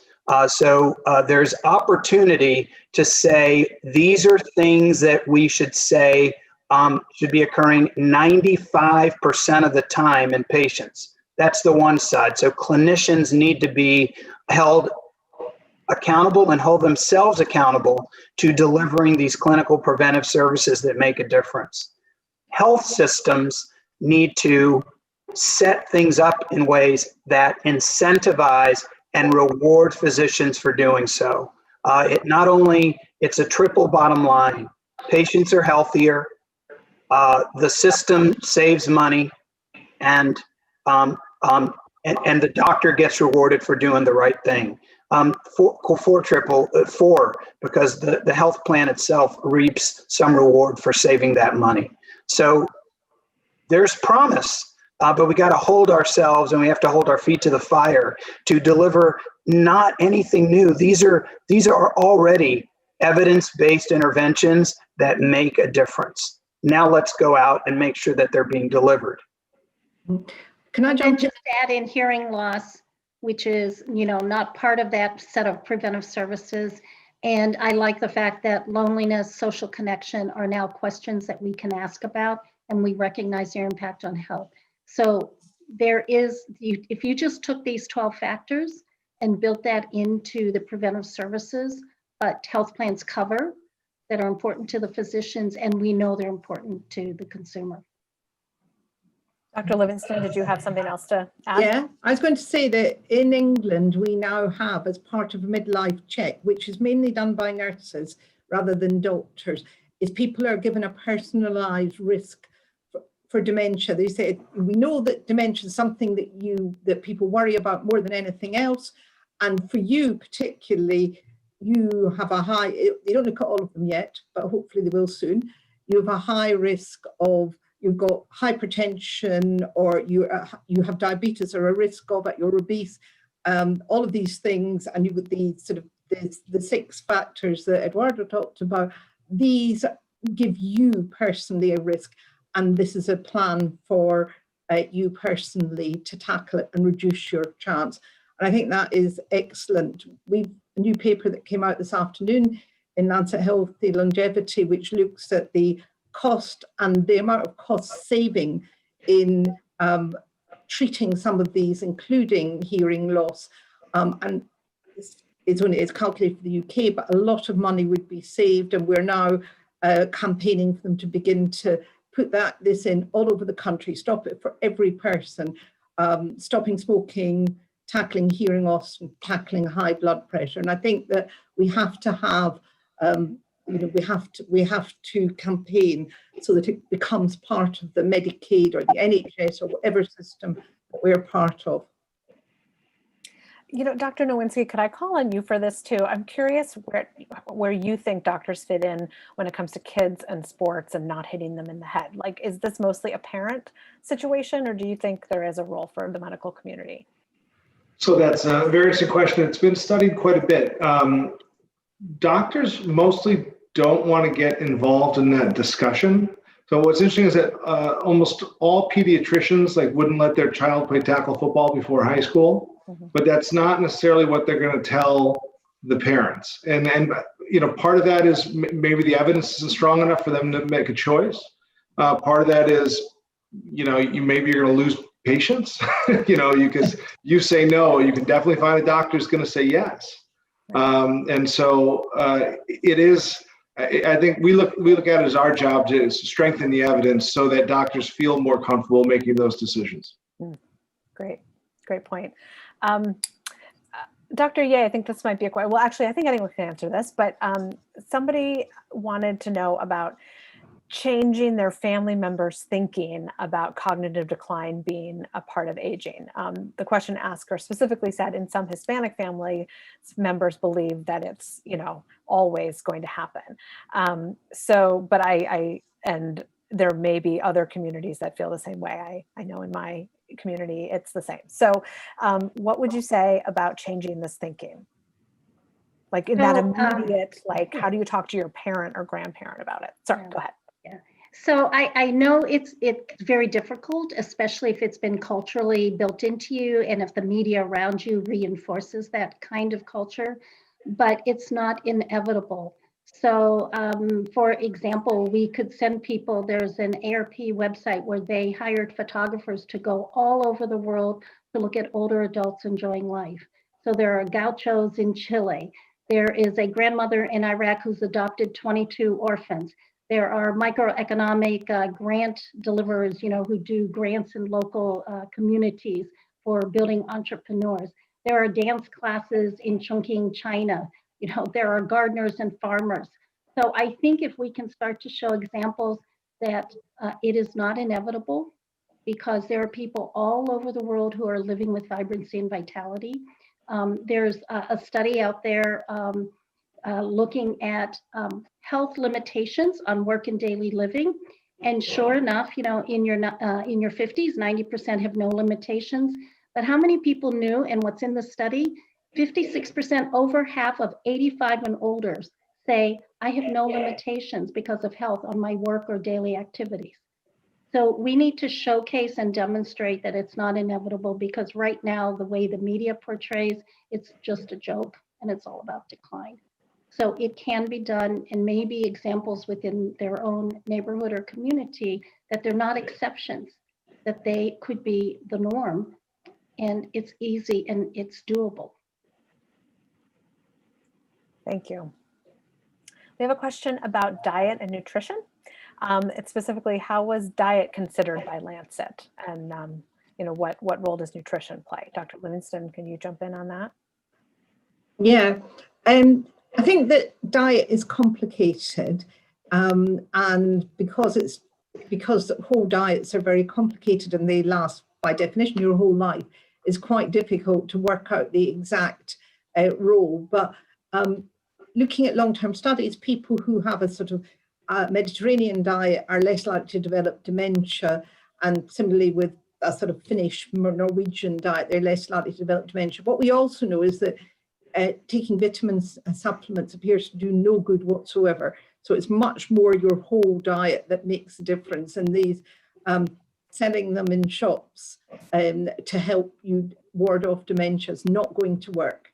But eating a healthy diet at the very least makes you less likely to have high blood pressure and to be obese, and may by itself also contribute to a reduction in dementia. Thank you.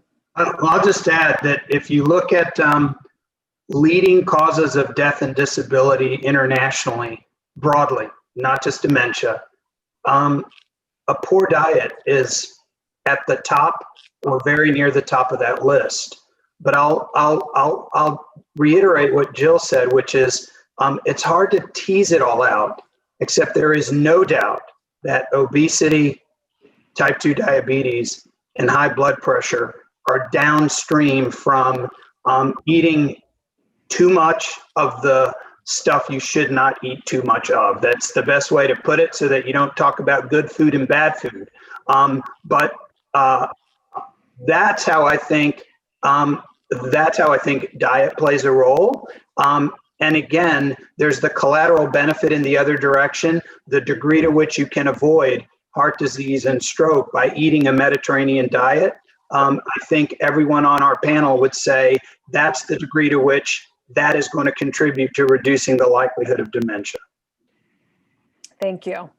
I think we have time for just about one more question. And we actually have a couple of people who've asked along the similar lines of, how can organizations that work on some of these common risk factors, work together? How can we, why does having this national goal, how can that drive us to actually doing the work of working together? So what can you leave us with, each of you, or whoever can weigh in on, what's the next step for us in working together?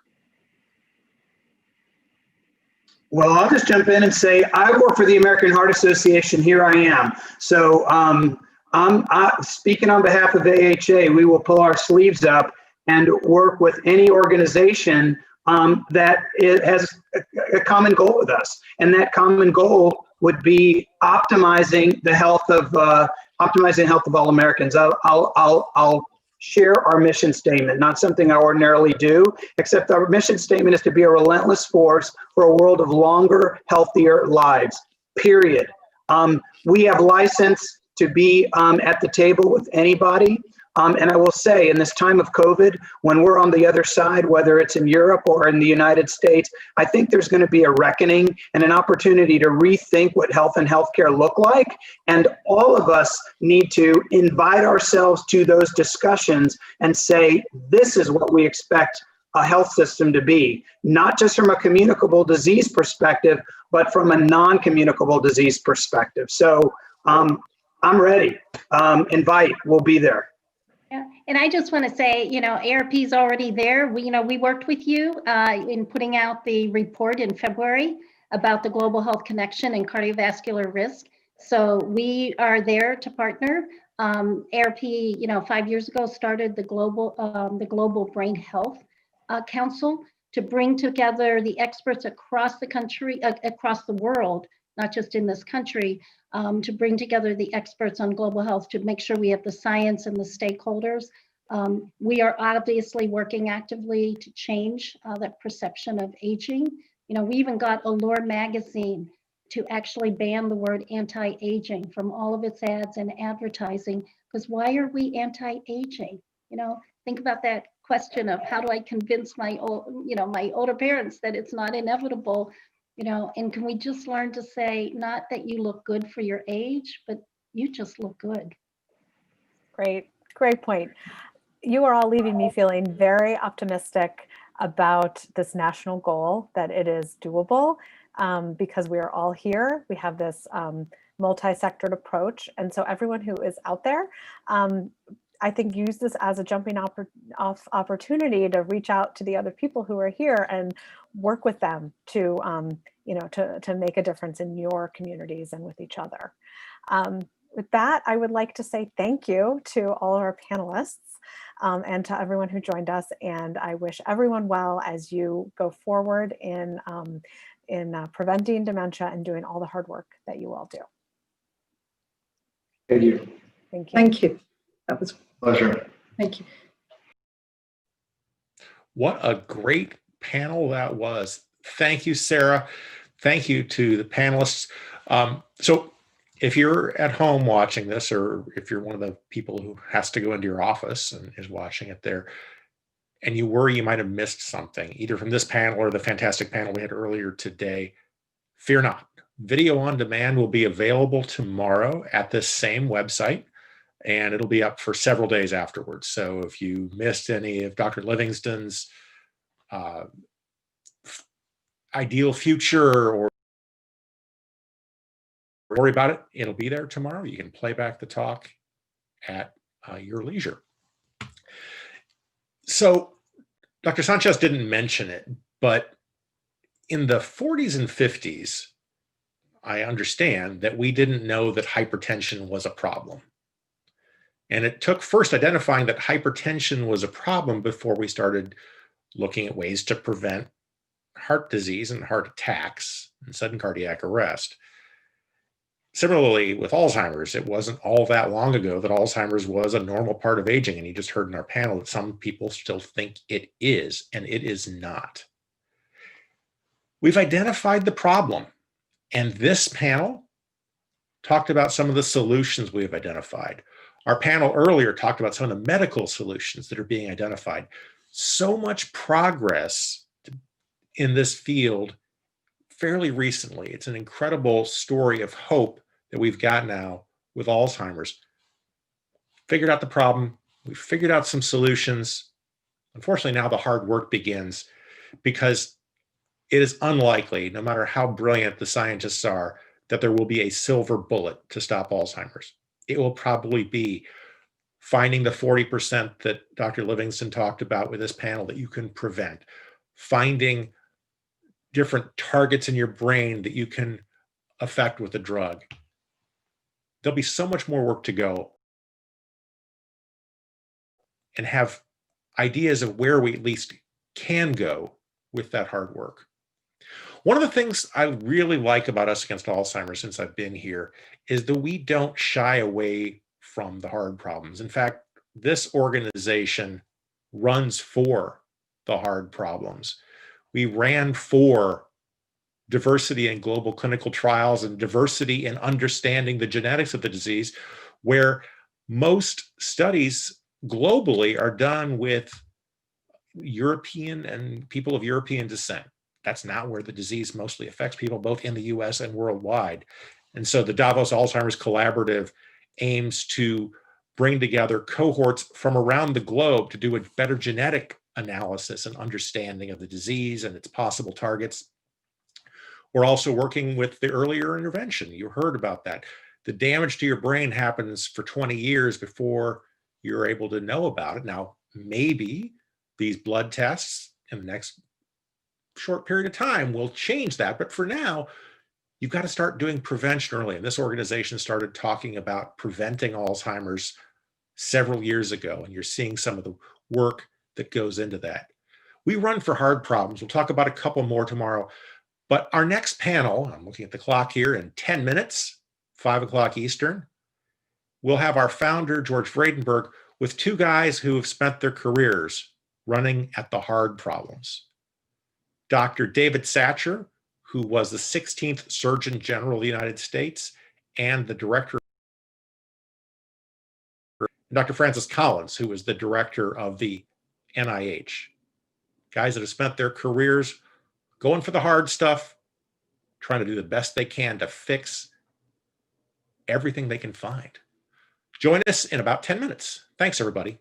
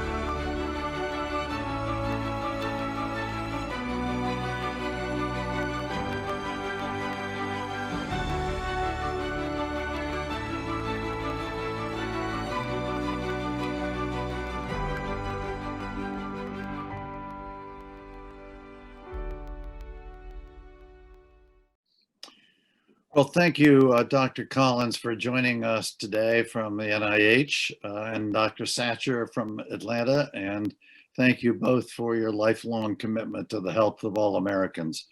Deeply respect your service, your continued service, and your leadership. You both contributed in so many ways to the health of Americans. Dr. Collins with the Human Genome Project, among many other things, as well as your multiple-year commitment to direct the NIH, and Dr. Satcher to the Center for Disease Control, CDC, and to your job as a Surgeon General. So in both those roles, we appreciate your service as well. I want to ask you just a few questions this afternoon in this fireside chat, and I will start with Dr. Collins. Dr. Collins, the Obama administration in 2012 set an ambitious moonshot-like goal to prevent and effectively treat Alzheimer's by 2025. Where are we on that path, the path to that goal, and is that goal within reach? That was indeed a bold step in 2012, because science, as much as we believe in its power, doesn't always follow timetables that we humans want it to, especially when you're wrestling with a condition like Alzheimer's, which is so complicated and so mysterious in so many ways, and has various aspects that we think we understand, but then there's always another layer that we didn't know was there until we look a little deeper. So to come out in 2012 and to say, we're going to get there by 2025, I will tell you honestly, was something that a lot of people in the scientific community were a bit nervous about. Maybe I was too. I think in those next 8 years, we have made substantial progress in understanding the basics of what it is that causes the brain to develop this kind of a dementia. And we have moved in the direction, I would say, of developing therapeutics, but none of them have yet emerged in a way that you could say, we've got something. We are all hopeful that we might be within a year or so of that Biogen monoclonal antibody really getting a view by FDA to see what its likelihood is of being that kind of an intervention that would slow or stop progression. Meanwhile, we have done an enormous amount of work to try to understand all of the pathways that are involved here. And it's not just amyloid, and it's not just tau. And we've developed all kinds of partnerships, like the Accelerating Medicines Partnership, which I'd be glad to talk about in this fireside chat. And we have learned that there are prevention methods that do seem to have strong scientific evidence, most compellingly reduction of high blood pressure from the SPRINT MIND study, which showed that really rigorous control of blood pressure can reduce the occurrence of MCI, minimal cognitive impairment. And that was a good sign that we're on the right track. But there's still a lot of uncertainty about exactly which of these interventions people might want to be taking right now. And I know USAA is very interested in trying to push forward that prevention agenda. Our goal in NIH is to be sure we have the evidence so that when we recommend things to people, we know what the outcomes are going to be. And we're working incredibly hard on that through the National Institute on Aging and other institutes also at NIH. And we appreciate USAA as a wonderful partner over these years in trying to make that research progress happen. Well, thank you, Dr. Collins, for those comments and for your leadership. One of the consequences of setting this goal is that we have been able to get Congress to respond to your professional judgment budget to recommendation every year and to significantly raise the resource that we've been able to apply to Alzheimer's research. And I think just in the last several years, 5 or 6 years, we've actually gone from in the several $100 million a year to almost $3 billion a year. So I think there's a value in having set that goal. And because you have applied those resources so well, I think we are on a path, maybe not at 2025, maybe at 2025, but we'll have 3 or 4 drugs on market, I think, by that period of time. And maybe one of them will really be quite dramatic in its effect size. So, and George, the way in which this increase in resources has happened has really had a dramatic difference in terms of what we're able to support. To see the budget for Alzheimer's research more than quadrupling over this time period. That's never really been done for any disease before. And advocates like USAA have had a lot to do with convincing the Congress that this was the moment to really put the foot down on the accelerator, and you need gas for that. And the Congress has provided that kind of fuel. And that's allowed us to recruit people from all sorts of other areas who probably wouldn't be working on Alzheimer's disease, but they are now because they can see the potential. And that means creating teams of experts with different disciplines, which is often the way that real progress gets made, whether it's in genomics, or whether it's in neuroscience, whether it's clinical trials. All of those things are just revved up now, thanks to that additional infusion of resources that's happened over these last 8 years. It's made a huge difference. Well, I think that has been a partnership that you and I set many years ago when you were looking at down budgets, and you said it was difficult to reorient your budgets in a down environment, and you needed to get into an up environment. Yes. You've gotten there, but that's your leadership for NIH overall. So we've ridden on that coattail, but also persuaded Congress that this is, in the words of the economist, a looming pandemic that needs to be addressed with scale and ferocity. Mm-hmm. So let me turn now, you mentioned prevention activities. Dr. Satcher, you've just written a terrific new book called My Quest for Health Equity. And I'd be curious about how you would make sure that as we go down this prevention path, as well as the therapeutic path, that we make sure that Black and brown populations are addressed, and that we address the social, racial, and economic conditions that put communities of color at greater risk to start with. Well, I think Black and brown populations stand to benefit more from preventive interventions than other populations.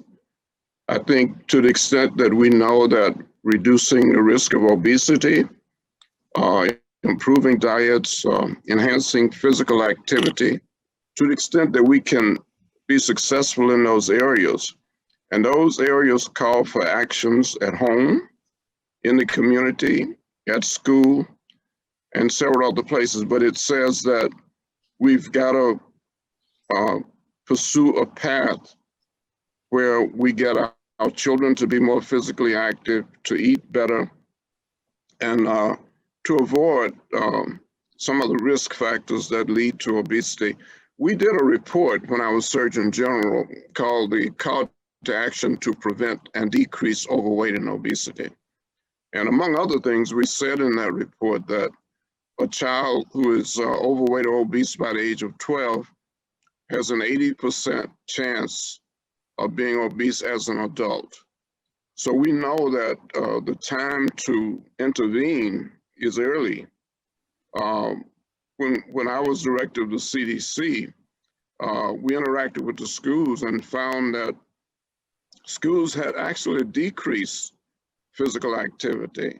Physical education had decreased from 50% of the schools requiring it K through 12 to only 30%. So we were headed in the wrong direction when it comes to appreciating the importance of physical activity and good nutrition.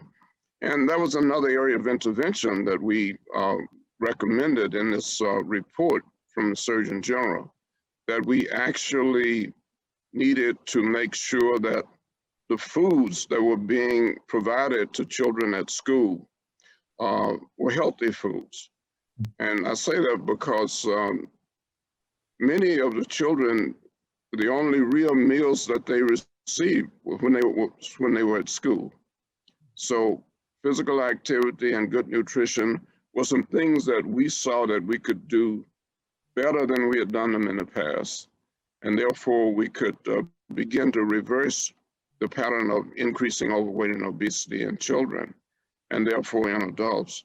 So I think our report, in a way that we released in 2001, is consistent with what the Lancet Commission said about what we could do to prevent Alzheimer's disease. So I think if we intervene with children very early in terms of reducing overweight and obesity, improving diet, physical activity, we can in fact do a much better job of preventing Alzheimer's disease.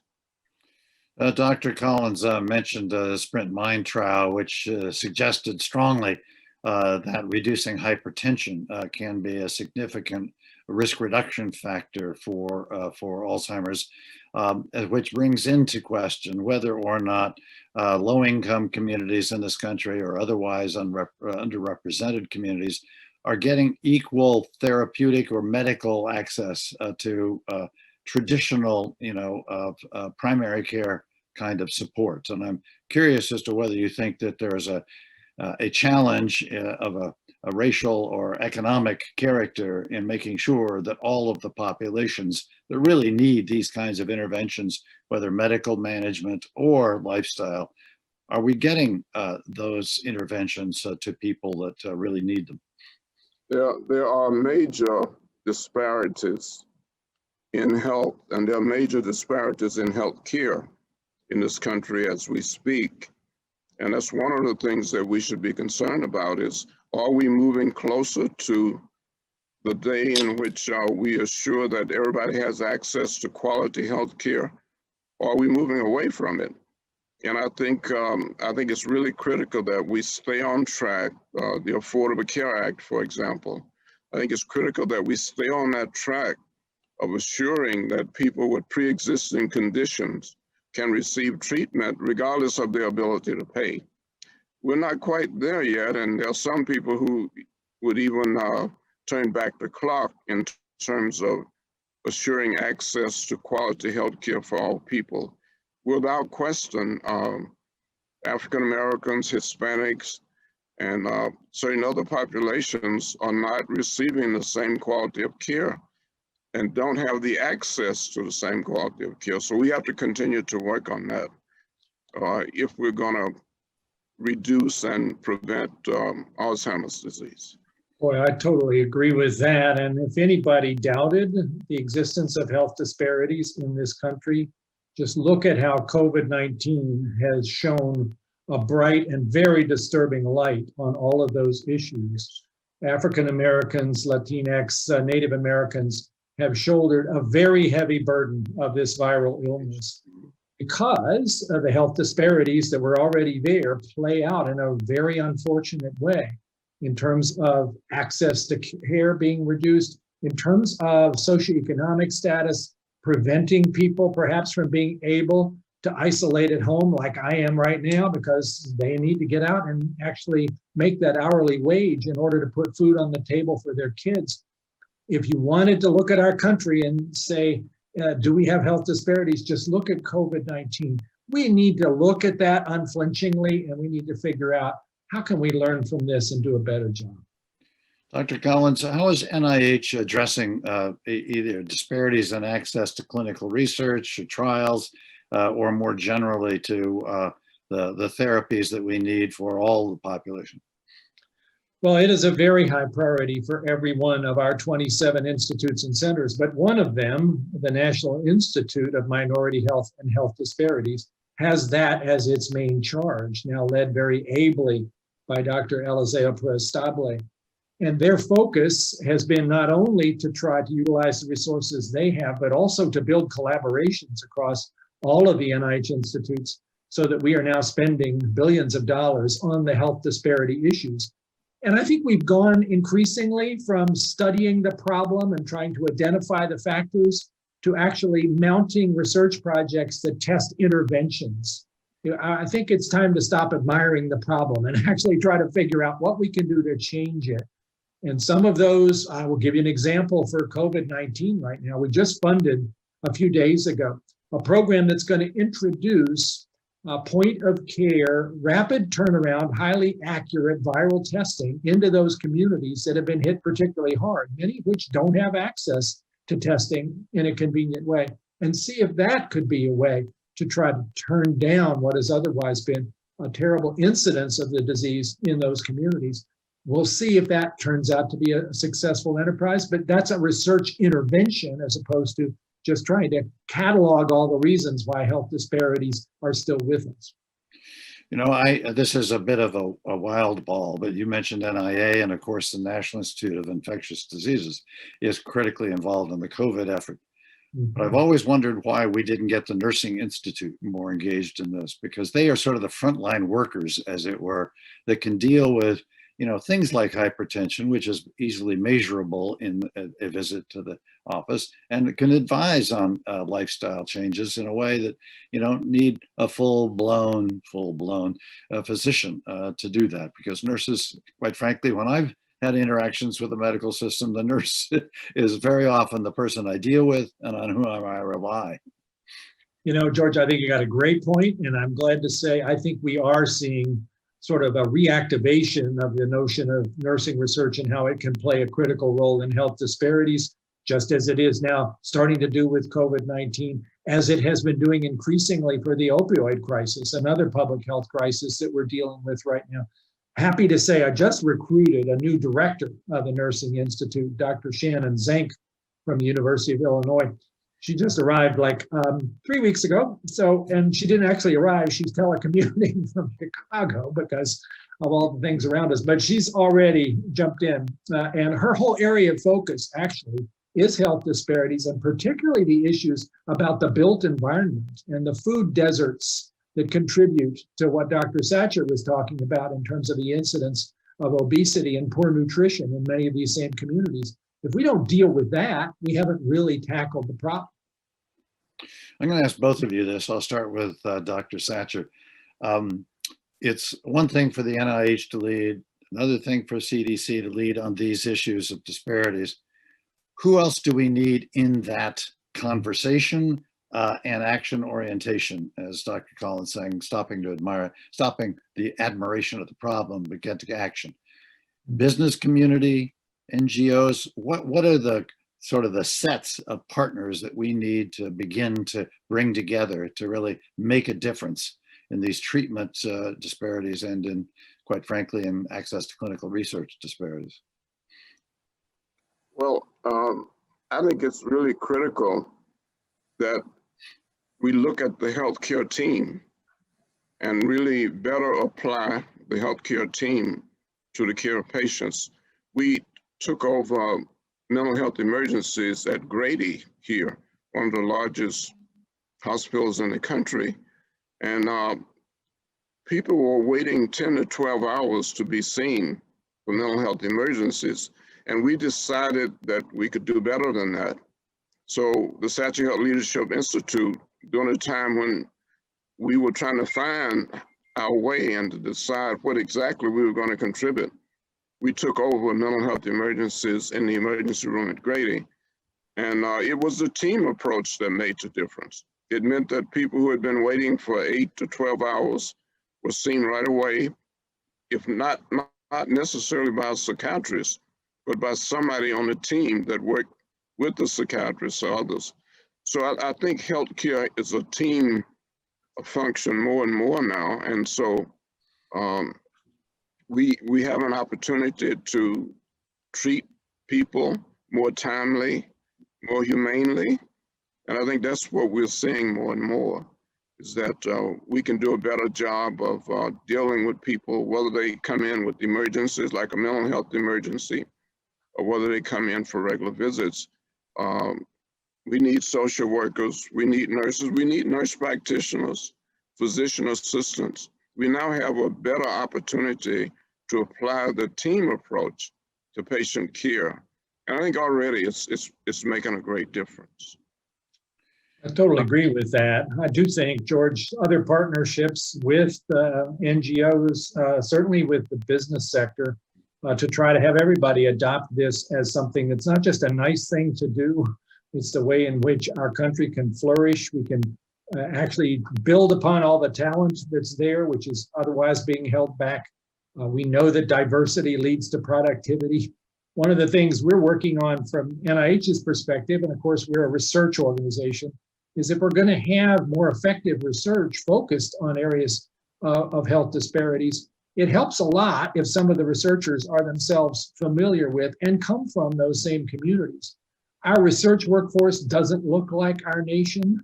It is still woefully undersupplied with talent from African Americans, Latinx, Native Americans. We have actually made some strides on that, I'm happy to say. in the last 6 years. I hired Hannah Valentine from Stanford to be my first chief officer for scientific workforce diversity. And in those 6 years, with a lot of investments and a lot of energy, we have started to see that curve finally, which is sort of sputtering along at way too low a level, start upward. And there's a lot of talent out there, but we are not necessarily creating a welcoming environment for people of color to come and join us as part of our team. We're going to work really hard on that, because I don't see a real answer to health disparity research unless the workforce itself has the representation in an effective way of the groups that we really are trying to do something for. Well, I think that's a critical point.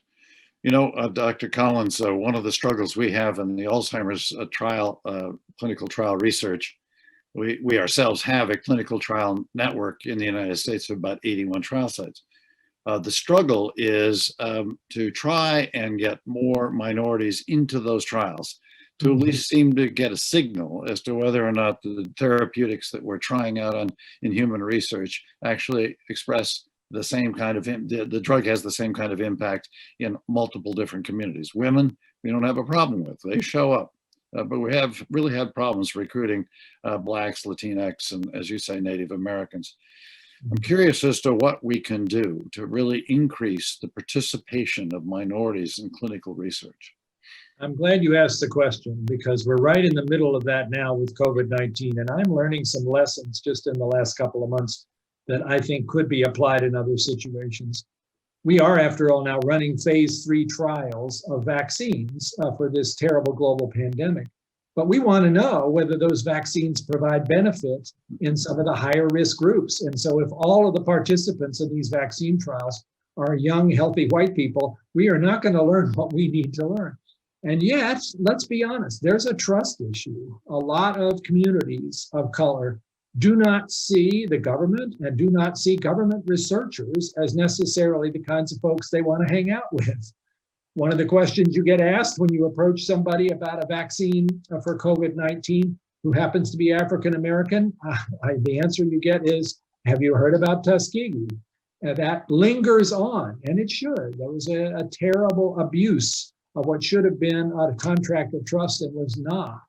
Even though President Clinton apologized for Tuskegee, which was a good thing, that is still a memory that lingers on. So we have a lot of work to do. And that spills over into clinical trials of all sorts, and I'm sure it's true for Alzheimer's as well.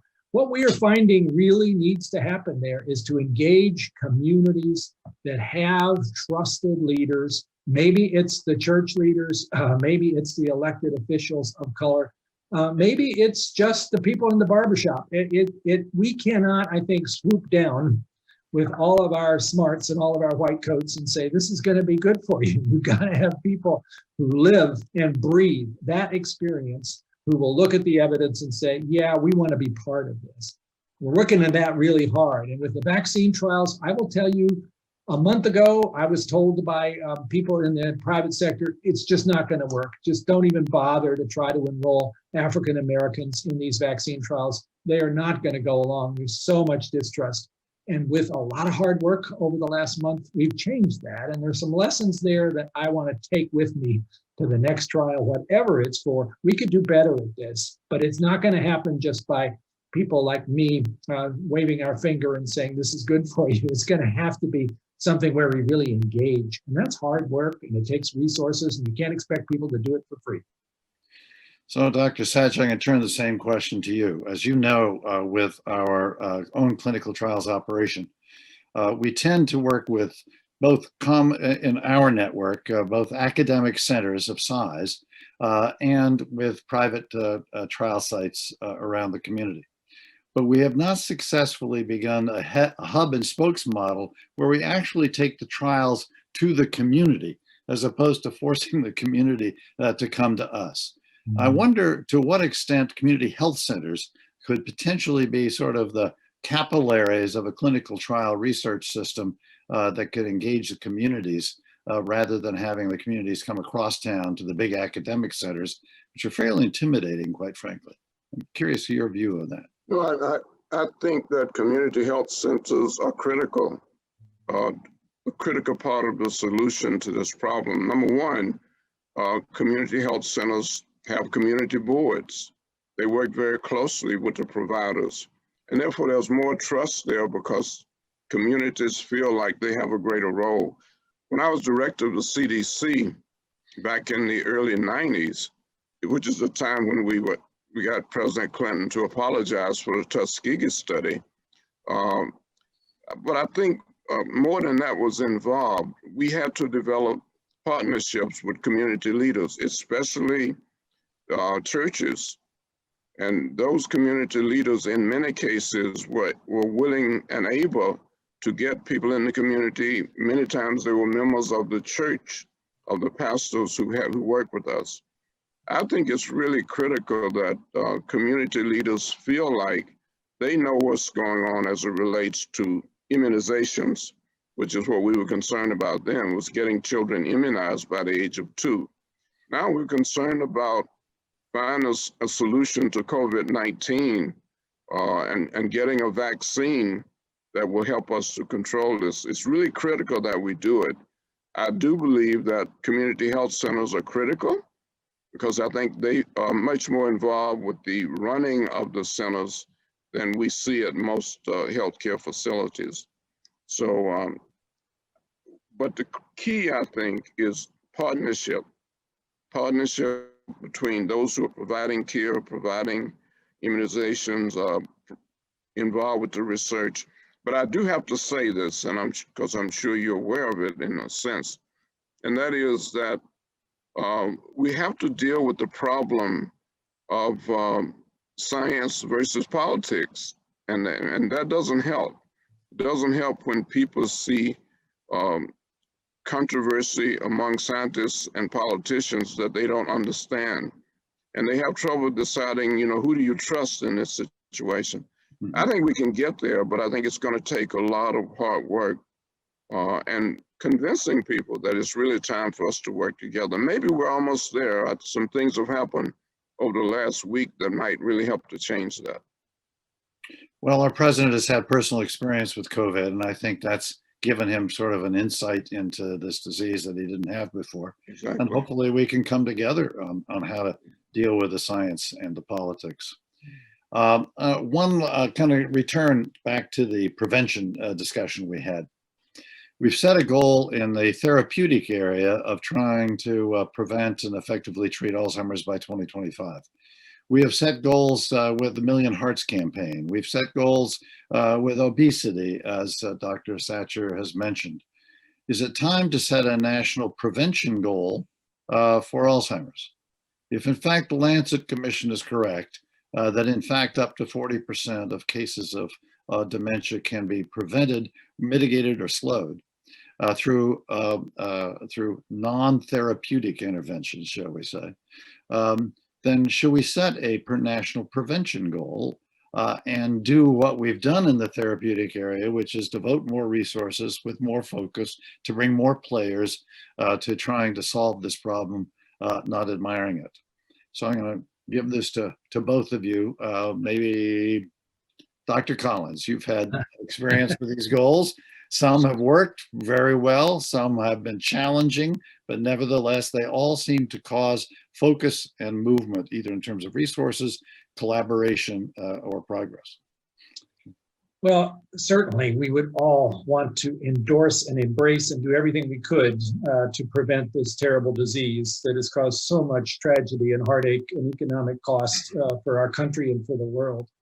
For NIH, I think our part of this would be to try to really develop the most compelling data about the actual benefit of the interventions. There's always this concern that we have that something that's associated with Alzheimer's disease may not necessarily be directly causative of it, and the difference between correlation and causation, which epidemiologists will argue about until midnight, is always a vexing one, but it's one we have to really think about hard. I mean, the good news, if you look at age incidence of Alzheimer's, it's actually been dropping, and that's probably because of some of the things that we'd now like to do even better, like having better education. Isn't that interesting that your educational level of exposure is maybe the strongest prevention against Alzheimer's decades later? I just find that fascinating. Nutrition maybe getting better, at least in some places. Perhaps we have less smoking. Obesity, unfortunately, going the wrong way. now this evidence about hypertension. But let's be sure, if we're going to mount an effort to do this, that it's on the most solid possible scientific ground. And, you know, when AHRQ and the National Academy of Sciences reviewed these data back in 2017, admittedly 3 years ago, they were unable to say confidently that interventions were at this point proven to be prevention. They thought it was encouraging and probably in the right direction, that we could say, yes, let's do that, about physical activity, about cognitive training, and about management of blood pressure. And after that, the Sprint Mind study, I think, really nailed the answer with hypertension and really rigorous management. So let's definitely push that one as hard as we can. But let's also build as much data as we can to show exactly what interventions work. That's the true for what we were talking about, health disparities. It's probably true here for Alzheimer's prevention too. Let's get the data. No, I think it's important, if we set a goal, that we align it with a series of efforts to actually identify the interventions that are most effective, but not wait to make the perfect the enemy of the good either. So Dr. Snatcher, what is your view on this notion of setting a national prevention goal? I like it. I mean, I think setting goals is important, and I think measurable goals, and I think it helps everybody to be on the same track. We, back in 2001, when this report came out, we worked very closely with the schools because, as I said earlier, many schools had stopped requiring physical education K through 12. And so kids come from communities where it was not necessarily easy to find a safe place to play were not that physically active.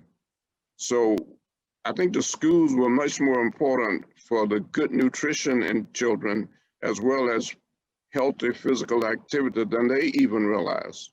And so we really pushed to get schools to return to physical education K through 12 and to get good nutrition as a part of the plan of the school.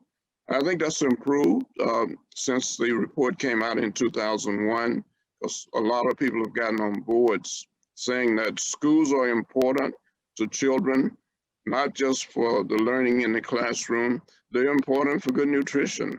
They're important for healthy physical activity, safe places to play. And that's, again, a part of the disparities. There are children who live in communities where there's no safe place to play. There are children who don't get good nutrition at home. And if it were not for school nutrition, they would suffer even more than they are now. So we have an opportunity, I think, here to move forward on those fronts. And I hope we will do it together. Well, thank you very much, Dr. Satcher. Thank you very much, Dr. Collins, for being with us this afternoon. And again, thank you for what you do every day of your lives in order to advance the health of Americans. Appreciate very much your time with us. Thank you. Thank you, George. Thank you.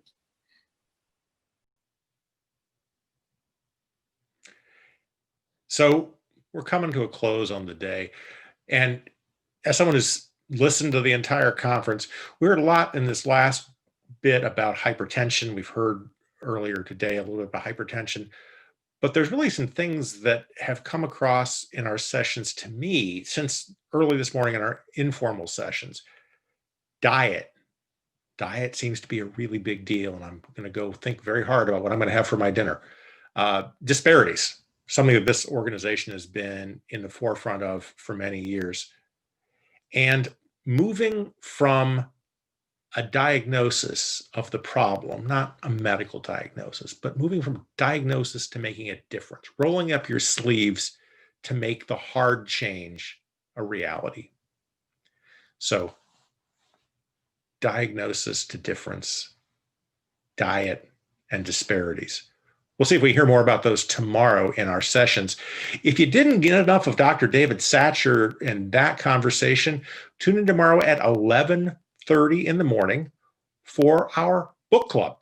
Dr. Satcher and Diane Rehm will be interviewed about their two books. That's, again, 11:30 Eastern tomorrow, talking about their two respective books. At 12:45 then, we do a coaching session on how to do advocacy. And you heard at the beginning of this last session Dr. Collins talk about how important the increase in funding for NIA and Alzheimer's research has been in making a difference in this disease. There are so many other things that we can advocate for in Alzheimer's and Alzheimer's caregiving. So tips on advocacy, how to be an effective advocate, especially in this time where face-to-face advocacy is not really happening in most places. So 12:45 tomorrow afternoon Eastern, we'll be learning. Our next town hall then happens at 2 o'clock, titled No Access, No Justice, addressing systemic racism.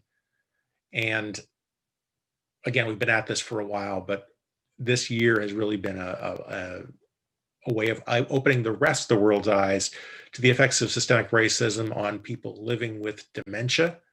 And when you couple that with a pandemic, how terrible the health outcomes can be for so many people. Which brings me to the last thing that'll happen tomorrow afternoon, 3:30. Our last town hall is about what can we learn from COVID for the next pandemic, and what's the intersection we have right now with COVID and people living with dementia. You know, officially, the count of people dying from Alzheimer's in the US is much smaller than the likely count that we were able to determine from some research we did a few years back. I think the official number is something like 150,000, 500,000 in the US, which means that more people will die in 2020 with Alzheimer's disease than will die with COVID. Let that sink in for a second. More people will die with Alzheimer's disease in 2020 than will die with COVID. It's a big problem, and we need to bring big resources to bear. Thanks for joining us. Tomorrow afternoon, after our final panel about COVID and the pandemic, we will do a quick wrap up and then shift to our gala. Everybody's invited. Joanne Jenkins, the CEO of AARP, and TV's Mandy Moore will join us, and a number of other people, for an interesting and, I guess, uplifting, which is hard to do these days, evening. So join us starting tomorrow, 11:30. First town hall starts at 2, and then our gala tomorrow at about 7:30 Eastern. Thanks everybody for joining us today. Look forward to seeing you tomorrow.